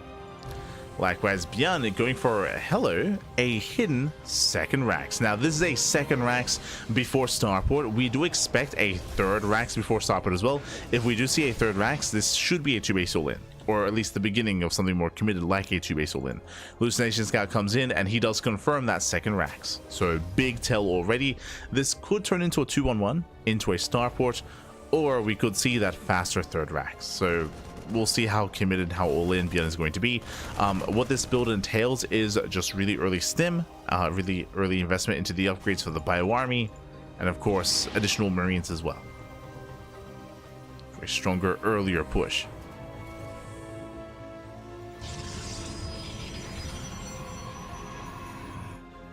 Because we haven't seen another Rax yet, I'm leaning towards a Starport 2-1-1. Hallucination. I mean, you can see that Max is rechecking. Like, he knows how aggressive this can be, and he knows this can turn into an all-in, so he's looking for the third Rax. Or he's looking for the Rax, he's also looking for the Starport. And there it is. Third Rax gets thrown down after the Hallucination Scout. So hyper committed. With this build, ByuN, he has the option to pull the boys. He can pull the boys with this to just commit to the all-in. And we'll see if he does.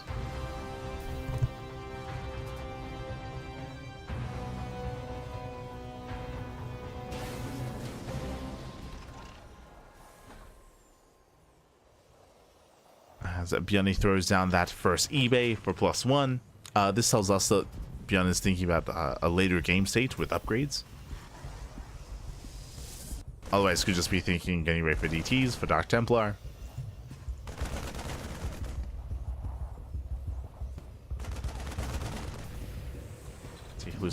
As the Hallucination Scout does wander in. Once again, does check, does confirm all 3 Raxes. Stim is almost done. Back at home, Max. Yep, same build. Double gas, Forge, Erotics Bay into a delayed expansion. Oh, actually, I believe this Nexus may have been a little bit earlier. But we're working towards those Colossus. But yes, this does look like an earlier Nexus. So Max is going to be slightly greedier this time, which puts even more pressure on ByuN. And again, the question still stands, does he pull the boys with this? Here comes the move out. We got the mass on siege. ByuN, he does send it across the map. And yep, he pulls the boys. As we did mention, seeing the third Rax before Starport screams 2-base all-in, and the 2-base all-in is upon us. Either ByuN ends the game, either he kills Max or he dies trying. One way or another, the game is about to end. Max, he doesn't really have much in position. He has 1 shield battery on the way. Uh-oh. Yeah, Max is not ready for this. Colossus is halfway done. He needs more time. Oh my god, massive tank shots going off. Yeah, brutal volleys here on the main army. ByuN breaks out. Does push in, getting to the mineral line. Does get in. Takes down the base. Now this base doesn't matter as much. Remember, this is a 2-base all-in. Max, all he has to do is defend the natural, not defend the third. See him catching some Marines. Tanks through siege. Massive volleys here on the Immortal. And ByuN, at this point, I think he's done it. Max, he's supply blocked. Now is not the time. He cannot warp in. Yeah, no warp ins, no reinforcements. Tanks, they are within range of the gateway, I should say. Gateway's going down. Can he get on top of the Robo, though? Can he deny the second Colossus? If he can, that might just be game then and there. Tanks are still slowly pushing forward. They're too far back. It looks like the Colossus is going to spawn in. But will it matter? There we go. Colossus does arrive.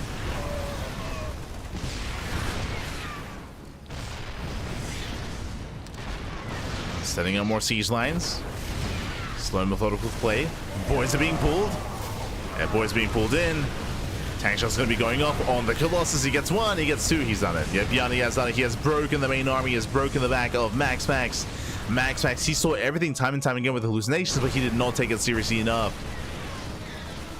Yeah, he assumed it might just, because he hit so late, he assumed that it might just be a more defensive macro build. Alas, MaxX big misread. GG gets called, and ByuN will take a 2-1 lead in the series. ByuN is one game away from claiming it all and becoming this week's champion. Whew, GG.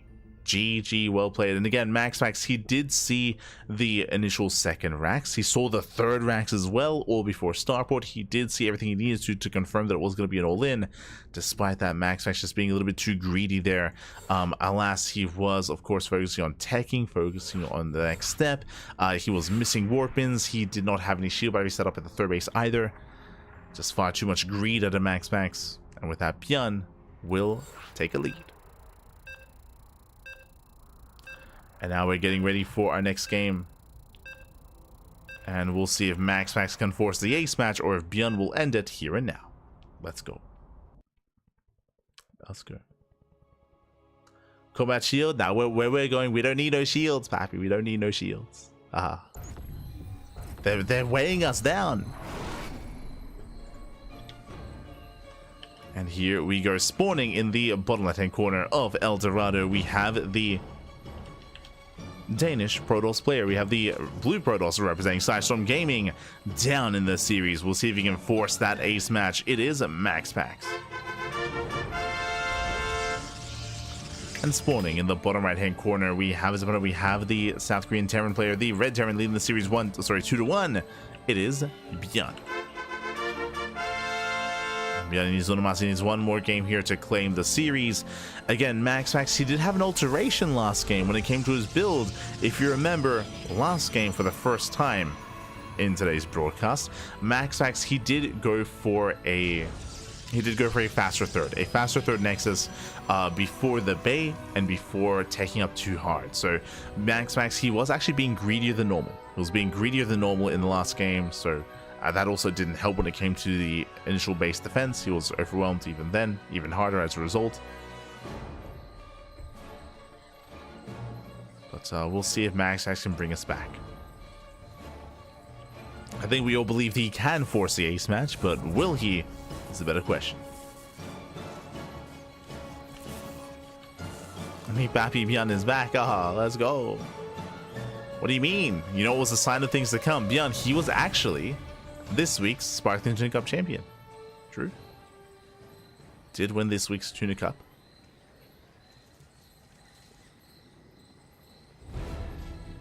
This was a sign that ByuN was in form. You know, CC on location. ByuN able to get it off.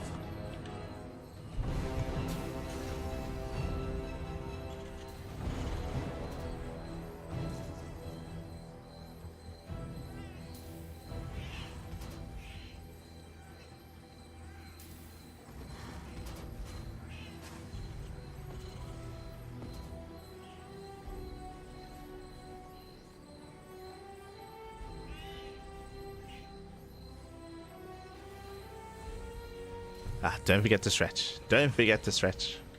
Sorry, just getting into this. As we have our initial economic opener here at ByuN, going for the Rax Expand into a later factory. Meanwhile, MaxX once again, Twilight Council opener now. We have finally seen some variation from MaxX. Every game so far, it has been a 3-gate blink into double gases, into Forge, into Twilight Council, into Colossal Production. Last game, MaxX, he was greedier. He did delay his gases, did delay his tech in favor of a faster expansion. He was punished for it. He was punished for it by the 2-base all-in of ByuN. So we'll see how MaxX will adjust coming into El Dorado. El Dorado, of course, is one of the more vetoed maps in the map pool. Is not really seen too often just because of how quirky it can be. Talking about El Dorado, we do have our gold bases. We have our base in the center, base on the right, base on the left-hand side. 3 gold bases in total. So you can expand towards the south side and actually take advantage of those bases. They are available to our players if they wish. The scary thing here is if both players expand towards the south side, then suddenly the rush distance by ground is insanely short. Is going to be quite short. And then aggression is favored, so again, we'll see how our players will approach this. Smile Council is now done. Gateways are on the way. Oh, do you see what I see? I see a second Rex. So far, this looks like the same build that we just saw last game. This looks like the beginning of a 2-base all-in. Oh boy, cheeky move here by ByuN, very cheeky. Going for that second Rex, and this should work towards a third Rex as well. But we'll see if MaxFax can get a read on what's going on. Checking in that units here still with no sentry, no scout. Not yet.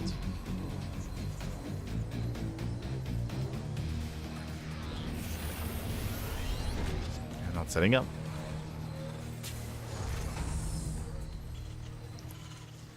Likewise, yep, there's that third Rex.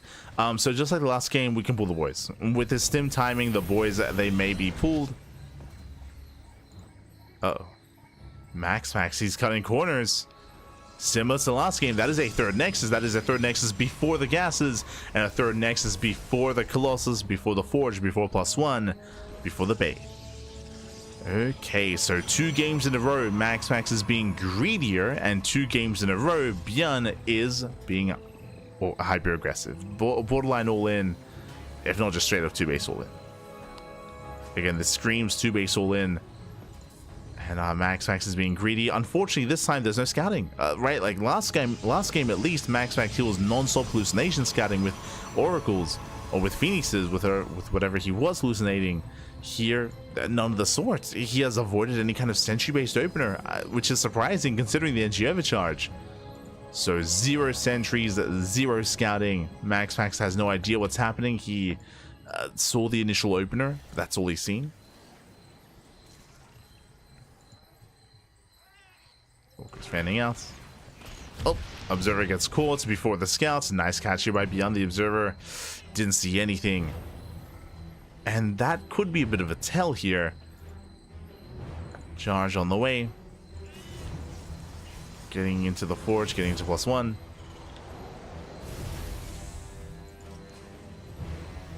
I'm going to be favoring towards ByuN here, as this is going to be a very brutal timing.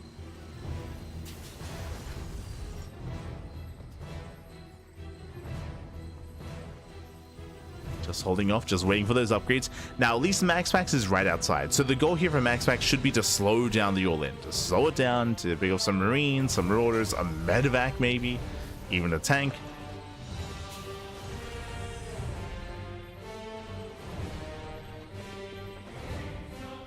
And here we go. ByuN, he's pushing. ByuN, the all-in has arrived. He has stim and combat shields on the way. The boys are being pulled. Again, this is the same build that we saw last game. Same build as the previous game, as game 3. Now seen here in game 4. Except this time, 0 Colossus. This time, there is no Bay, there is no Colossus. Instead, MaxFax going for a massive weapon, or at least trying to go for a weapon of Zealots. Sentries have arrived, going for force fields. I hope at least. Yeah, sentries have revealed. They have revealed. And the sentries, yeah, they will force field this area. They will slow this push down. Tackle is going off. ByuN is making his way towards the ramp. Nice snipe here on the Cyclone. Tanks moving in. That's going to be a lot of charge lots. And he collapses in. He's going for the dive. Ooh, massive volleys. Takes down the Immortal. Walling up with these bunkers. And the Robo is under fire. Again, this has to be governed to overextend. Kite's back. Does kite back. Going for the Robo. Robo does go down. Massive pickup. And I think he's done it. ByuN, he has done it. As MaxFax, he's trying to be patient, trying to build up an army to work with, but more Zealot's going to be going down. The Immortal is exposed. He's down to a handful of Stalkers. He goes for the dive. He blinks in. And ByuN, he breaks the main army. GG gets called, and ByuN with the crazy upset. He will take the series 3-1, taking down MaxFax and becoming this week's WardiTV Monday champion. GG. GG, well played, ByuN. He will claim the series. And a really interesting setup here by MaxFax. Winding it back, I was very interested and very perplexed as to MaxPax's style. It was different tonight. It was very different to what we're used to.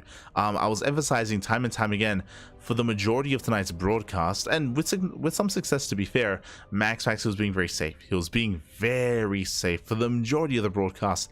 That changed in the last 2 games. In the last 2 games, MaxPax was being more greedy. He was delaying his tech, he was delaying his army, delaying his upgrades, delaying things here in favor of a faster expansion, which is not how he started the series.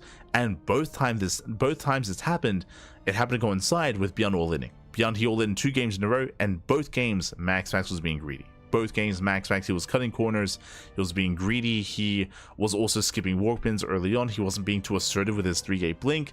Yeah, it's just a more distinct style here to MaxPax, then he gets punished for it, and ByuN snowballs out of control. GG, well played. ByuN, he does punish some of that greed of MaxPax, and with that is our champion. Congratulations here to ByuN for becoming our champion this week. And if I'm not mistaken, I believe this is ByuN's first win. I believe this is his first WardiTV Monday championship. Let me double check that though. Let's double check that. Of course, this is a relatively new tournament series, right? There's only been 33 weeks of WardiTV Monday. It's quite a lot actually. And let's double check here. Okay, so checking the history here, in the year of 2025, we have had only 3 players winning: Clem, MaxPax, and Hero. Makes sense. Those are the top 3 players here in these tournaments. They're the best of the best, and they do often win. They have been the only players to win this year. Last year, similarly, Clem, MaxPax, I do see Trap mixed in. And fun fact, ByuN, he has won a WardiTV Monday in the past. Only one. Not this year, not in 2025. ByuN, he did win back in 2024. Number 1, the very first WardiTV Monday ever made, ever brought together, was taken by ByuN. GG, well played. So this is his first win of 2025 and his second win overall. And it's been a while. Again, the last time he won this was back in September of 2024. It's been months, Pap. It's been months. But GG, well played. Congratulations here to ByuN, as he will claim it. And yeah, we'll look forward to seeing more of ByuN in the future. Again, this is an upset, but he was able to punish MaxPax's specific openers and specific builds. I mean, the gamble was real, right? Like going for these 2 base all-ins, he was gambling so hard on them. Gambled well though. Did gamble well. GG, well played. With that, hope you all enjoyed yourselves. Again, if you enjoyed the broadcast, this is a weekly tournament. Every single week we have more and more WardiTV Monday action, so we do have you covered here on a weekly basis. Likewise, if you are unsatiated, if you want some more StarCraft, then you will have some more StarCraft later on tonight. In 47 minutes, we have the Monday Night Weekly number 14. So there is another Open Cup in 45 minutes. Oh, sorry, number 15, I meant to say. Yeah, Monday Night Weekly number 15. That is going to be in just under an hour's time. That is usually casted by Rotterdam and Steadfast and Zombie Grub. Those are the 3 casters that are usually covering the Monday Night Weeklies. We do not cast this. We are usually asleep, as I am insanely tired. It is very late here in Australia.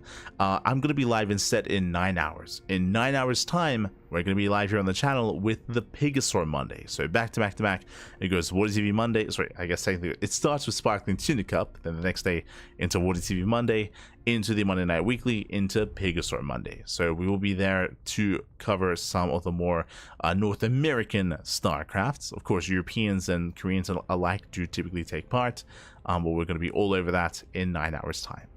So do tune in if you're interested. If you want some more StarCraft, we got you covered there.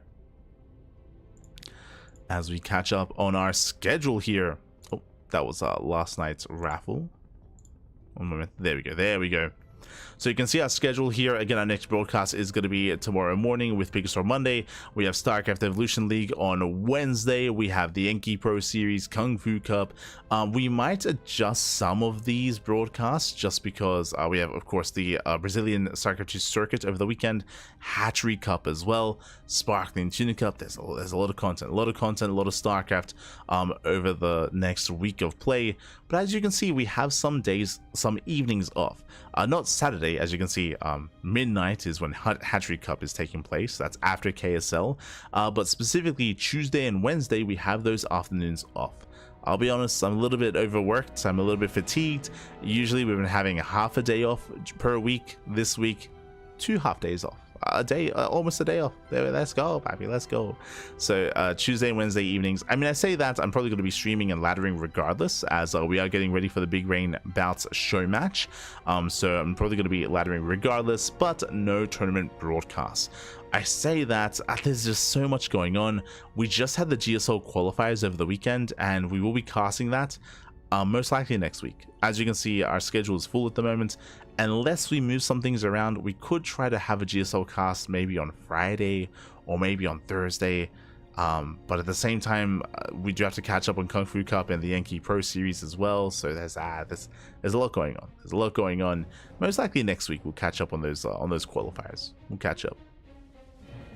We'll try to find a nice place for them and cover them while we can before GSL, ideally.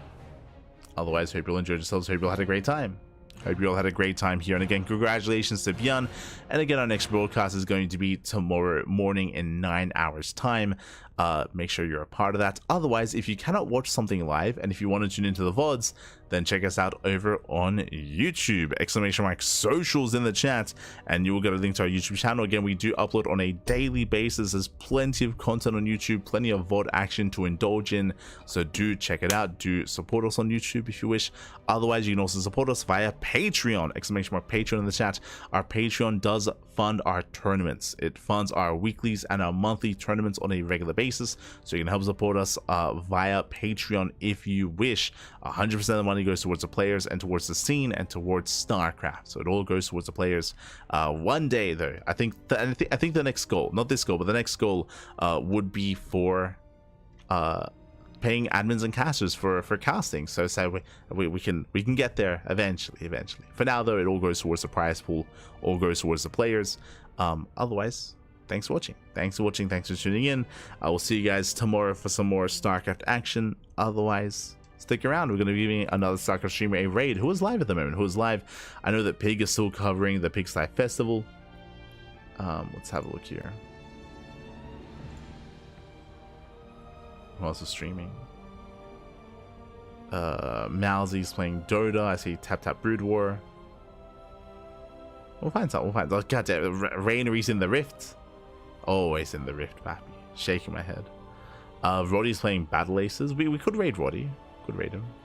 Roddy. Because he's gonna eventually get into the Monday Night Weekly broadcast. It's like Pig is doing some winners interviews. But overall, wrapping up. So regardless, thanks for watching, thanks for support, and we'll see you guys next time. Until then, thanks for watching. Bye. Until next time. Ciao, papi, ciao. Hasta luego. Till next time.